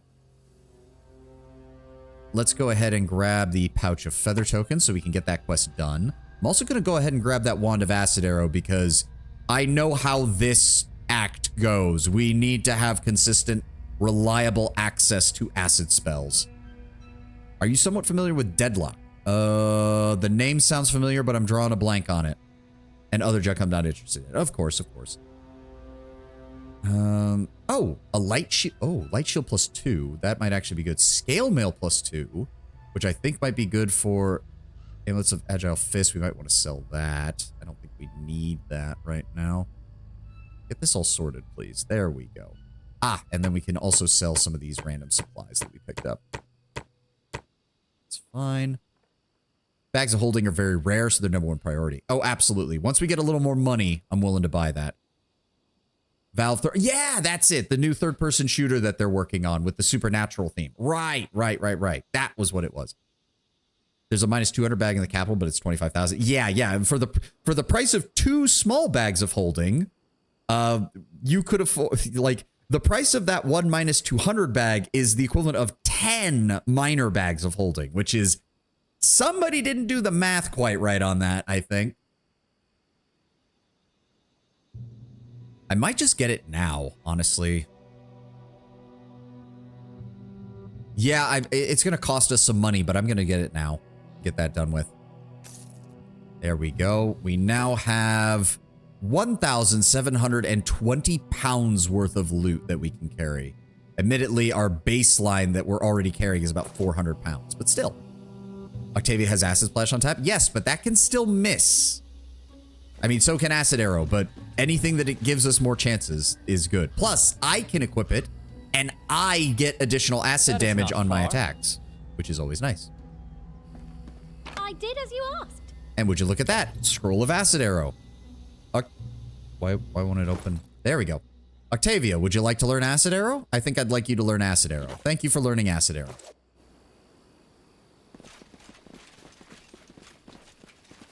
Always good to have. Can we get back here? We can. I don't know if there's anything on this side. I don't think there is. Nope. Now, I know we can't access the rest of his area until later in the main quest. Cozy House stands away from the main road, an excellent place for a hermit.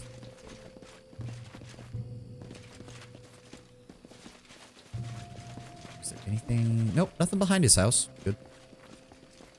Wait, you can actually... Ah, yes, need key. Yeah, we can't get in here just yet. We cannot get in here just yet. It's a little niche in which areas it's useful in. I would recommend the Giant Slayer's Collapse. It is unique. Yeah. I mean, I intend on most unique items, if I think I can get use out of them, I will get. Because if I recall, the Giant Slayer's class works against most trolls, right? You see that? Oh. Stone is covered in soot. Yeah. Yeah, if I recall correctly, half of his traps just summon spiders, and the other half of his traps throw fireballs. How far did you get into the game previously? Just past fighting the Cyclops Necromancer Lich guy. But I don't remember a lot of the side areas. I just kind of remember the major story beats. I did as you asked. So Act 4, What's yes. that thing? All right, let's get these disarmed. I wish we please just level up. Just get us to level 6. Now I'm embarrassed. The Cyclopses also count as giants? Okay, good to know. Good to know. In due time. So the class is great in Acts 2 and 4. So it does count against the trolls. They do count as giants. Okay. Then yeah, that might be something we grab and put on Val. Save me! Well, hold on, buddy. There might be All traps according to around you. plan. Give me a second. What's that? That's, yeah, just hold the fuck on, Wayne. Calm down. Dick. Done Get and to you in a done. moment. All right? You see Yeah, that? see, this is As why. it should be. This is why we don't just run in and save you. I had Harim at +8 AC versus giants in Act 2. I mean, yeah, as it you works. Because dwarves already start that? with like a In due racial time. ability that gives them bonuses on that, if I recall. I did as you asked. There we go. All right. No more traps around here. This looks to all be clear. There is an item down here. Smoke taking the shape of horses floating. Whoa, wait. Well, hold it. Slow down, Tanwin. Considering vampires, demons, supernatural demons, sorcerers in the setting, all designed to disguise in roughly 1920s to 40s American style, they're toying with the idea on how would you translate one of the 4 horsemen of the apocalypse. Considering the idea of conquest taking the guise of a stockbroker, full white suit, a fedora low over his brow, completely hiding his eyes, pendant around his neck with a gold crown and a cigar, smoke taking the shape of a horse floating around and galloping, one hand in his pocket, with a magical hovering bow and arrow floating next to him. The idea of the first horseman of the apocalypse in disguise in the setting would be kind of cool, and that's just my take. No. It sounds very... It's a little more whimsical in terms of setting from what I've seen than traditional, but it almost is like borderline not World of far. Darkness I've in how discovered it's set up. something. With like all forms of mythology kind of being united in one setting. Bark is charred and blackened in places. Hey, there we go. Potions of moderate healing. That's always good to Follow my see. lead. Let's get this open. Please don't blow us up. Done and done. +4 from the racial, +2 from the class, and there's a helm added in the DLC. That's another +2. Nice. All according to plan. Okay, so I think we've cleared out all the traps around Wayne. Means we should be safe to grab them. Right? Somebody save me! Calm down, Wayne. In due You time. see that? Ah, there we go. One more.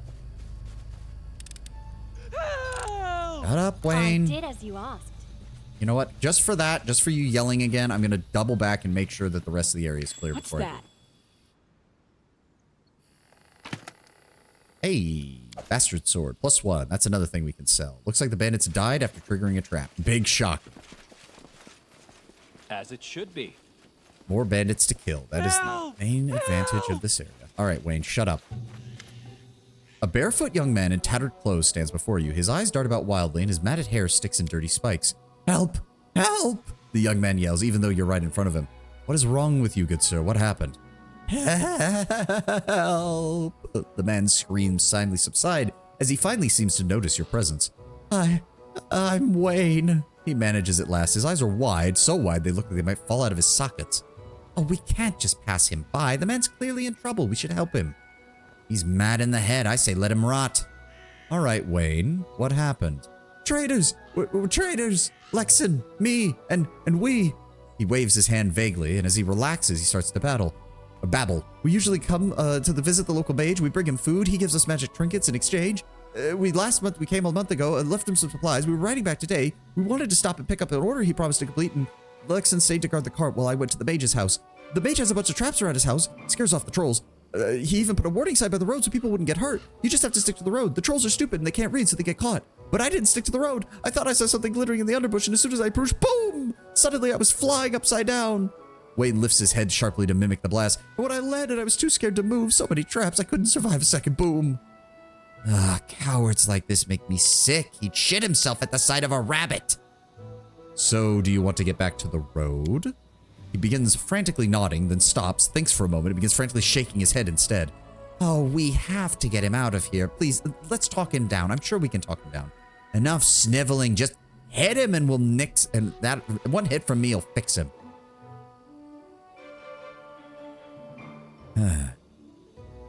The way back to the road is free of traps, Wayne. We came there after we heard from the We came from there after we heard you screaming and clearing all the traps. We'll get you back to the road safely. It's fine. I'll try. Just stay near me, please. Hold my hand. Carry me, please, would you? I will not be doing that. I am the Baron. If you'd like to hold someone's hand, Octavia has already offered. And if you want someone to carry you, you can ask Amiri, but she'll probably just throw you, which would be hilarious to watch. Yep. There we go. See, you're fine. We cleared out all the traps. Everything's good. Dick. Thank you. Thank you. Wayne's teeth are still chattering, but he seems to be focusing better. You saved my life. We found Leskin. This is the brooch that he was carrying. I would suggest giving it to his relatives so they have something to remember him by. And remember always that it was I who saved you. I am the Baron of this land, and I will not have it be said that my land is unsafe. I will ensure that these are cleansed and that we have another chat with the wizard about his spells. Oh, that's awful. May Pharasma save his soul. Leskin brought the brooch for his wife, and it was a birthday present. But thank you. I'll make sure she gets it. And thank you again for everything you've done. And then he stands there, I think, a while. How are we doing on alignment now that I think about it? Yeah, we've drifted a little bit towards lawful neutral, but overall, we're still solidly in the lawful evil part. Works for me. Wayne, aren't you? Okay, I guess you're not going anywhere. All right, fine by me. In due time. Now, I think there's another group of bandits around here, and that's like the end of this area until you come back later. Where do we find these guys? Where are they? Ah, there they are. Finally done. All Welcome according back, to Lord plan. Brownbear. Good to have you back. All right, so there's one bandit there. Where's the... Oh, that's a... Okay, that's a troll. What is this? Fuck me. Thank you for spotting Follow that, my Ragongar. Bandit leader. Okay, that's the big boy. Any lore questions for me while I was gone? No. I mean, what was it? Do trolls count as giants? Because everyone was talking about items that increase saves against giants, and I'm assuming that also counts trolls. I think they already said that it did, but yes. Good. And I was hoping to get a sneak attack off and to prep spells before we did this, but I guess not. Son of a... I hate that. All right, Tristan, go ahead and give me communal protection from evil. We're going to need it. I wanted to get my buff spells off, but no. The game decided that this bandit took one step to the right, and that was enough to see us.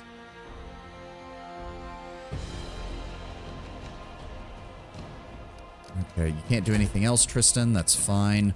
Valerie, I want you to move up. Can I give you a potion real fast? Because I didn't realize you had taken damage before we got into this. And then drink the potion. Okay, so we're dealing with Archer, Alchemist, 2 meleeers, and whoever their leader is with his extra damage, which is just gonna be great. Tavia, I want you to move up.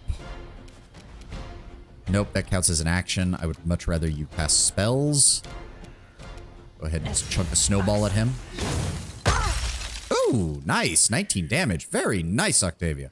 I forgot how high her damage can get once you start adding sneak attack onto spell damage. The leader is strong. Yes, I vaguely remember this encounter being a pain in the ass back in the day. So what I would like to do then, I'm going to use my spell. That should be everyone. That'll give everyone a +1 bonus to natural armor, and it'll boost my melee attacks. It's not a bad idea to have the whole party in stealth while there are enemies knocking about. It decreases their detection range. You won't need to worry about rolling unless you get close. Yeah, I should have done that. Which is why I let them trigger the trap. Oh, right, and he starts chugging potions the second the fight starts. Ow! They're all gonna start shooting at me, aren't they? Yep, they're going after Valerie. Amiri. You got 8 rounds of rage left. Let's get working on it. Nope, that's gonna count as an... Alright, fine, fine. Let's go. Nope, turn the camera. And smack. There we go, 27 damage. Gongar, can you... No, I don't want you going that way because that increases the likelihood that he attacks you. So I want you going this way. And then give me a strike. There we go. Touch of fatigue. Good. That'll make fighting him easier. Now, the alchemist is going to start throwing bombs. Let's be honest. That's exactly... They're all targeting him. Oh, no. Cat's Grace. Okay, so we got one more turn before that starts going off. Give me... Nope, we used all of that up, unfortunately. Nope, we're not allowed... How does that make any sense? They're bandits. Oh, they're counted as chaotic neutral? Oh, that's stupid. Okay, at least the leader's counted as neutral evil.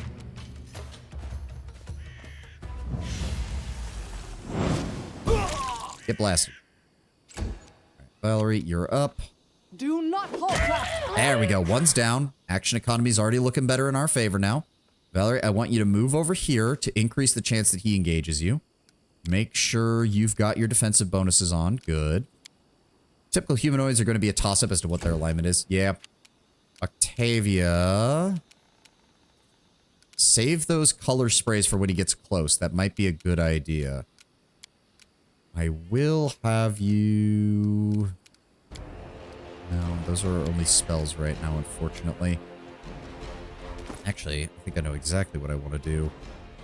Where are they at? Where are they at? No, not remove fear. Scorching ray. I don't like it. That there. And then I'm going to have you... Yes, the alchemist. See if you can zap him with that. There we go, 20 damage. That's what I'm talking about. As for me, I'm going to come in here and assist against the bandit. Get sliced. Right, bandit leader's turn. No, he's going for Amiri. God damn it. They know Amiri is my main damage dealer. They're all focusing on her. Well, except for this asshole, but okay. All right, Amiri, just start. If he's already focused on you, you may as well attack the bandit leader. There we go, 23 damage. Ragongar, I'm also going to need you. Let's go with Frigid Touch and try to hit the bandit leader with that. Nope, you missed, and you missed. Yep, 17. What is his AC? He has an AC of 24. Armor plus 9. Yeah, he has a full plate set. Fuck. The alchemist is going to start throwing bombs. There's no way she doesn't. For fuck's sakes. Yep, there it is. Everybody gets hit. Okay. Tristan, I would appreciate it if you would start casting on the alchemist to try to kill him. There we go. Okay, that's one problem taken care of. Valerie, keep focused on the lighter bandit for right now. Try to finish him off. As for you, Octavia... Ooh, this... Okay, wait. No, I think we can do this. You see the range on this? Nope. I need to maneuver around here. Where did her spell go? Or did it take it off of the bar? Okay, if I aim it right there, it does not hit any of our guys. Fuck yeah, they all failed their saves. Get fucked. Go for the bandit leader. Take him down. He still has an AC of 10. Even with flat-footed, because the shield still count. I don't see the armor and the natural armor still making sense. That makes sense. That makes sense. He's stunned. He still has the armor and natural armor. He should not be getting his shield bonus while he's stunned. You can't tell me that he can somehow maneuver his shield while he is stunned. All right, Amiri, I'm gonna need you to deal some damage, please. There we go. Ragongar, please hit him. Bleed for me. There we go. Frigid Touch went off. Extra damage. He's almost down. This bitch is still going to be shooting Amiri, isn't he? Yep.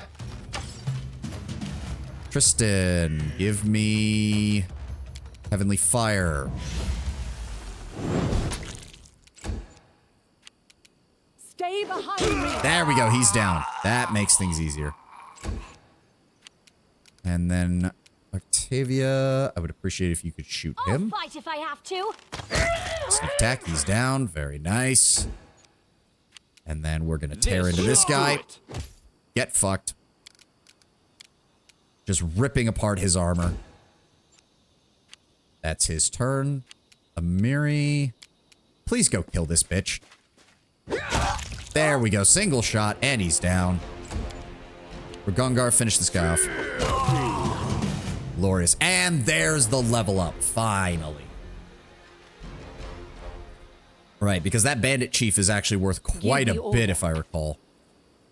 Yep, he has a Torag pendant. He has a masterwork broadsword. He's got a protector of the unjust. +2 heavy shield. +2 resistance on saving throws. Its AC and saving throw bonuses increased by 2 against spell, abilities, or attacks by good or lawful outsiders. Cannot be equipped by lawful or good characters. In other words, it's an amazing heavy shield.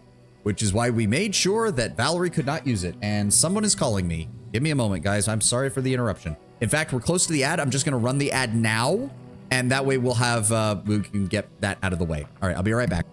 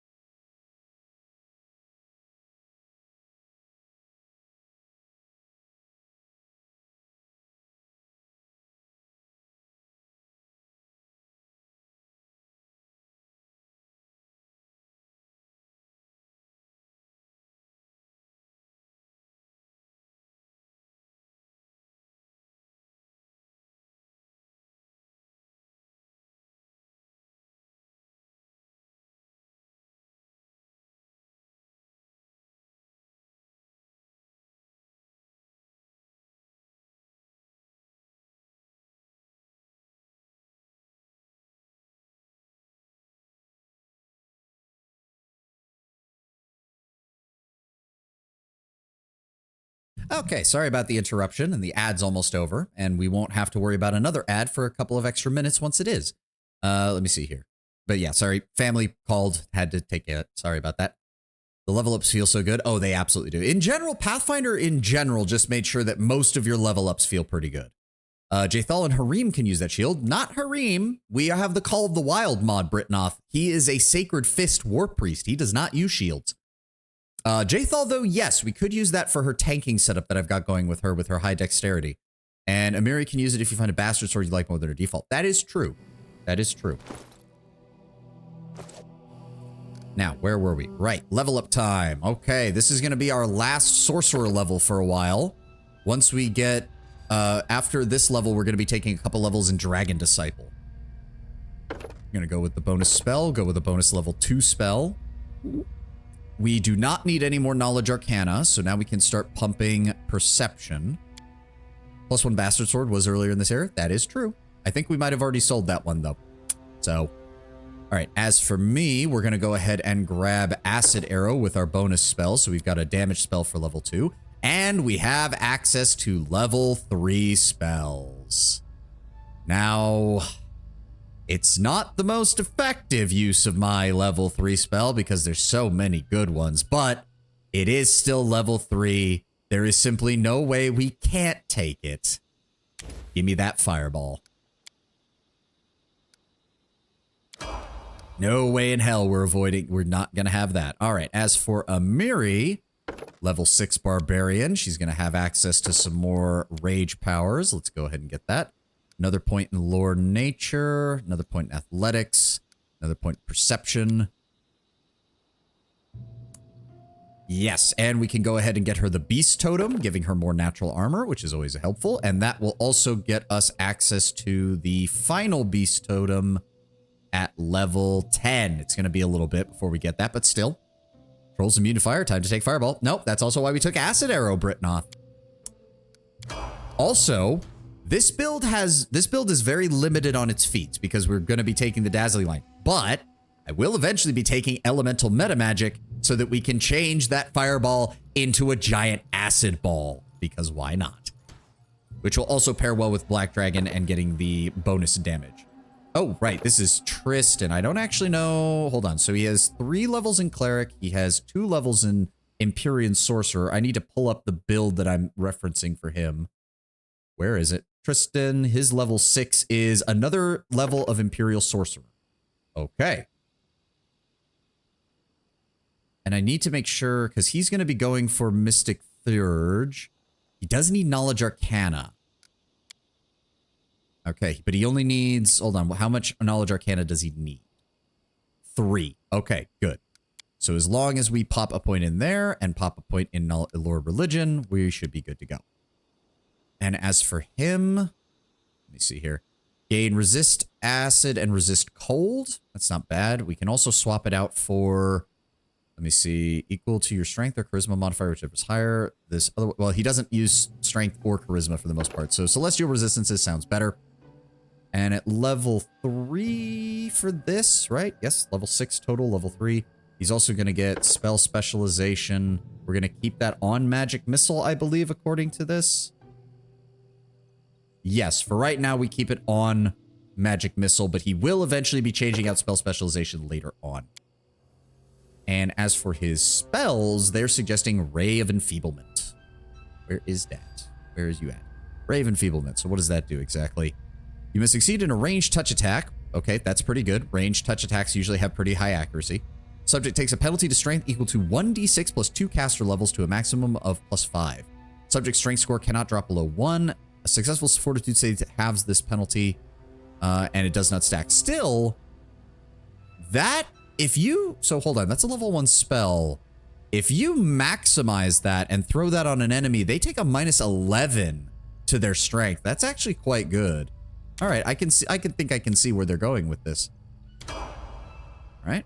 Next up is Ragongar. Ragongar, level 5. I do not recall what he's getting. Or level 6, rather. Ah, yes. He's going to be taking his first level of Dragon Disciple. We get that first level of Dragon Disciple. We don't need any more Knowledge Arcana from him. We can, well, actually, might still push him up on that just to keep it. Because we're going to have a Miri for most of the game. She's just a solid damage dealer, so she can handle our athletics. I'm going to keep pumping his Knowledge Arcana then. He gets another, he does get a +1 to his natural armor. What's the holdup? But we're mainly going to be pushing his Dragon Disciple stuff all at the beginning so we can get that out of the way. Octavia, on the other hand, who have we got here? Level 6. She should be able... Yes, the first level of Arcane Trickster. There we go. Her Arcane Spellcasting comes from her Wizard. And she gets 4 skill points. Let's go ahead and make sure that her Trickery and Mobility are high. Then we're going to also boost her Perception and her Knowledge World. As for her level 2 spells, let's see here. They suggest Acid Arrow and Glitter Dust, which I think we have both of those already. Yes, so what is the next thing they suggest? They don't suggest anything else for level 2, so I guess we can kind of just pick what we want. So I'm thinking, let me see here. Hypnotic Pattern is roll 2d4 and add your caster level to determine the total number of hit dice of creatures affected. This is a 3-round will negation. All creatures within a 10-foot burst centered on the target. What does it do? Become fascinated by the patterns and colors. Sightless creatures are not really fascinated. What does that even do? Does it actually do anything or not? Protection from arrows isn't the worst. Resist energy. See invisibility is probably a good... Ooh, Stone Call. Oh, that's a good one because that turns an entire area... Yeah, fill the area. Deal 2d8 points of bludgeoning damage to every creature in the area. This damage only occurs once when the spell is cast. Oh, that's not as good. I thought it would cover the whole area. It does make it a difficult terrain check, but that's not that much better than Grease, and Grease at least forces the enemy to fall over.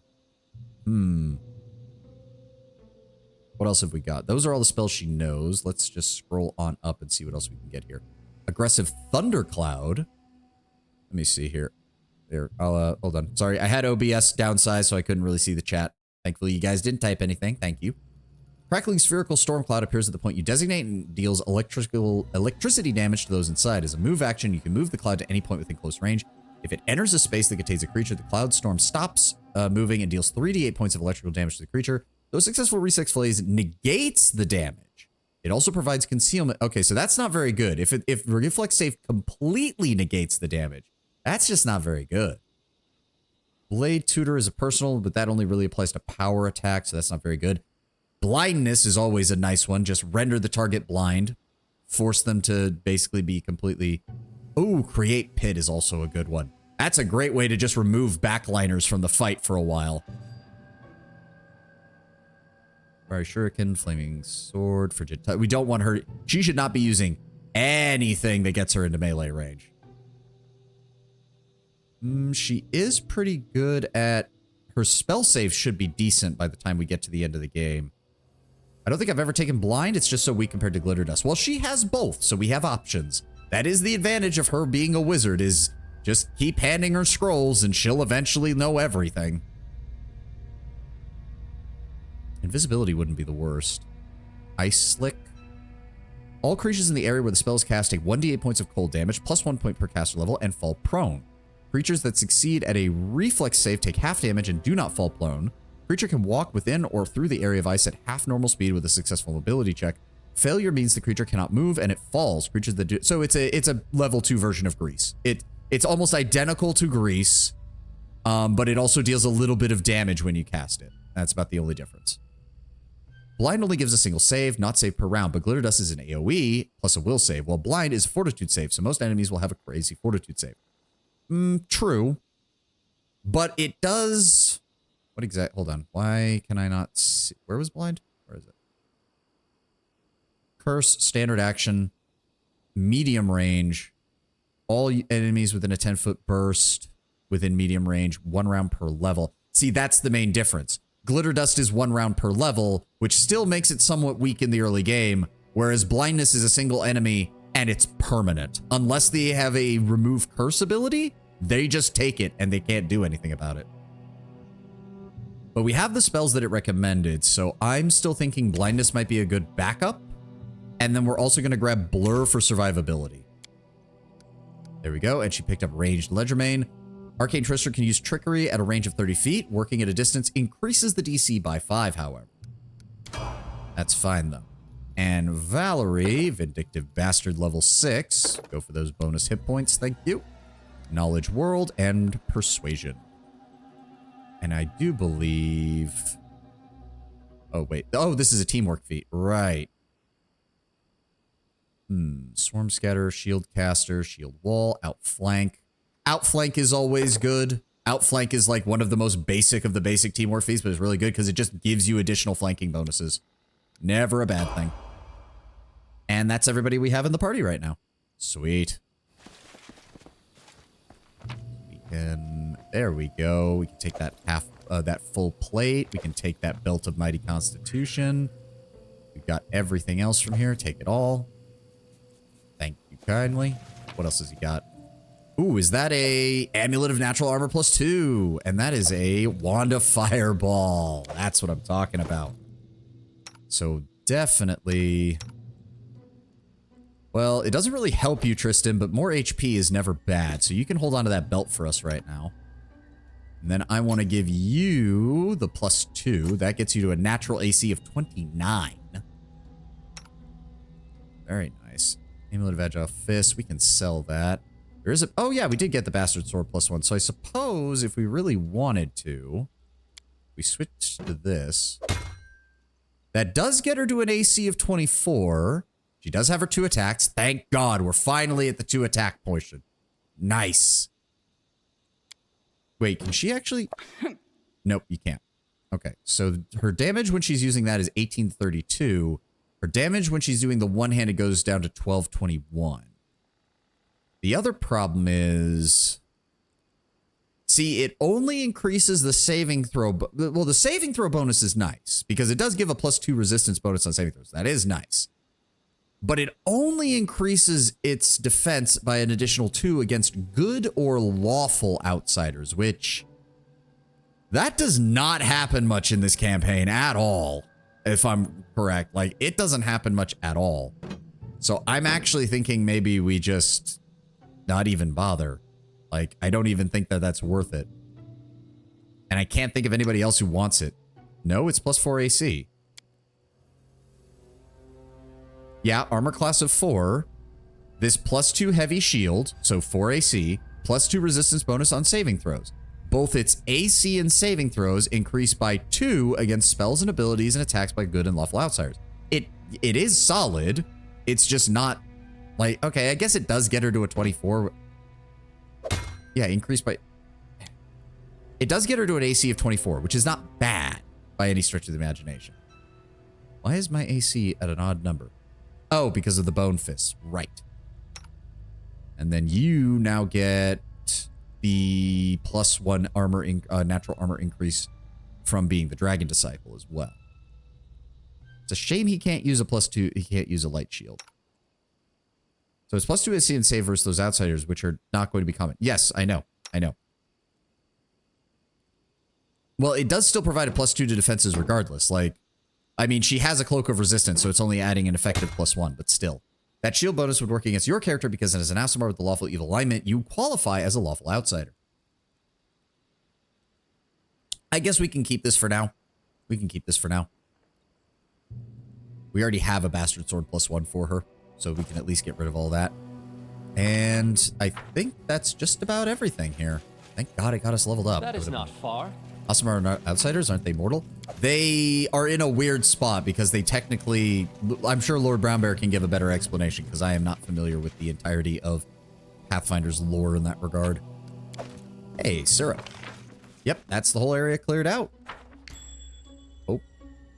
We just spotted a trap and we almost walked into the damn thing. Holy shit. Alright, please get that cleared, Octavia. Done and As it should be. Alright, let's get over here. Bartholomew, I have things to sell you. They're not summoned. If they're not summoned, dismissal shouldn't work on them. Yeah. Bastard sword, that. We don't need the composite longbow. Don't need the composite longbow. Light bow. Light shield might be good for... Light shield would be good for Lindsay as a defensive option when enemies get close. We don't need the full plate, actually. We have enough heavy armor. We're only going to have 2 characters that use heavy armor in the first place. That's going to be Valerie and Ragongar. No one's going to be using Amulet of Agile Fist. That's just not happening. Don't need anything there. Did we pick up any... No, it looks good. Nope, don't touch anything in that section. And then we can sell off all these little gems and foodstuffs that we found. That, keep that. I guess we'll keep that for now. That's everything? That does appear to be everything. Yes. Giant Slayer. It's still 9,000. That's a lot. Cloak of Resistance is also 4,000. Aasimar and Tieflings both count as native outsiders. What this means effectively is their heritage calls to planes outside the material, but they are effectively mortal. You can also use a subtype for denizens of other planes who are mortal. Ah. Don't need the other wand of acid arrows. We already grabbed the pouch of... I still have the pouch, right? Yes, good. It's in the quest section. Okay. Whew. For a second, I thought we might have sold it back to him. That would have been bad. We don't need any of his scrolls. Those are just too expensive for what they do right now is the problem. Ring protection +2 is also not the word. No, we need to save money. We need to save money right now. I just need cash. Just give me cash. Cash is fine. All according to plan. All right, that's this area cleared for right now. In the game, at least, creatures have a specific outsider type. Okay. All right.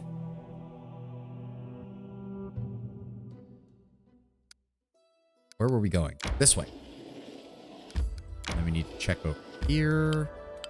Yep, this is... Yep, we need to get 15, and this area is still technically outside of the Barony's borders right now. Okay, that clears out this section right here. We do have the Ruined Watchtower, which I know has quite a few encounters. Let's head up that way. We'll rest and then enter the area and clear it out.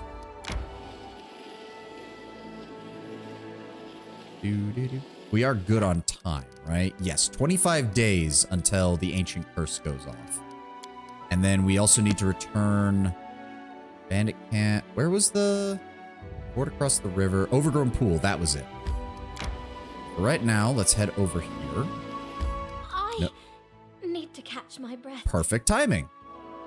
In the game, at least, creatures have the typing means that on tabletop, a lot of spells that work on humanoids do not work on them. And in addition, effects that work on outsiders of certain alignment do. As an example, holy water works not only on evil tieflings, but Aasimar and even Genie can with the evil alignment. Interesting. All right, we're going to set up camp. Use rations. Hold on, we're going to need to... Okay, you three are still good for that. We're going to put you in cooking, put Amiri on hunting. And then Valerie can go help with the cooking, and I will help with the hunting. There we go. And hopefully this will work. And begin rest. You've done so many cruel things, so many atrocities. If you want to get anything off your chest, I'm always ready to listen to your confession. If I come to your tent, it'll be to sin, not to confess. Tristan, we have had like 7 or 8 camping encounters where it has just been you and Ragongar going at it the entire time. Please, just... He's not gonna do it. Like, I know you're a Sarenrae follower, but you've already made the offer. He knows what you are offering. He'll take you up on that offer if he ever feels like it, but it's Ragongar, so he's never gonna feel like it. Can we please get some interactions from other people in the camp, please? Oh, no, it's raining. Fuck. -6 penalty on perception checks and a 20% chance to miss all ranged attacks. Hi. In due time. One of the worst aspects of this is that the game doesn't even tell you. You'd think that on the world map it would be like, ah, yes, you're in an area with rain. But no, you don't know until you come into here. And then you're just kind of fucked. I guess we pray that it ends soon. But there's no guarantee of that. There's none. You know what? Screw it. Screw it. I'm going to go turn in the feather tokens. And we'll pray that the rain is gone by the time we're back. I hate that. And unfortunately, there's just too many events that rely on perception checks for you to be... Like, you can't risk having a -6 to perception when you're trying to explore a new area. Like, it's just a death sentence you will cause to miss you out on every single piece of hidden loot. Look at that. It's still raining. That is not far. It doesn't affect perception check for stuff. I can't take that risk. At least not in unmodded. I don't know. All right. Melisane. Good. Oh, God. Neutral evil attack the lumberjacks. Neutral evil attack Melisane. Neutral good. There. Free the hostages. I used to think all of you people were dumb and nasty, but you don't seem so bad. Let's be friends. Ugh. Fine, of course we can be friends. As the Baron of this land, I suppose I should be building good relations with the locals. Chuckling, the Fae pushes you away. Ew, what are you doing? Stop that. Ugh. Just take this and hold off on the cuddly stuff. Make sure you don't get lost. You people never seem to watch where you put your feet. Today/yesterday was Starfield's 2nd anniversary. Nice. Hey, Ring of Protection +2. That's going on Valerie. That gets her to a natural AC of 29. All right, Korax. Thank you kindly. I was already thinking there was going to be blood. I believe I was promised compensation for my efforts. I never go back on my word. Thank you, sir. 400 gold. If the Nixie didn't want to be hugged, she wouldn't look so adorable. Skyrim in space? Nah. Yep. A massively advertised game that went nowhere. Yep. In due time. Starfield is the first Bethesda title that has had 0 cultural impact. Like, even Fallout 76 was like an extension of Fallout 4 in terms of like cultural impact. Skyrim, of course, is Skyrim. Oblivion was Oblivion, and Oblivion's remake has shown that it still has staying power. Morrowind is Morrowind. Daggerfall is Daggerfall, and even the original Elder Scrolls Arena is the birth of it all. This Starfield is the first Bethesda game that, like, people just don't think about.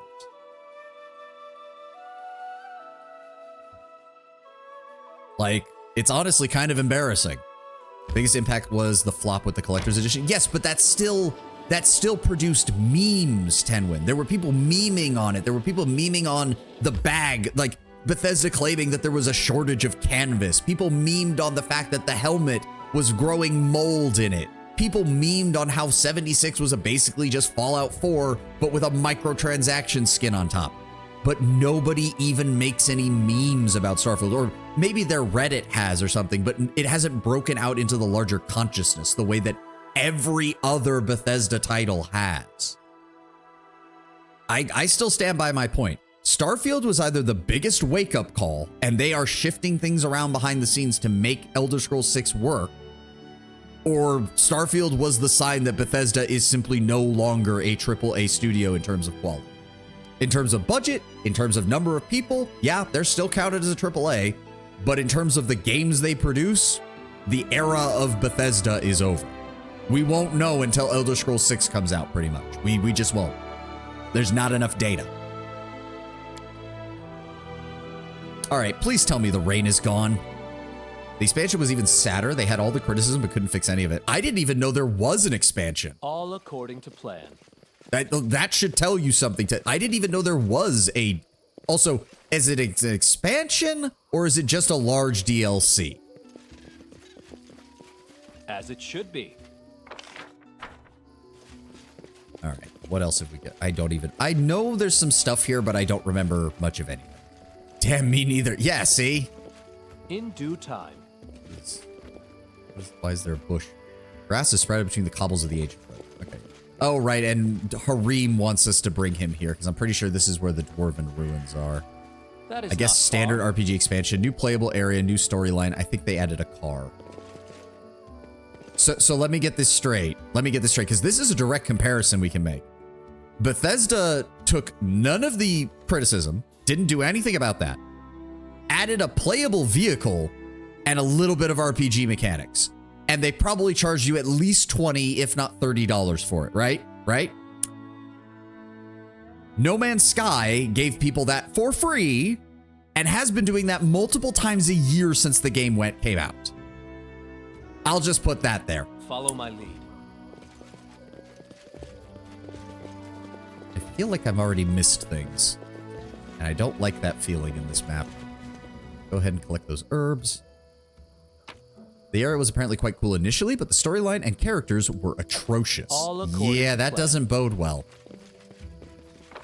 All right, what's up here? I know two things about No Man's Sky, and both were bad. Well, to be fair, was that from when the game first came out? Because when the game first came out, yeah, absolutely, No Man's Sky deserved every ounce of hate that it got when the game came out on launch. Like, I'm not even going to argue that. It's just that they have spent the better part of almost 5 years, 6 years at this point. Should be. It was called One Man's Lie. I mean, yeah, because the marketing was all handled by their lead producer who could not handle marketing to save his life and basically sounded like a guilty, lying asshole in every interview he ever gave. Someone's gnawed bones gleam in the bushes. Though, to be fair, he sounds like that regardless. Like, even when he was giving completely factually correct information, he still sounds like someone's getting him for a lie. They lied how the game actually worked and what it contained. At the time, yes, a lot of those features have been added in since then, though. Highly recommend Internet Historian's video on the game. It does a good job of actually showing what happened. What's that thing? The second was the end game was the lamest thing in gaming. That I have heard is still something that they're trying to work on. Hey, another amulet of natural armor. Do I need it? Does anybody need that? We can put it on Octavia. We can put it on you. Oh, may as well give it to you. There we go. That gets her to a nice solid 24. That's nice.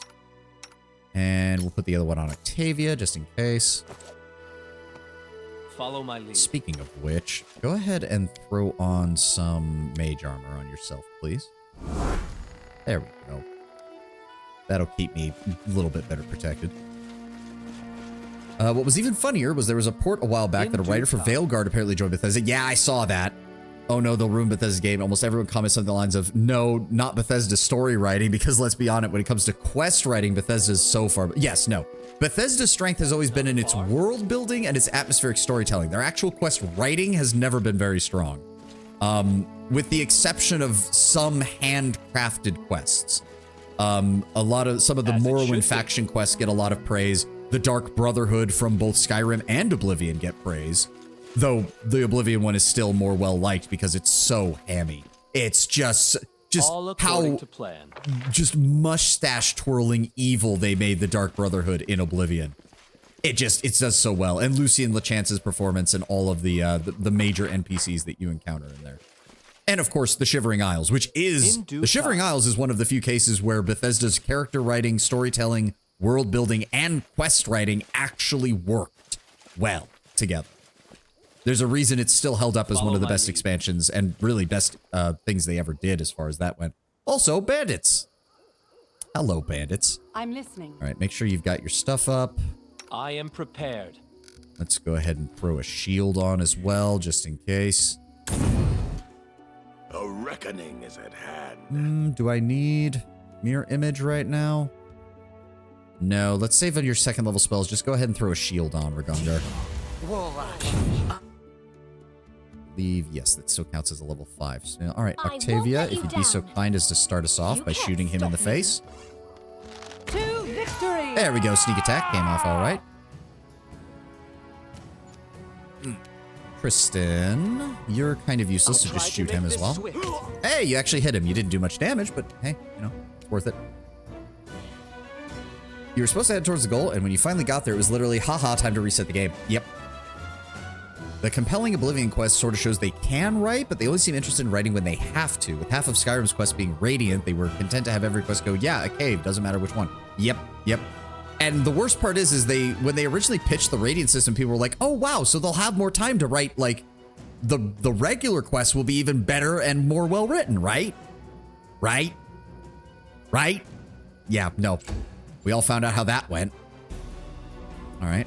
Valeria, I just need you to move forward. There we go. Bandit Alchemist. That's a problem. I don't like Bandit Alchemists. Bandit Alchemists need to die. Amiri, would you be so kind as to charge the Bandit Alchemist and kill him brutally? Oh, change weapons is an action. Blah. All right, fine. Rage. Charge. Please brutally murder this woman. You missed. God damn it, Amiri. You literally needed a plus. You literally needed anything other than a 1.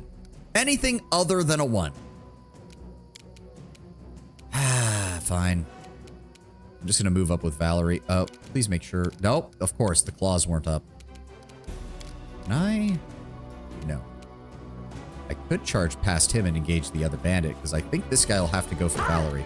Aha! Oh, thanks, game. Now, she rolled a 1, I rolled a 2. Thanks for that. It's so nice to know that the game is going to be so kind to me. Give me... Oh, that bitch has stuff on her. Let's go ahead. Throw a magic missile on her ass, please. Good. Oh, right. You get level 3 of that now. Yeah. Cast your spell. Annoying. Let us And then strike as Valerie, one. move up and block him. Hey, you even did damage. Nice. Gongar, get in here and attack her. The average Bethesda quest writing. Go and get this item. It's in X Cave. You missed 2, Ragongar? Come on, man. Head to X Cave, kill bandits, get item, return item. That is 90% of the quests in their game. Some are just about killing or clearing out an area, but that falls under the same umbrella. There's like 8% of the quests that are fine with some depth, and then 2% that are actually good and interesting. Yes. Pretty much. They were able to obfuscate it more during the Morrowind era because the Morrowind era required them to actually write out quest descriptions and write out area descriptions because the map was not that good. And they actually had to flesh out the world to explain to your character where they were going, why they were going there, and what they were doing. The overall premise was correct, Tenwin, but it at least gave the illusion that the world was deeper than it actually was. Once they got to Oblivion and everything was voiced, suddenly it was just, yes, go to this place and kill them. Because, well, we can't afford to have the voice actor read 2 paragraphs describing where they're sending you, because that would be cost prohibitive. And I'm being called again. For the love of God. Okay, 1 second.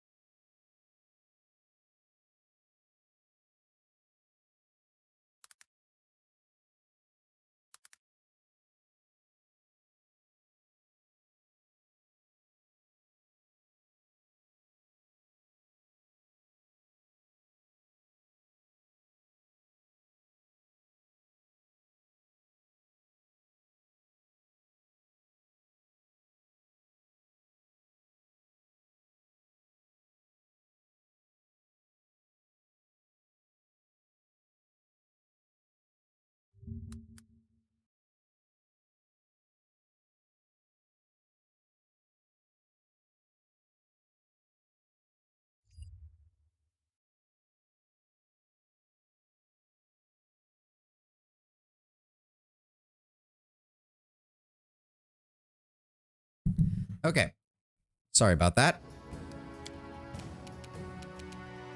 I'm getting thrown off from where I'm at. All right, Amiri, just please kill this. Thank you. Isn't that nice? Bring it! And please walk over here towards this lady. You see that? You. This guy should be attacking Valerie. There we go.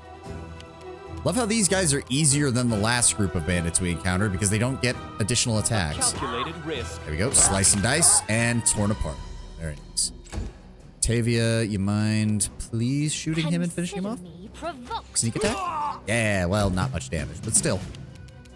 As for you, Tristan, let's go ahead and... He doesn't count as evil, does he?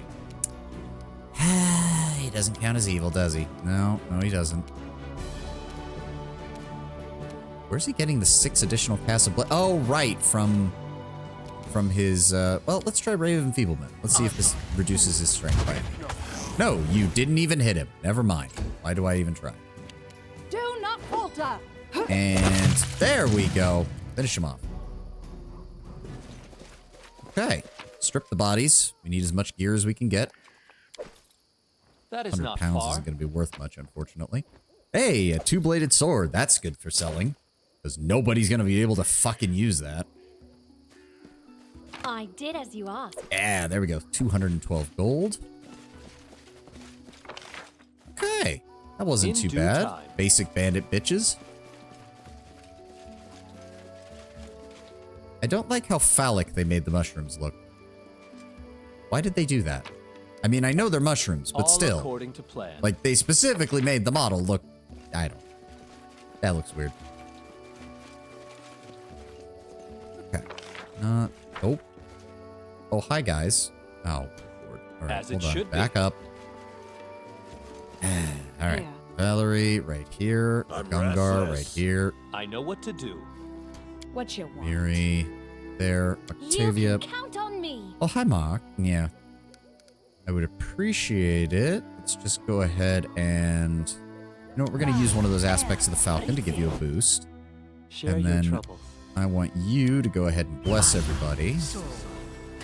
There we go. Here, And open this is for fire. you. Good shot. Good shot. Sneak attack. Did not get the critical hit, unfortunately. And then you So can go it's ahead and come shoot to him. this. Darren Ray, There we be go. generous Don't to know them, how you managed to for I am explode him with a not. crossbow bolt, but I ain't gonna complain. All right, Valerie, move up. Should just be... Yeah, it's just regular wolves, so we shouldn't really have a problem. Game? Oh, no. No. Game? Game? What did you do? What is it? Oh, God. Exit out and then go back in. Okay. Whew. Thank God. Oh, but that got rid of the sneak attack. Okay, whatever. The game wants to be a bitch. It can be a bitch. Fine. Just magic missile one of these guys' ass. Oh, really? We rolled like the lowest possible damage for that. Oh, I forgot to switch Amiri back to her bigger weapon. I prefer it. Well, fine. Just charge those guys. Oh, doesn't matter. Get splattered. And, you know, we could try a charge on him. There's only one of them left. Oh, no, wait. There's 2 of them left. I made a mistake. And you didn't do enough damage to actually kill them, which means you're about to get attacked, Bergamba. And, of course, they nat 20'd on the very first attack. I'll fight if I have to. Why not? And then we nat 1'd immediately afterwards. Would you like to do it again, game? Yes, you would. It's not a nat 1, but it's still not enough to hit. Onwards! Been playing Silksong for 33 hours. Okay, we missed again. Would anyone You like to can't hit this stop man? me. Anybody at all? Thank you. Kristen, give me a magic missile. At least I know you can't miss with that. There we go. Stay behind me! There we go. All right. Ragongar only took a minor injury. It's fine. In due time. Go ahead and strip the bodies. Oh, only 1 pelt. Silksong, more like Siren's song, god damn it. Yeah, I mean, everybody's been playing it. Fucking Doki Bird and at least one other That is not VTuber far. basically had they got either an emergency commission to get it done real early, or they must have heard something about the game coming out a little bit before everybody else, because they had Silksong models ready to go on like the day it came out. So I think that whoever they commissioned was able to speed run it, because they made a custom like bug avatar for Doki Bird and at least one other VTuber who was playing it with a specialized avatar that was themed like the bug people from Hollow Knight. So I don't even want to imagine what it took to do all the art and rigging for that in like less than 3 or 4 days.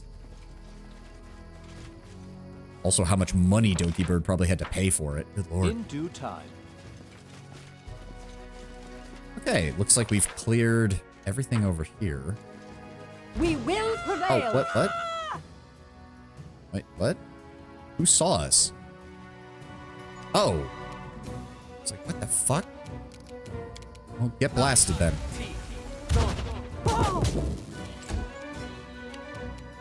Consider me provoked. Where's the rest of them? Why is it showing multiple people, but I don't see anybody moving? I don't see anybody else over here, game. What's going on?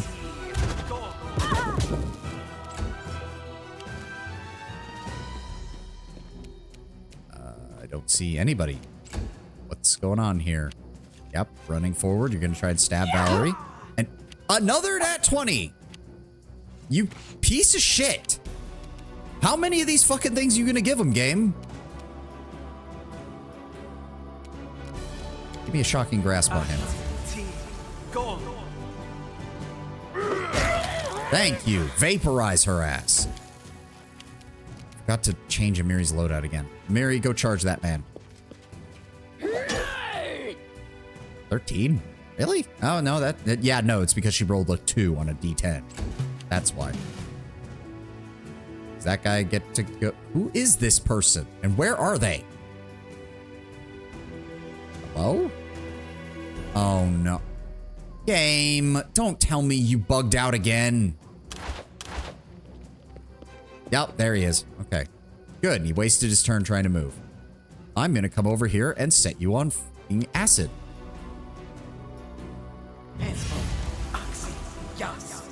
I hope to melt your face off. I did! You completely disintegrated. Get fucked. Go ahead and shoot you. This is for you. Please kill him. There we go. Much better. I think that leaves, yes, that guy. And you missed. Finally. Kristen. Just shoot him normally. There's no reason to waste a spell. Or in anticipation of the game. People do love it. No, fair enough. I think a few of them had these models just from the original. I don't think Doki Bird did, because she did not. I mean, if you know anything about Doki Bird, you know about all the drama she's been in the last 2 years, so she definitely didn't have it from beforehand. Yeah, go ahead and charge. You can take the -2 AC to deal damage. There we go. Is he going to be stupid enough to shoot? He is. Another nat 20 from that. Fuck you.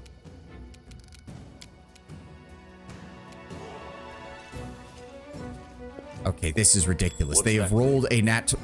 The wolves got a nat 20 on their first roll. Multiple enemies in this group have gotten nat 20. Please kill this man. Thank you.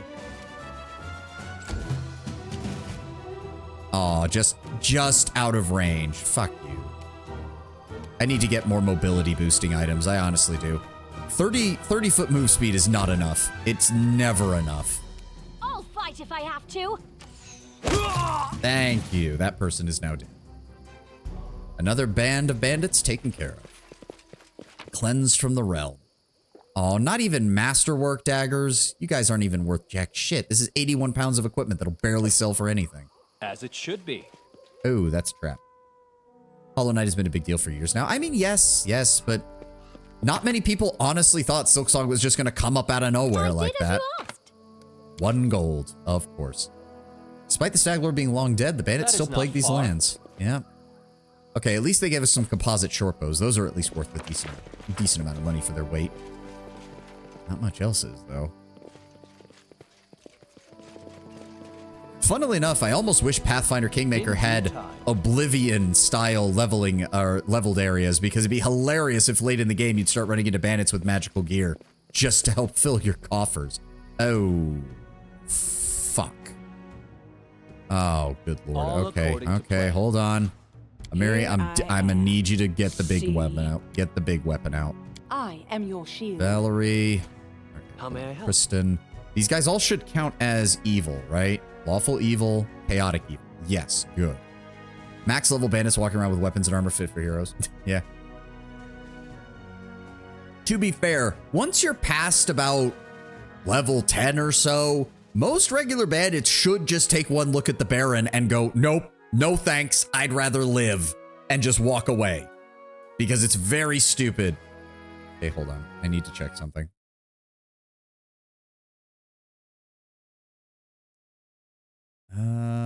Nope, that is... Okay, hold on.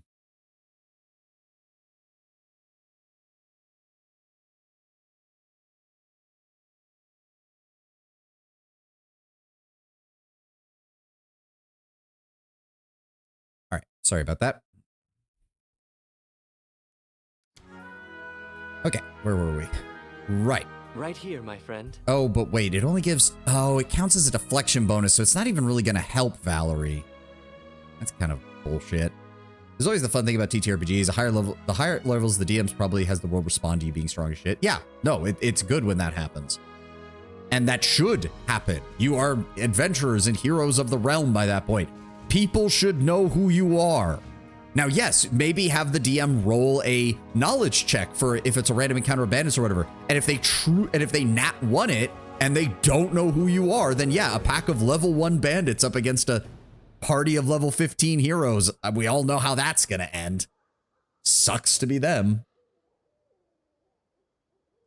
Armor weapon should count for intimidation checks. Or, well, that's the thing, Tyler. In conversation, yes.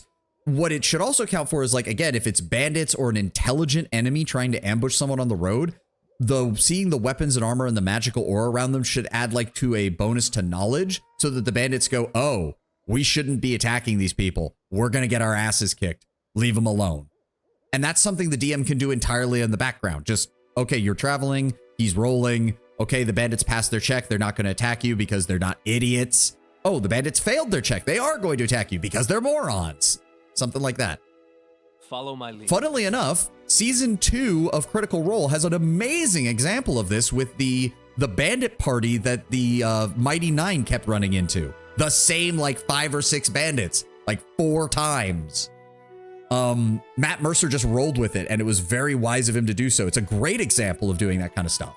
Because not only do the bandits know who the Mighty Nine are eventually, they also know them personally because they literally tried to steal from them twice. Sort of happens in Battle Brothers. Once your company increases in strength, weaker groups start avoiding you. Yep, makes sense, makes sense. Or the Mountain Blade series. When you get a strong enough army going, or a mercenary company technically, in Mountain Blade, smaller groups of enemies take one look at your elite fighting force of 100 battle-hardened mercenaries and go, nope, not for us. Bye-bye. All right, I am we yours need Valerie to up command. front. Is it weird that I don't actually remember how to get in stealth? There it is. Okay, everybody, yeah, everybody hide. I must have to. Everybody get ready. Gungar, you're off on this flank. What are we dealing with here? Kobold Boomsayer. Okay, so he's a mage. At least 2 trolls. I don't know if there's more of them. Ready and willing. Do we still have Blessing? Oh, Bless is about to run out. Shit. Kristen, pull back for a second. Go ahead and get me another Blessing level, please. There we go. That hit everybody. Good. No mistakes. I mean, so hold on. I think regeneration. So these ones do not have resistance to fire. So I'm thinking we just, you know, boom bada boom.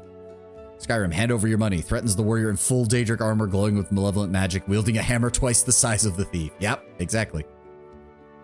Not having to deal with every pissant group is also important quality of life improvement. That is true. All right, our first fireball of the run. Blast their ass. Yep, there's the one who's immune to fire. There he is. Tristan, I would appreciate it if you could hit them with that. Oh, you're not going to be able to because you got to move. That's fine. Oh, you are still counting as being a stealth. That's part of the problem. Oh, really? You're not close enough. Okay, fine. Whatever. Octavia. Let me see here. Let's go with... Can't really hit anything from here, unfortunately. So just shoot the kobold. Please, maybe kill him. Yeah, there we go. Good. The spellcaster is out of the fight. Exactly what we wanted to see. I could risk it for the biscuit. Run in there, Amiri. Smack him. There we go. Critical hit. Get fucked, Mr. Troll. Amiri just comes in, slam dunks his head with a two-handed sword. Just chops the shit right off. Valerie, I'm gonna need you to move up as well. And you rolled a 1. Okay, well, fair enough. We rolled a crit. I suppose I shouldn't complain too much. You just need... Ragongar, I want you to move up alongside Amiri. And then just hold fast there. Kristen, give me another Heavenly Fire attack on the troll. Good. Not much, but it'll help. All right, the branded troll is going for Ragongar, actually. Okay, okay. I'm gonna need you to start engaging him. Good. And as for me, we should have... Yes, acid arrows for level 2. Arrow deals 2d6 points of acid damage with no splash. For every 3 caster levels you possess, the acid lasts for an additional round up to 6 at 18th level. So we're just going to go ahead and throw that on the branded troll right away. And you missed. Thanks, game. Only needed a 4 to hit, and you still missed. All right, Amiri, 2 attacks. There we go. Oh, wow, I forgot the branded trolls have way more health than the regular ones do. Nice try, but you need nat 20s to even touch her. Ooh. Honestly? Yeah, no, everybody focus on the branded troll. You needed a 3 to hit, and you still missed. All right. Go with... Yeah, Frigid Touch. Oh, for fuck... So the branded trolls can attack him too? When he's doing his spells? What is the point? Fucking, I don't understand. Half the enemies in the game can just be like, yep, no, you're casting a spell that you're supposed to be able to cast in combat so you don't get hit. Nope, you get attacked in combat so you get hit, thus negating one of the major features of your entire class. Giving your opponents a long honored RPG game tradition? Yes. I don't understand. I don't understand. I do not understand. I thought the entire point of the Magus was to make it so you can cast spells in combat. That is their whole shtick. I must be missing something. That is the only thing I can think of. All right, more fire. Or no, wait. Does that actually count as fire? Or it doesn't matter. You missed. We have been consistently rolling very low. Please stop. This is for you. We pay for those fucking crits of Amiri. Amiri crits, and then everyone else in the party just misses. All right, give me a corrosive touch. Let's see if we can finish this guy off. Yes. They can cast a spell and make an attack like they're dual wielding. Okay, yes, but you get a bonus to casting defensively, but again, you can just roll low. I could have sworn there was something in there that made it so they didn't get hit when they were doing that, but apparently I'm completely wrong. Thank you, Amiri. Oh, he had just enough health to get back up. And there's his nat 20. He rolled 2 19s and a 20 on 3 d20s. You fall down and let me kill you. I am sick of this shit. All right, acid. Please kill him. You're gonna miss, aren't you? Oh, hot damn, you did. At higher levels, Magi do get an ability where they auto-succeed defensive casting, but early on it's just a bonus. Confide in me. All right, give me... Honestly, we don't need Lesser Restoration right now. Just use that to heal Ragongar. And I guess aid as well, because we're at the point where Cure Moderate Wounds is also not enough to actually heal people enough. All right, what did they drop? Bone Shaker, that doesn't really matter. Some random treasure. A Masterwork Light Crossbow. That's good to see. That will actually get me some money. A Warhammer, some gems.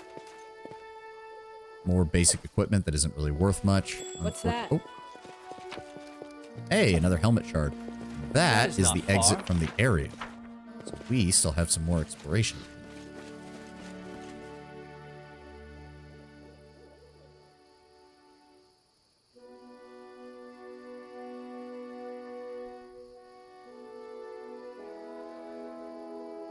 Okay.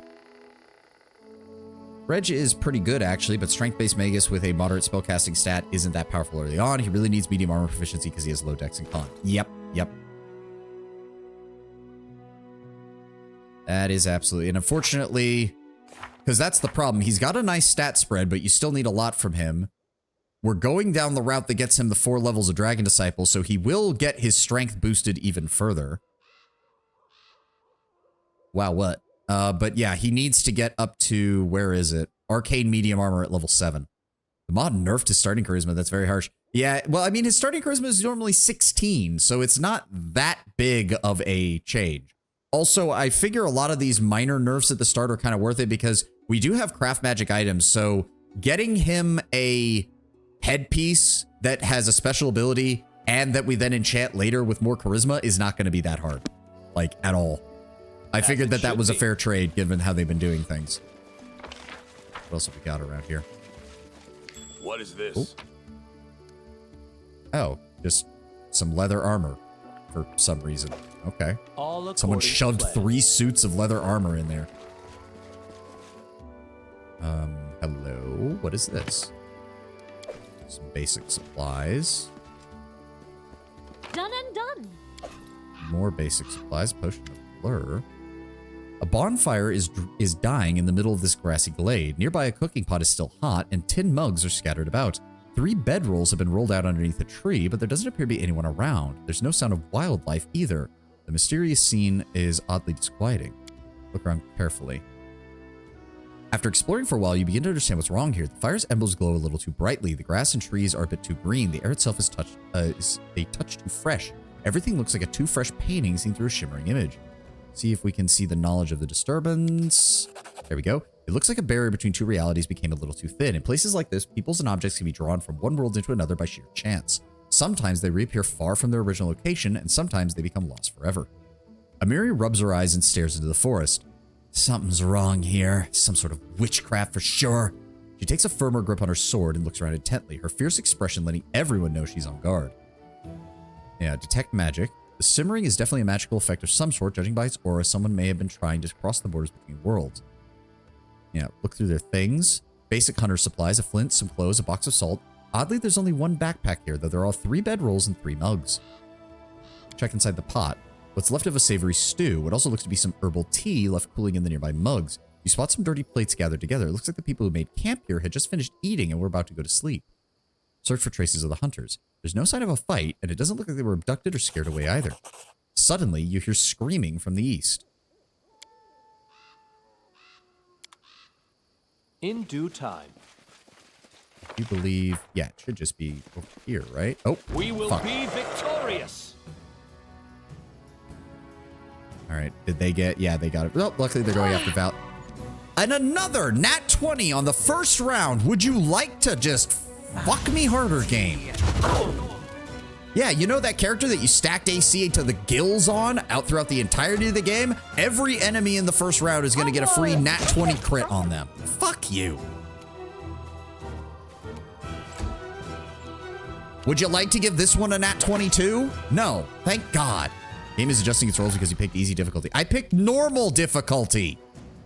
Die for me. And don't say that normal is easy. There are many levels of difficulty below where I'm already at. Mary, I would really appreciate it if you would just one-shot this guy before he gets a turn. Thank you. Also, the game should not be adjusting its rules for anything like that.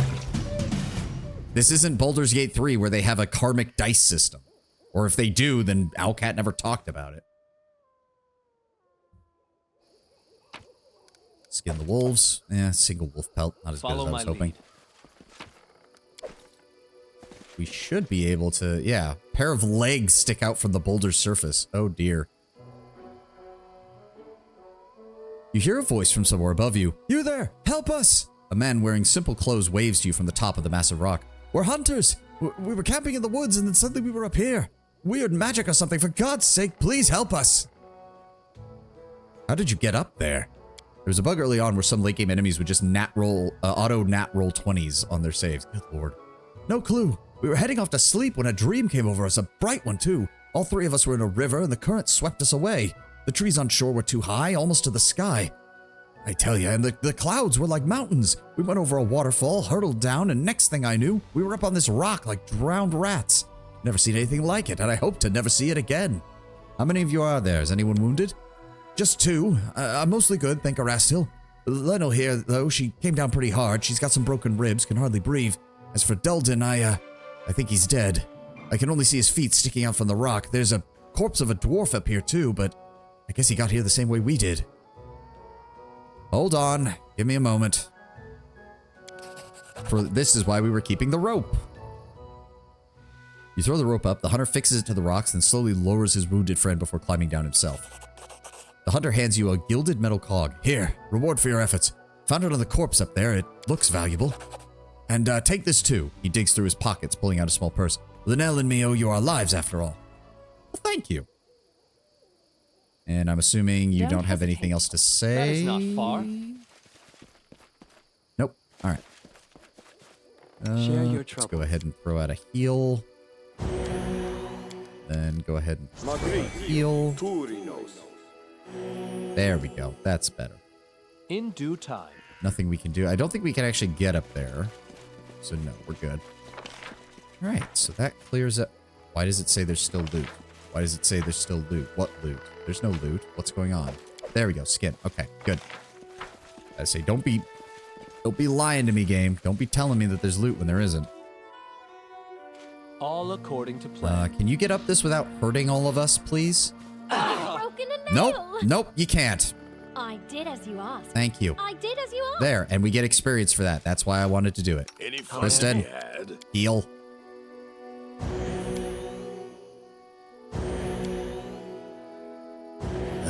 There we go. Okay. No reason to use the camping supplies here, because we get a free usage of that if we stay. I still need to deal with the Viscount, don't I? Oh, we need to prep some anti-lightning abilities then. We still haven't dealt with that asshole. Let's keep heading this way. Almost time for the ad. Ah, more wolves. I'm listening. Forward slightly. Well. Together Mary, we are unstoppable. Time's not waiting. Me. Octavia. Something bothering you? I won't let you down. Go ahead and open You fire, can't stop Octavia. me. Get us started. Dawnflower, There we guide go. my hand. Oh, that's a lot of them. That's a lot of them. I think I'm just going to fireball all their asses. That sounds like a good idea. Go ahead and bone shaker that guy. Yep, fuck. 25 damage. Nice. Ah, the advantages of having multiple third level spell slots, but only having one spell to cast on them. Everything gets a fireball. Good damage across the board. For Gungar. You know, you're kind of useless at range, aren't you, Ragongar? You're just going to move here and hold. And then Valerie, move up. This area. Yeah, we're dealing with this area. We didn't bring Harim. We need to bring him here at some point, though. You know what, Amira? You just hold off, because I do not want you charging into 4 wolves. That would be bad. That would be very bad. Well, I guess we could just bone shaker another one. Oh, damn it. He managed to make the save. And you rolled ungodly low with that. Wow.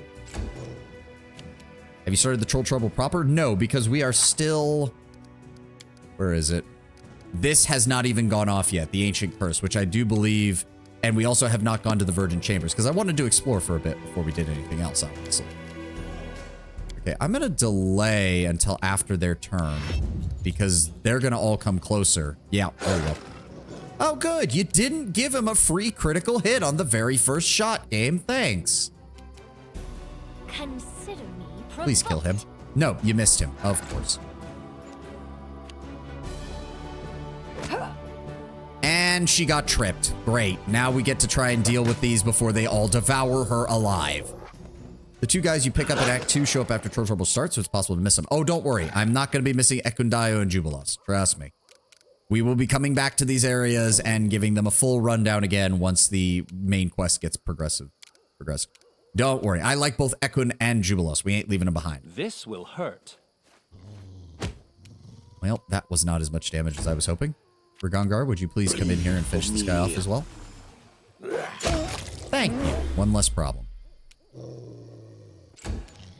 Valerie, just don't. Just don't. You're just going to get absolutely brutally murdered if we do that. It's a bad idea.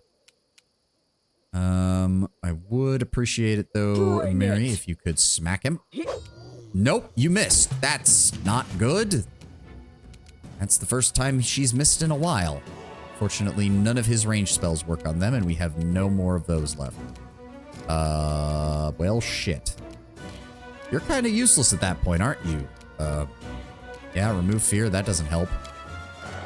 You're out of spells for your... Yeah, no, you're just kind of useless right now, Tristan. You're just kind of... Well, okay, thank you for actually doing something. I believe the fort area is supposed to have a quest marker appear when Jupe shows up, but it doesn't. Ford. No, it's the ford at the Skunk River, I believe, for Jubilos, and then this area that we're at right now will be where Ekun shows up. Game? Why can't I end his turn? Game? Well, it's a good time for an ad because the game has decided that Tristan is not allowed to end his turn for some reason. Someone with vanish or invisibility is really nice. If someone gets tripped, potions work too. Yep.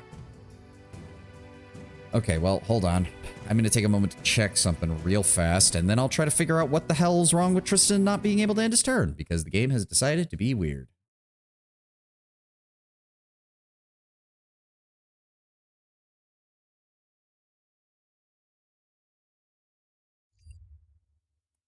Everything's working. Yep, YouTube is working fine. Twitter is not Twitter. Twitch is working fine. There we go. Tap escape. Yeah, I might have to do that.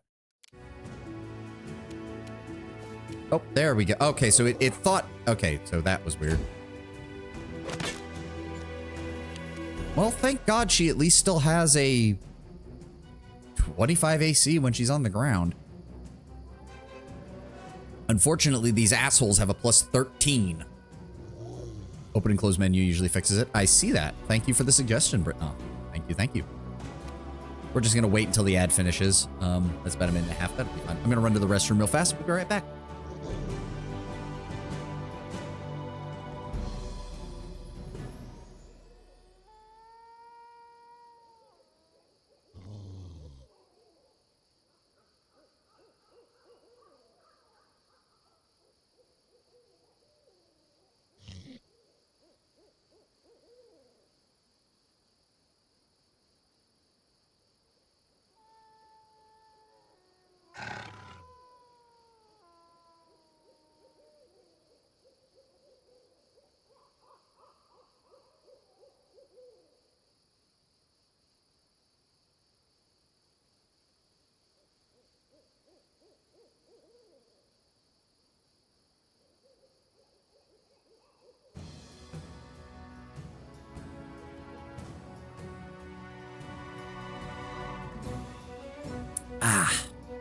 Oh, damn, we are at hour 5. Only got an hour left in stream. Shit. Octavia. No, let's shoot for that one. This is for you. There's only 30 seconds left in the ad. I'm just... Of course. Why did I expect you to hit anything? Thank God they're managing to fail to... They're just nibbling on Valerie's armor right now, which means they can't really do anything. All right, let's go for just standard attack. Let's try this way. And you missed, and you missed. Thanks, game. Real good of you. Appreciate that. Okay, let's break out the heavy stuff. Frigid touch. There we go. Finally, somebody hit him. All right, I think... Stay behind me. Okay, she only got hit once. That's fine. Please kill this thing. Nope, you missed. Of course. And Amiri, she can only get one attack if we go that way. That's unfortunate. Hit and hit. Thank you. Kristen, you're still kind of useless. I don't suppose you'd like to pull off So another it's come to miraculous this. shot, would you? Nope, you failed miserably. Nat 1. Octavia, how about you? Would you like to hit him? Nope, you missed 2. Thank God, at least now they need a nat 20 to even damage her. This should do it. There we go. Tear his throat out. All right, Ragongar, if you'd be so kind. Damn it. All right, Valerie, finish him off. Not falter. Nope. Amiri, finish him off. They go down. Thank you. Ugh. Okay. All the wolves cleared out. Got 2 pelts out of that. And what's on the body? What is that? A +1 hand axe? Save the game here. Yeah, ooh, the white cogwheel. Bandit's letter. Let me see here. Hey, sis, we're rich. We got lucky after all. We play our cards right. We'll finally be able to quit running around the woods and piss off the damn boss and his gang, too. Go to Brevoy and live as happy as pigs and shit. Point is, you need to take care. You know very well these fellas do as they try to con them. We're gonna con them hard, Sunshine. See, while you were away, we caught this dwarf, all dressed up like a dog's dinner, fancy mail armor, tall tails. One could immediately see he was a city mouse. He kept on treating us like dirt until we set his beard on fire. After that, he started spilling his guts in no time. Long story short, his ancestors, Fortash or something or other, the ones who built the ancient tower, had some real hidden treasure inside. And you see, he decided to return there after several centuries to claim the family fortune, all alone with no guards. That made me laugh my ass off. He had no idea about the exact place where that treasure was hidden, but he brought the key to open the place, a white metal thingy, something with a cog. Then the fellas heard about the treasure. They literally started rubbing their hands together, and I thought to myself, well, what happens when we find it? The boss sees the lion's share, we're left with peanuts. All things considered, I snatched the key away while the rest of the gang was sleeping and made it look like the dwarf had run away with it. Fellas have been running around the woods since then, searching for that damn midget. While they have to search real hard, I buried him rather deep. They stay away from that tower for now. What might they do there without the key anyways? So make use of that. When you return, do not go to the camp. Go to our place instead. I've hidden the cog in the hollow of the tree trunk. You know which one I mean. Take it and go to the tower. Look around and find what you can. Open with it. You're smart. You'll manage. Take away those dwarves. Take away all these dwarves have hidden. And well, I don't have to tell you what to do next. Be careful. Don't blow our best chance. Hugs, Bergen. Yeah, well, you did. You know, my first time beating this game, I made an unarmed strike fighter. By the end, he was doing 1d3 plus 30 something damage. Yeah, no, I mean, like, that is how Pathfinder works. You start by going like, wow, I really just need higher dice. And by the end of it, it's like, no, I just need to hit because my guaranteed damage from modifiers is so high that it doesn't matter. Oh, these are wargs. Oh, these are wargs. This is going to be a pain in the... Now, that does mean... Yes, they count as evil. Okay. Right here, my friend. That means we can actually get some use out of this shit. All right. First off, let's go ahead and heal her a little bit. Okay, game. I would appreciate it if you'd actually heal her for a decent amount, please. Thank you. All right, so firstly, we do not have Bless. Let's go ahead and throw that on fast. Then we're going to also throw out Protection from Evil. Ready for anything. I have Mage Armor. Let's go ahead and throw on Shield. Gongar, I'm going to need you to throw on Shield as well. Unfortunately, okay, Mirror Image. Focus on the goal. Mirror Image. Okay.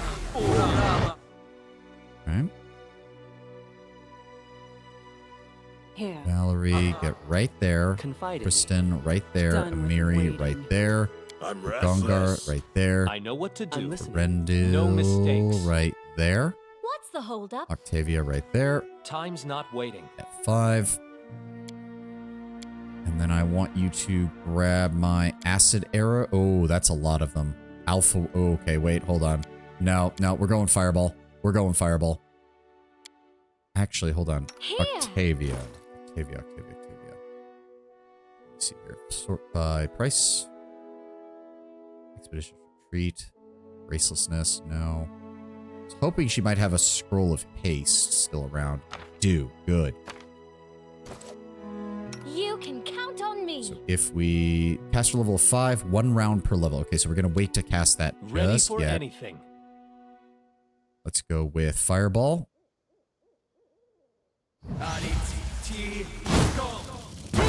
There we... Oh, got 2. Oh, that's more of them. Okay, there's 5 in total. All right, let's go with Heavenly Fire. Ah, they have a lot of health. Oh, that's not good. That's not good. All right, Octavia. Get his haste. Now, don't be doing that. You're just going to piss them off. What else do we have? Wand of Grease, Wand of Your Piercing Scream, Wand of Fine Traps. Okay. Amiri running in there would be bad.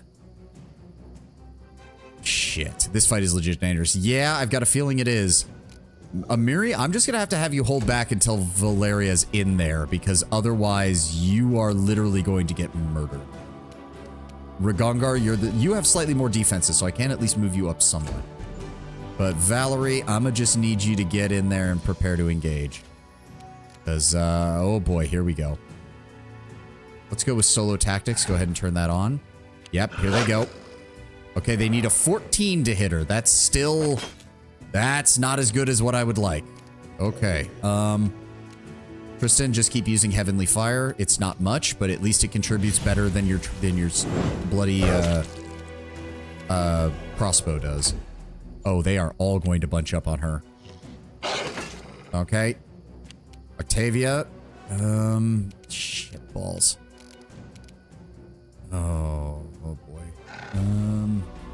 Wait, why can't she?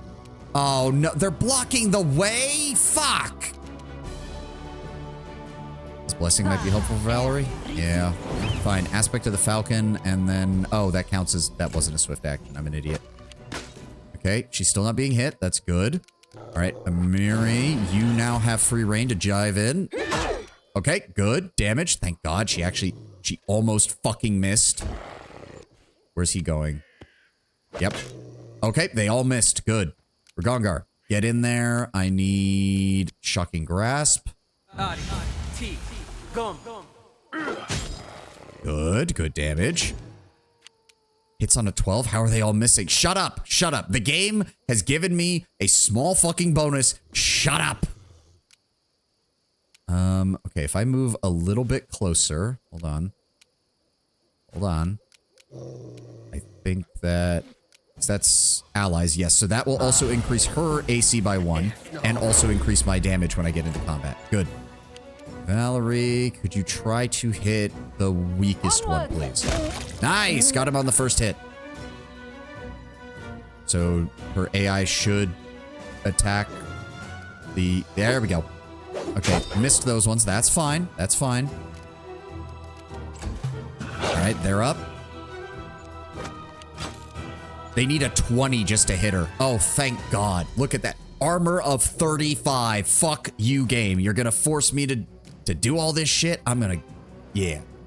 So what exactly does that do? +2 sacred bonus on attack throws, skill throw. Oh, until the next turn. Okay, you know what? Actually, the person I want to... So wait, does that... That is only on attack throws. It does not increase damage. So actually, I would appreciate it if you would throw that on me. Oh, that's the long version. You're right. That is the long version I just used. Oh, well. Octavia... Actually, magic missile's not the worst. Let's go ahead and just deal some additional damage to you. Good. And also, please move up. All right, they're still attacking Valerie. They finally got a nat 20, but it didn't trip her. That's the important part. Go for the Alpha Warg on the flank. There we go. 25 damage there. It's still going. Nope, it just tripped Amiri. God damn it. This is part of the problem. There's no way to force the enemy to stick to a target. And he missed. Okay, nope. He got the attack off. Good. He missed the first couple of ones though. All right, I guess I'll go in and help Amiri. Let's go with Corrosive Touch would probably deal a decent amount of damage. There we go, 22. Nice. Valerie, I need you to focus on the Alpha Warg, because that is... It's on Amiri's ass. We need to deal damage to it. Please don't get tripped. Nope, nothing from them. He attacked once there. He's focusing on Ragongar now, though, is the problem. So wait, where's the basic version of that? Oh, there it is. Blessing of Faithful Short. Okay, throw that on Ragongar, then. There we go. Octavia, give me Snowball on the Alpha Warg. Good, with the sneak attack. Still missing, good. Amiri. This is gonna suck. That's fine, take the damage. All right, hit him. There we go. Unfortunately, he gets to go again. He actually missed. Oh, thank God. All right, Ragongar, you are out of spells, so... There we go. There we go. And... Okay. The last attack was the bite. He got him across the neck and just chomped down on that warg's throat. I'd argue turn-based mode is a fair bit more difficult than the game was originally. The AI will sometimes run around a tank and hit your backline in a way that won't do in full-time mode. See, I've had the exact opposite experience, Britnov. In turn-based mode, as long as you keep your tank in the front, they're far more likely to spend more time attacking them before they do eventually decide to go after your backline. But I've noticed in real time, they will do it almost immediately. So we're probably going to be sticking with turn-based because it has worked out better for me than most. All right, let's go with the melee attacks. Nice. Scratch him up, slice him up. Oh, we missed. We were hitting on an 8 or higher and we missed 2 of the 3. Good Lord.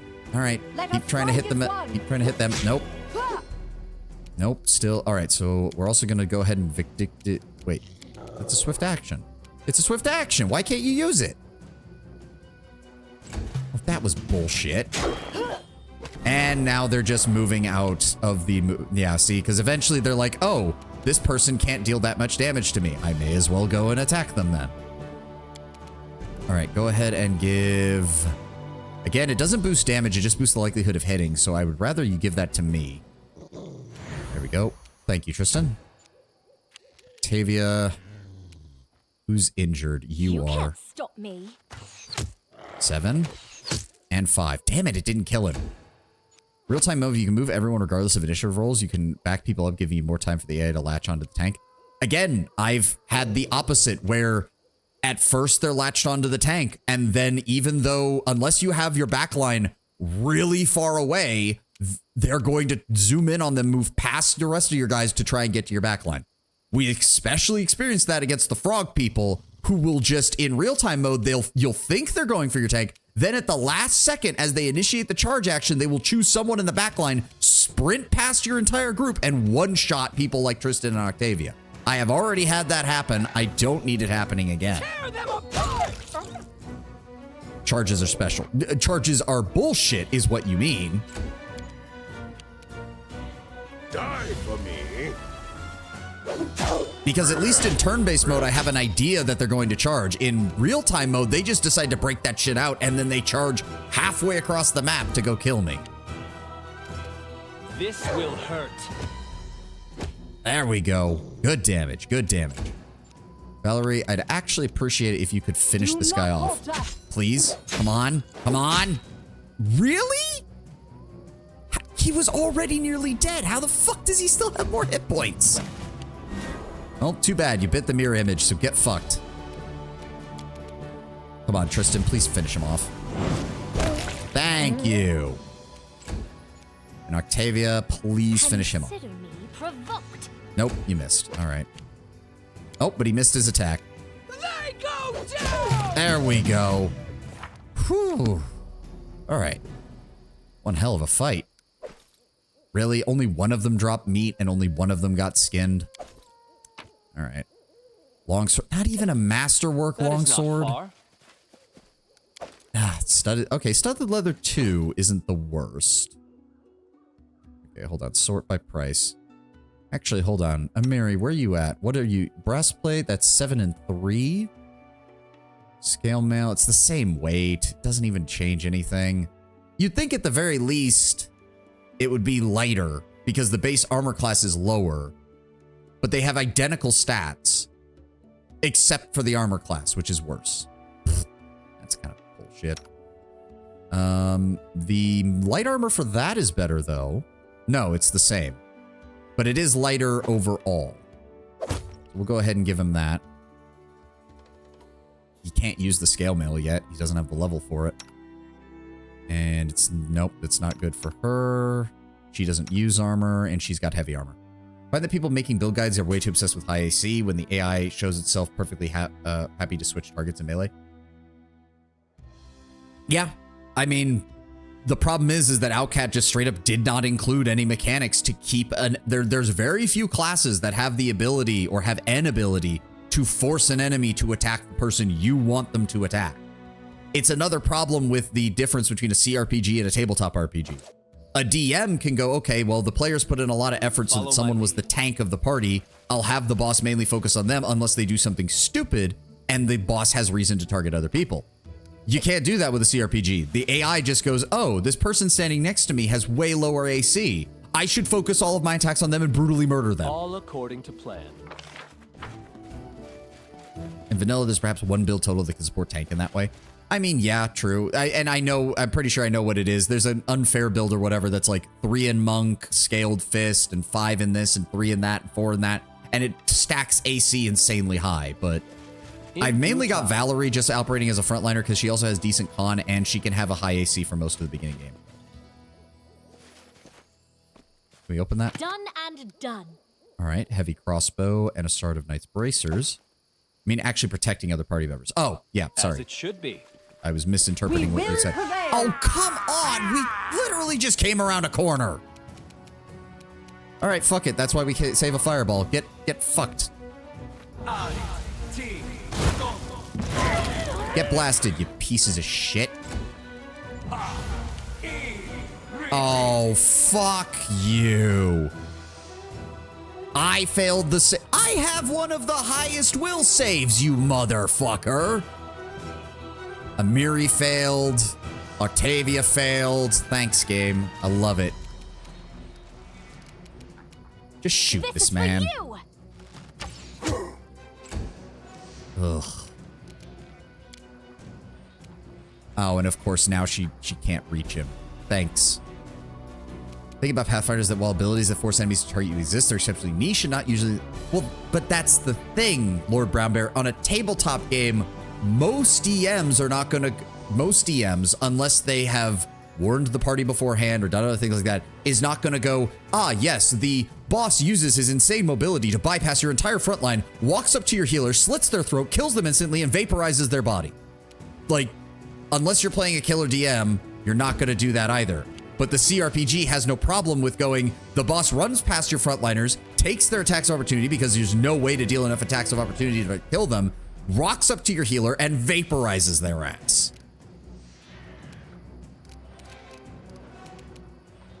Repent! Because all the AI cares about is, this person has lower stats, ergo kill them first.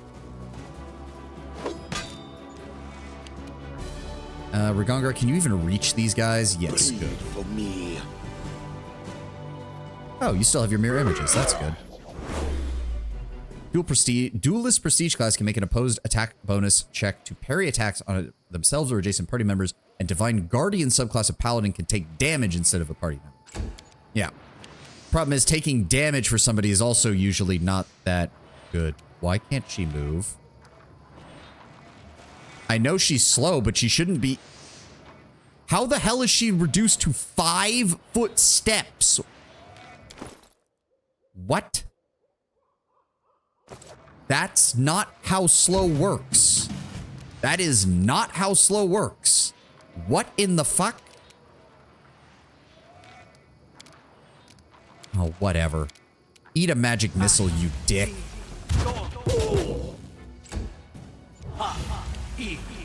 And he just cast slow again on everyone.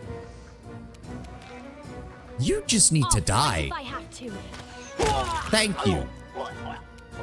I hope she shot you in the throat so you're forced to slowly bleed to death while I deal with the rest of your friends.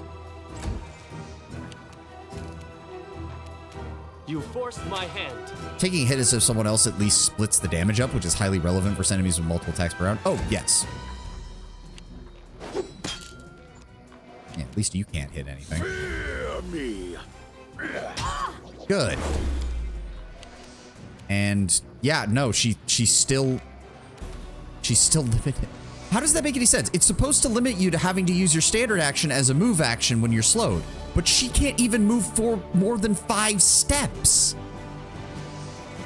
That is not how slow works as far as I'm aware. That is quite literally not how it works.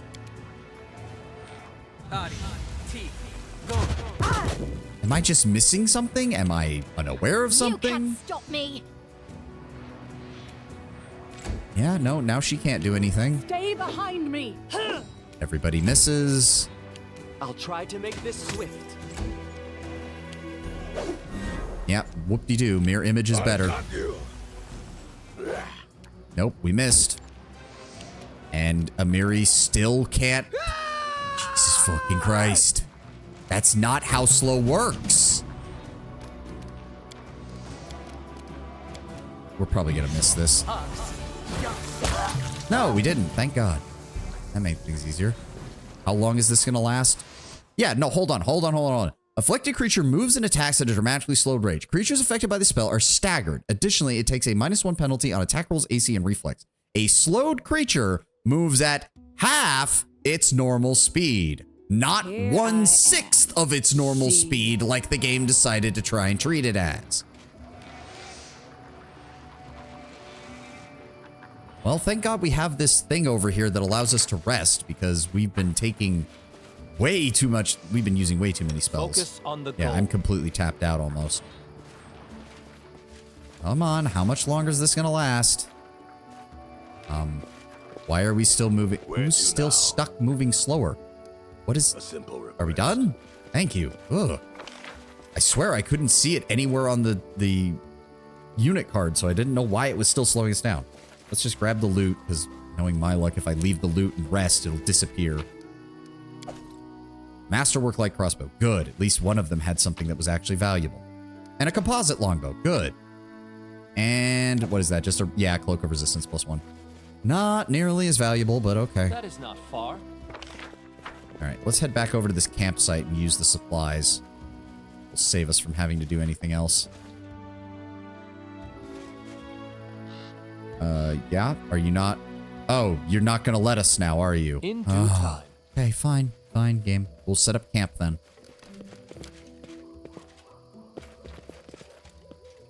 Half of our camp is inside the ground for some reason. All right, rest. 8 hours. Do it. Are you gonna scream at Tristan again? Meg, you silly goose. What's up with you? Oh, we actually... Oh, wow. We managed to find 2 rations rather than 0. Oh, my fucking God. Okay, so... Tame giant spider? I'm sorry, what? Well, I'm already dying. Tristan is already dying. Much longer. Valerie is dead. Or just... She... What the... Okay. What the shitballs did we just get hit by? Let's try this way. Okay, that didn't do much. They don't get to... I mean, we can... Okay, she at least stood up. Now it's the question of... Okay, let's try to color spray this to keep it from killing her. No, it has spell resistance, because of course it fucking does. And we're... Oh my God, we're taking a bunch of attribute damage, which is almost impossible to get rid of.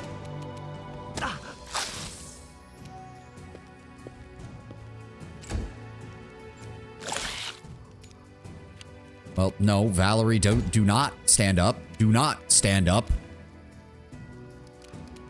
And Ragongar, do you even have any spells left?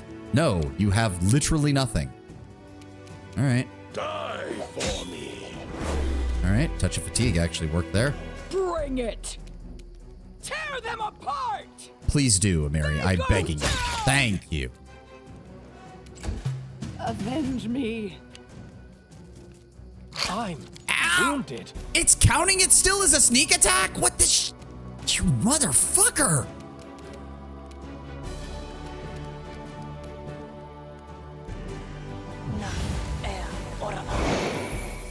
Did that actually work? Holy shit, it actually worked. Okay, let's attack you. This should do it. He's dead. Thank you. Take your 5-foot step and get away from that thing. We haven't actually... Yeah, we have not dealt any damage to it, so I can just go ahead and use this. Which at least deals some healing. Do not. Well, I guess you can stand up now. But how much damage did she take? Dexterity damage, and it doesn't tell you how much until you check the chart, so it's kind of useless. Let us strike as one. Well, at least you did damage. Doesn't wear armor. Wait, what? Did it take her? What do you mean? I'm confused. Doesn't wear armor. Oh, it's because we were attacked while we were resting, of course. Bleed for me. Yeah, it took me a second. How much fucking health does this thing have? All right, well, rage and hit it. Thank you, Amiri. Kill it. Yes. 67 HP. And we're still taking more damage. Well, let's see. I lost 4 points of dexterity. Amiri lost 2 points of strength and 2 points of strength. And she lost 5 points of dexterity. Yeah, you know, just stuff that you can't recover very easily and requires massive amounts of healing in order to get rid of. You know, just small things like that. Fuck you, game. And of course now she's completely out of goddamn. There's still poison. Come to our rescue, Tristan. No, she saved. Yeah, no, we got the saves are not the problem. It's just that once it's in there, the initial damage that you take is often massive. All right, if we use Heavenly Fire, wait a second. This ray heals good creatures, so not me, not Amiri, not Tristan, not Ragongar, and only Octavia. Oh, great. So never mind, it's no use there. All of our spells have been used. We don't have anything left there. I am prepared. I can use my single use of Lesser Restoration and not even remove the full, fuck. I couldn't die once because he got poisoned with con damage and failed save after save after save, and I didn't notice till after the fight. Yeah, luckily the Constitution ones are a lot rarer, but God. Share your trouble. I don't even think we stocked up on that many restoration items. Why are these not stacking up? Just stack them up, please. There we go. We do have a couple, which is better than nothing, I suppose.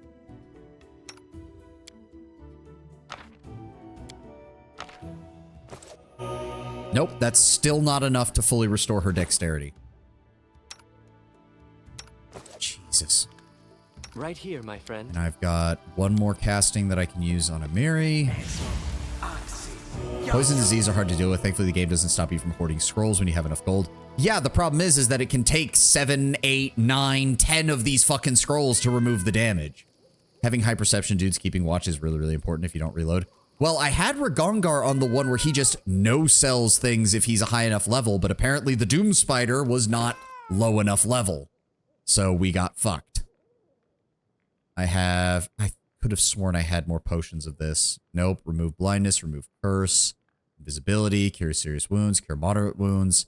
Nope. We don't have anything else that can restore ability damage. Okay. And I think we've used quite literally everything that could possibly be used to heal. Yep. Yep. Nope. He's got nothing. Delay poison is very forgiving in this. My first RPG had slow poison. It did just that. Slow it till the spell wears off, and then you died. Alright, please go back to bed, please.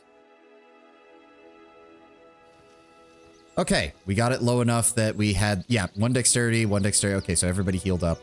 This piece of shit can go rot for all I care. All according to plan. Yeah, we're just gonna have you encounter a Doom Spider who gets free sneak attacks on you the second he gets into combat. I hope you enjoy your 30 plus damage that you cannot mitigate in any way because it's sneak attack. Follow my lead. And the worst part is I'm pretty sure that there's more spiders in this area.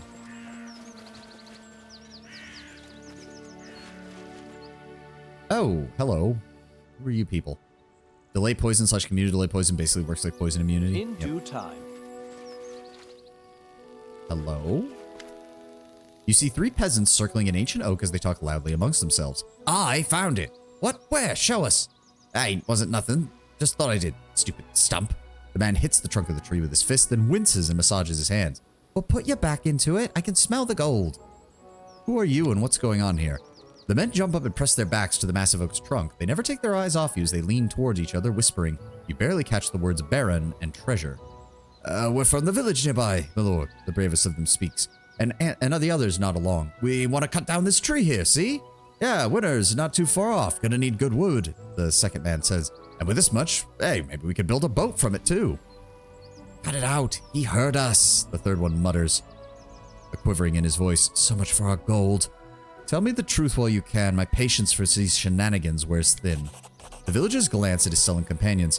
We were searching for gold, my lord. A traveling bard spent the night in the village, told us tales about big fights and barbarians and chieftains who led their hordes here long ago. And at the end, he said he knew where the barbarian chieftains buried and promised he could show us. We paid him 2 gold. He wanted 3, but we only managed to get 2, and he told us. Barbarians. Let me see if I can think on this. You can't recall anything useful about ancient barbarians roaming these lands, but you're positive something interesting can be found under the tree. The villager impatiently waits your reply.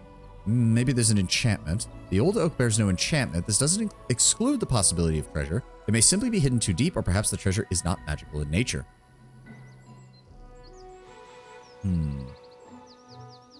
Are you not worried about wandering these lands? It can be quite dangerous.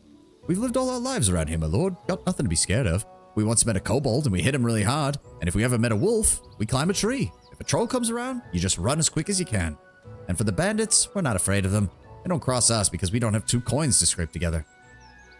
Well, these lands are mine or soon will be. You have my permission to fell the tree. Let's see what's hidden beneath it. Right you were, Calvert. Should have told the Baron about the treasure. Time to flee the Baron, I say. With a Baron like that, we'll never get any treasure. I mean, I was going to offer to split some with you as a finder's fee for your glorious efforts of making my realm a better place, but you all decided to be assholes, so maybe I won't give you nothing. After several hours of digging and chopping, the ancient tree finally yields. The oak creaks indignantly as it is uprooted and falls aside, its remaining roots dangling in the air. There's nothing under the tree but several worms and a mole den. Nothing here. What happened? Did he lie to us?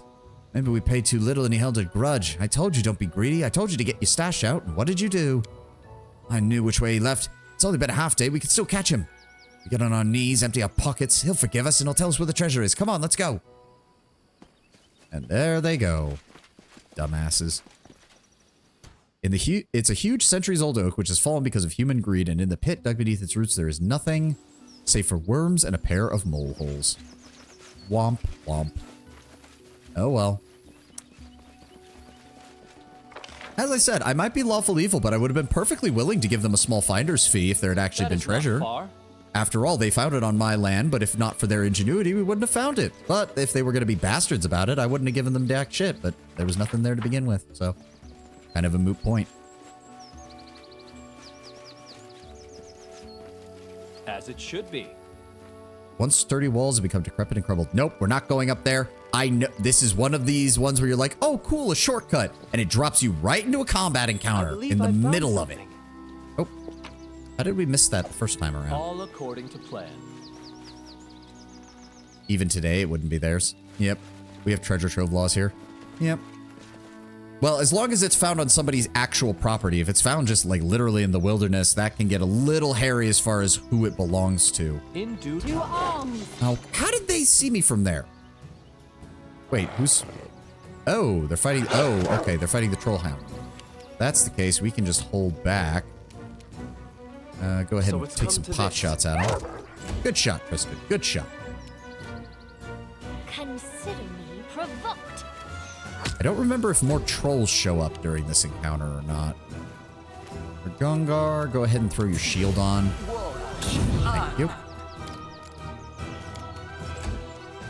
I need to make sure my claws are on. I do get 4 casts of this. I mean, why not? Get blasted. Oh, now the troll hound's gonna come for me, isn't he? Oh no, he's going after the wolf. That works for me.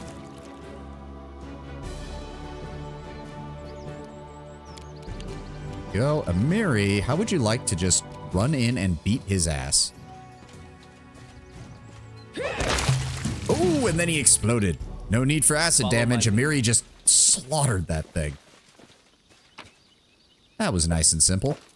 1 fireball, 1 charge, no other resources expended. Oh, Look! Hey, 200 gold. That is not far. Ah, doing good. We're doing good. Long way to level 7, unfortunately. 10,000 more experience, but we're getting there. Luckily, we are at the portion of the game. God damn it, I forgot there were trolls up here. In due time. We are at the portion of the game where we start getting more quest experience rewards as time goes on. Okay, yep. Let's go ahead and stealth. They'll never see me coming. Let me see if we can... I'm pretty sure there's multiple trolls over here, if I All recall. according to plan. Well, if there are, then that's a problem, but oh well. Mary, come over this way. Or Gongar, go wide. Use 2 Tristan. Ready and willing. No mistakes. Should we just... Yeah, I mean, we're kind of at that level where just opening with a fireball is never a bad idea, really. Wish there was another way. There we go. Really, is he the only one? Okay, that might have been a bit of a waste then if he's the only one there. Charge. Oh no, he has troll hounds. But it doesn't matter, because he was on fire and now he's dead. Alright, Valerie, I'm gonna need you to move up, otherwise Amiri's gonna be drawing way too much attention. Octavia... I don't think you can even get in range to shoot. There we go. Maybe? This is for you. Nope, not this turn. Kristen, I already know you're not going to be able to either, so let's just move as far as you can. Gongar, same problem. Just move up. How many troll hounds does he have with him is the question. And should I just have Amiri charge again? Because there's kind of no reason not to. Yeah, fuck it. It's also very fitting for Amiri. She sees a troll, she charges and kills it. She sees a troll hound, she charges and kills it. Go. Octavia, I'd appreciate it if you could kill that one, though. Okay, it's at least down. It's not fully dead, but it's at least down. And that one's distracted with Valerie. Good. Can we get... Really? Wait, no. Oh, the troll hounds count as pure neutral too. Fucking. He does have acid splash. He should be able to get in range to use it. There we go. That's another problem taken care of. And then I am all the way in the back because I didn't get the bonus turn. Nope. Too far for that. About level 2 spells. Acid arrow? Yeah. Nice. And that should last plenty of time to cause damage to him. For Gongar, just move up here. Amiri, charge again. Always be charging. The finder is usually recompensed with the buried treasure owned by the state. As it should be. I know some places have it being slightly different, but yes, in general, that is usually how things go. I did as you asked. Hey, scroll of fireball and another dwarven helm shard. In due time. What did the troll drop? Oh, just basic treasure. All right, we're almost at the end of this area, and just in time, because we're just about done with the stream today. Mostly exploration today, a little bit of story progress. We'll see where we get tomorrow about this, but quests are not something that you actually do that often in Pathfinder, or at least not in the Kingmaker. Most of the quests are just kind of things you pick up and finish by the end of the area. I don't remember how much... Oh. If I recall correctly, you actually have to be very careful because the perception check for this area is very high. And if nobody spots it, then we have to do this all over again. Worn parchment. On the ancient parchment are words written by a feeble hand, discolored with age and barely visible. Every morning I wake up as a 20-year-old boy. It is the best morning of my life, for today is the first time I take over the post of the watchtower of the Great Shield Road. Every morning I open my eyes and see the tower in ruins. Horrified, I grope my gray beard with my gnarled fingers and slowly realize that there is no Shield Road anymore. It has been this way for more years than I can count. I am older now than when decrepit Gaugen was when he died, left me alone. Unforgiving time has eroded both the stones of the tower and of my flesh and mind. The holy statue of Torag is the only thing time itself dares not touch. I do remember that it is my duty to guard something hidden inside the statue, but I don't remember what exactly. The key I wear around my neck, the Langabuk's golden cog, is as heavy as an anvil. Where is the Waradash white cog? I don't remember. What happened to the Skedgy's red cog? when its keeper Galgan died, I just don't know. Every morning I go around the neighborhood looking for people. I haven't seen any for years, neither traders nor bandits.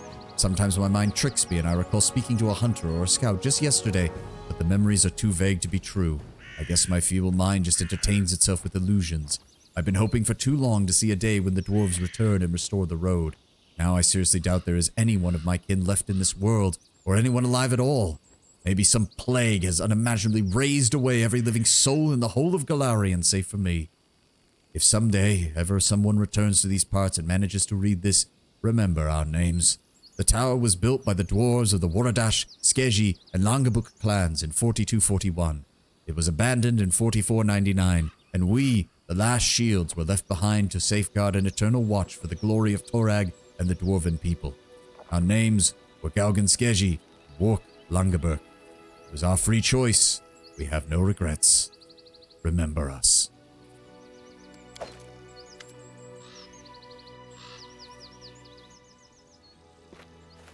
Oh, they changed it. I remember this used to be a passive perception roll, and a lot of people had to quick save and quick load this area to get anybody to notice it. Please make it. Oh my fucking god, we...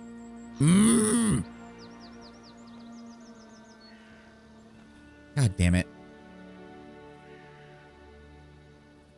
Try to put a cog inside the mechanism. We don't have it. We need to find all three.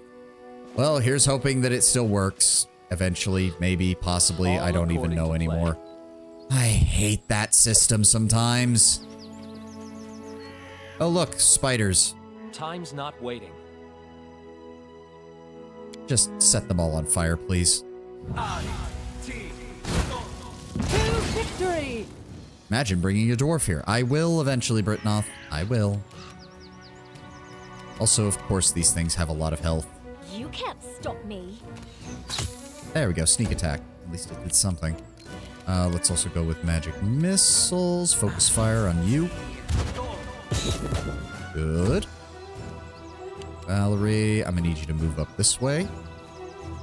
Ah, there's the other one. Miri. Please, there we go. Charge. Goodbye. That's one down. 3 to go. Gongar, go ahead and move up. Ah. And you can't really do anything. Just stick near Val. Oh, there's another one. And, okay, she made the fortitude save. That's good. Consider me provoked. And you missed. Worthless. And Tristan, I'm gonna need you to... Let's go with Bone Shaker. Good damage. 19.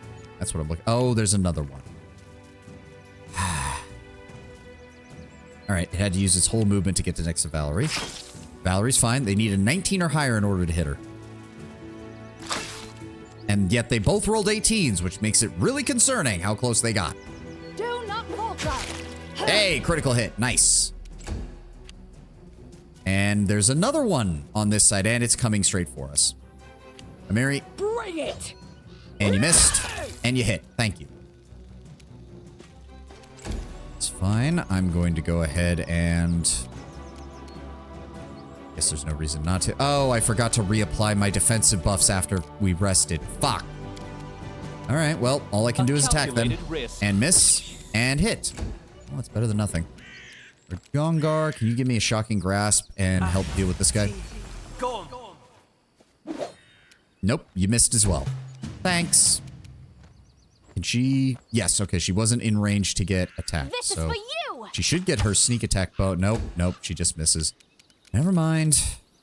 Where's that short bonus? Go ahead and give that to Valerie. Yep, lasts for 1 round. Good, they missed. They missed. And they missed. Nice. All right, Valerie just keeps swinging away. Nope, you missed and you missed. You missed by 1 on both attacks.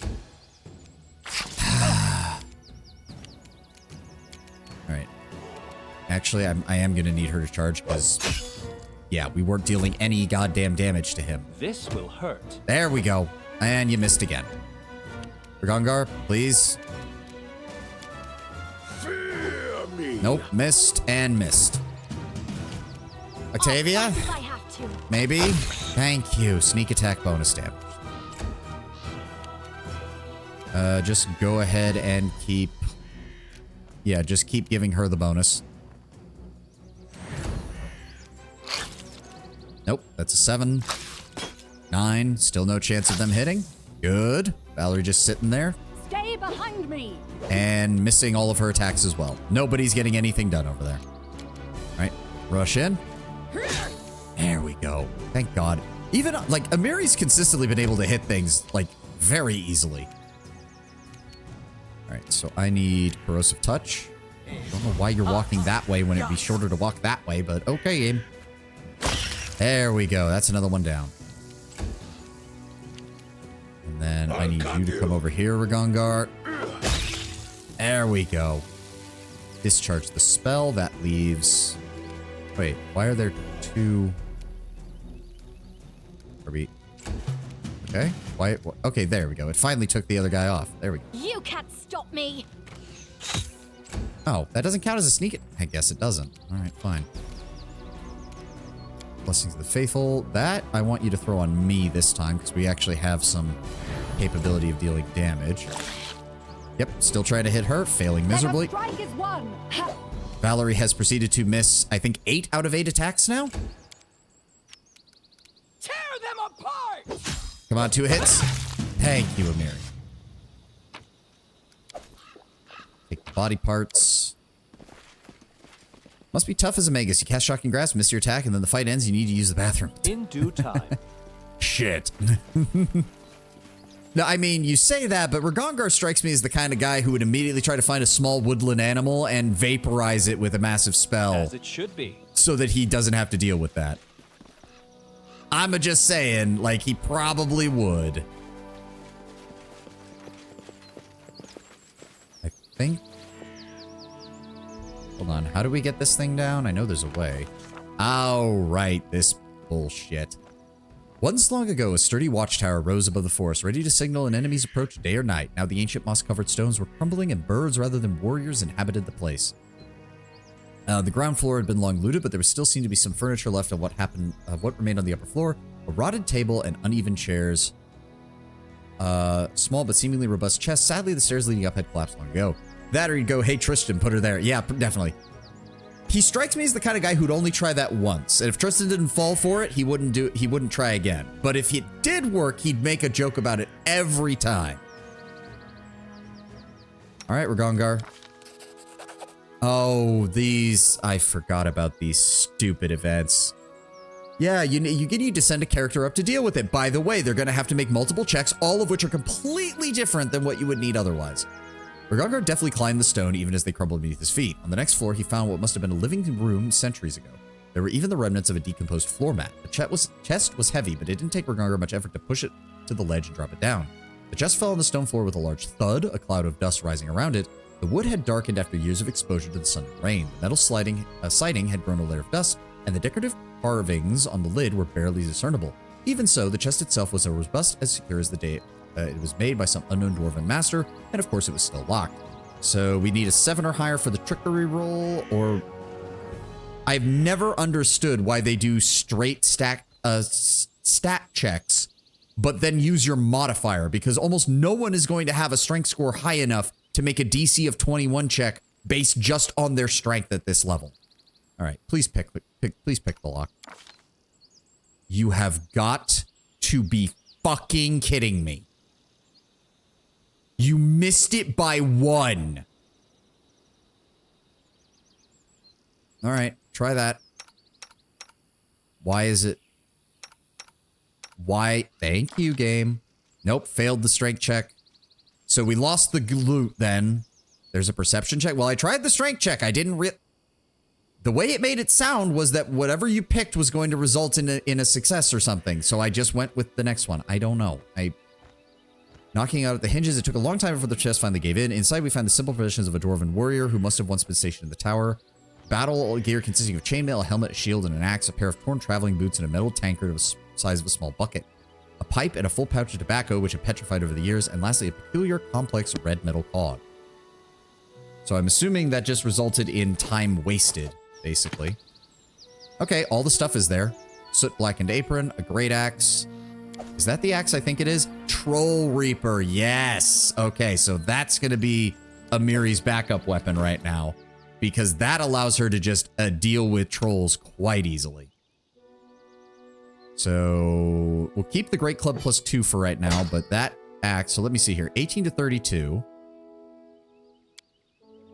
Or 18 to 34. Yeah, so that is officially better than her bastard sword. And it deals acid damage. Any acid damage you can do that doesn't take up your turn is good. Exactly. Corrosive, enchantment +1. Very nice. That is not far. I think we have all the cogs now. We should. Yep, we do. White cog, red cog, and gold cog. Just in time to finish up for the day.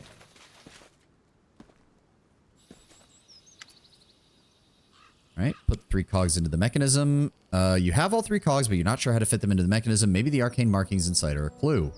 All right, would you like to not fail this one, Octavia? Thank you.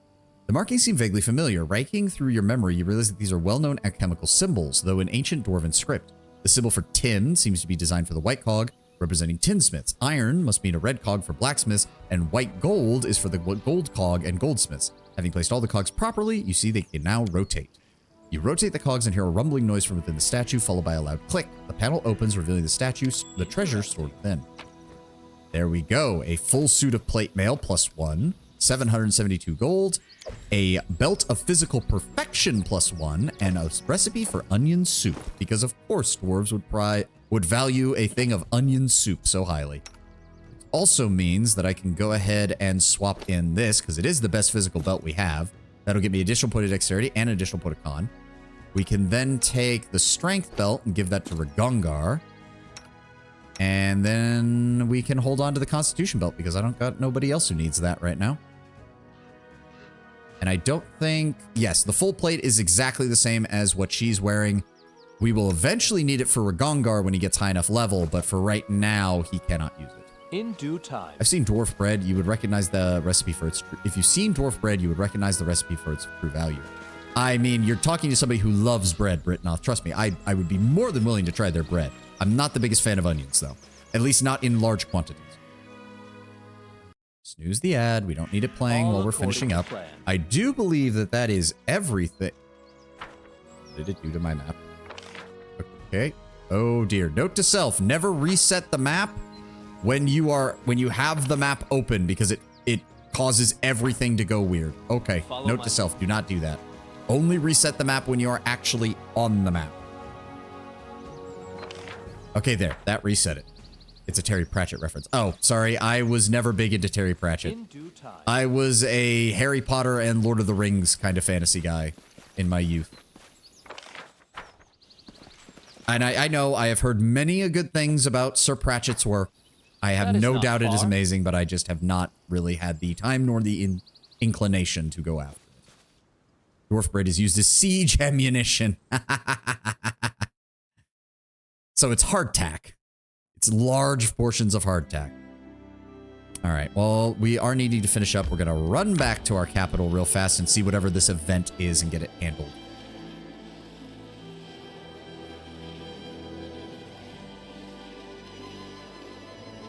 Oh, I hate traveling through the gnarl marches. It takes forever to get anywhere.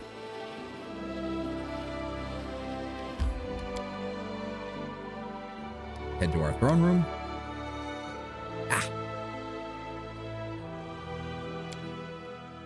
All right, what event do you have for me, game? Oh, wait, what? Oh, is it not going to show up until I actually access it on the map? Oh, problems to solve and opportunities to seize occur from time to time in your domain. These events may increase or decrease your barony stats, so don't forget to look them up. At the bottom of all current events are listed at the bottom of the screen. An event may be addressed by the relevant advisor. To assign a task to an advisor, click the frame on the right side of the event card. The character in charge, yep, okay. Every event has a difficulty level. To resolve the event successfully, you must roll a number higher than the difficulty. Yep, it's a standard check. The advisor's post ability is added to the dice roll. The barony stat the advisor is responsible for adds another 2 points per rank to every roll. And right now we have a mysterious cult. A mysterious cult promoting idleness and debauchery has emerged in the region. This deprivation must be stopped.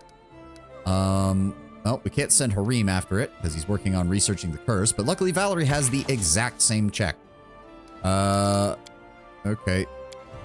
So let's see here. We have a 65% chance natively, or we can bump that to a 90. And unfortunately, we kind of need to because with the way these things go, yeah, the +3 to community on successor tribe. You really have an incentive to always succeed at these because failure will lead to negatives, which will lead to making it being harder to do your roles in the future, which will lead to more negatives, which will lead to the collapse of your entire kingdom if you're not careful enough. So we're going to go ahead and use our crisis point, start the event. It'll take 18 days for her to finish that. Good God.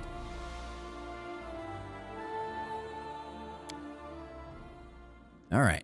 Last thing I want to do, we're going to go ahead. So if we have another suit of full plate, then we don't need the half plate, and I can sell that. And as for these, we can go ahead and throw these in here.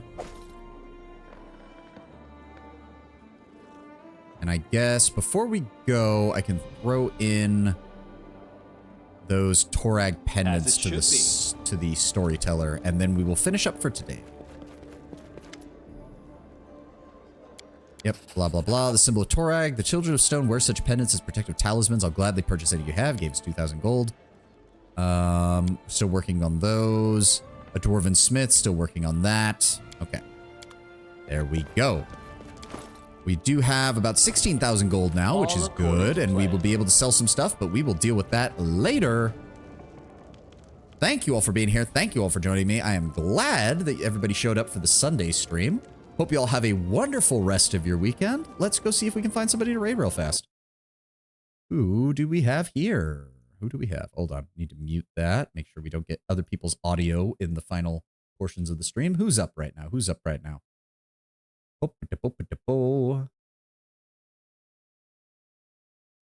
There is a couple people who are on who I recognize. Who do we want to raid?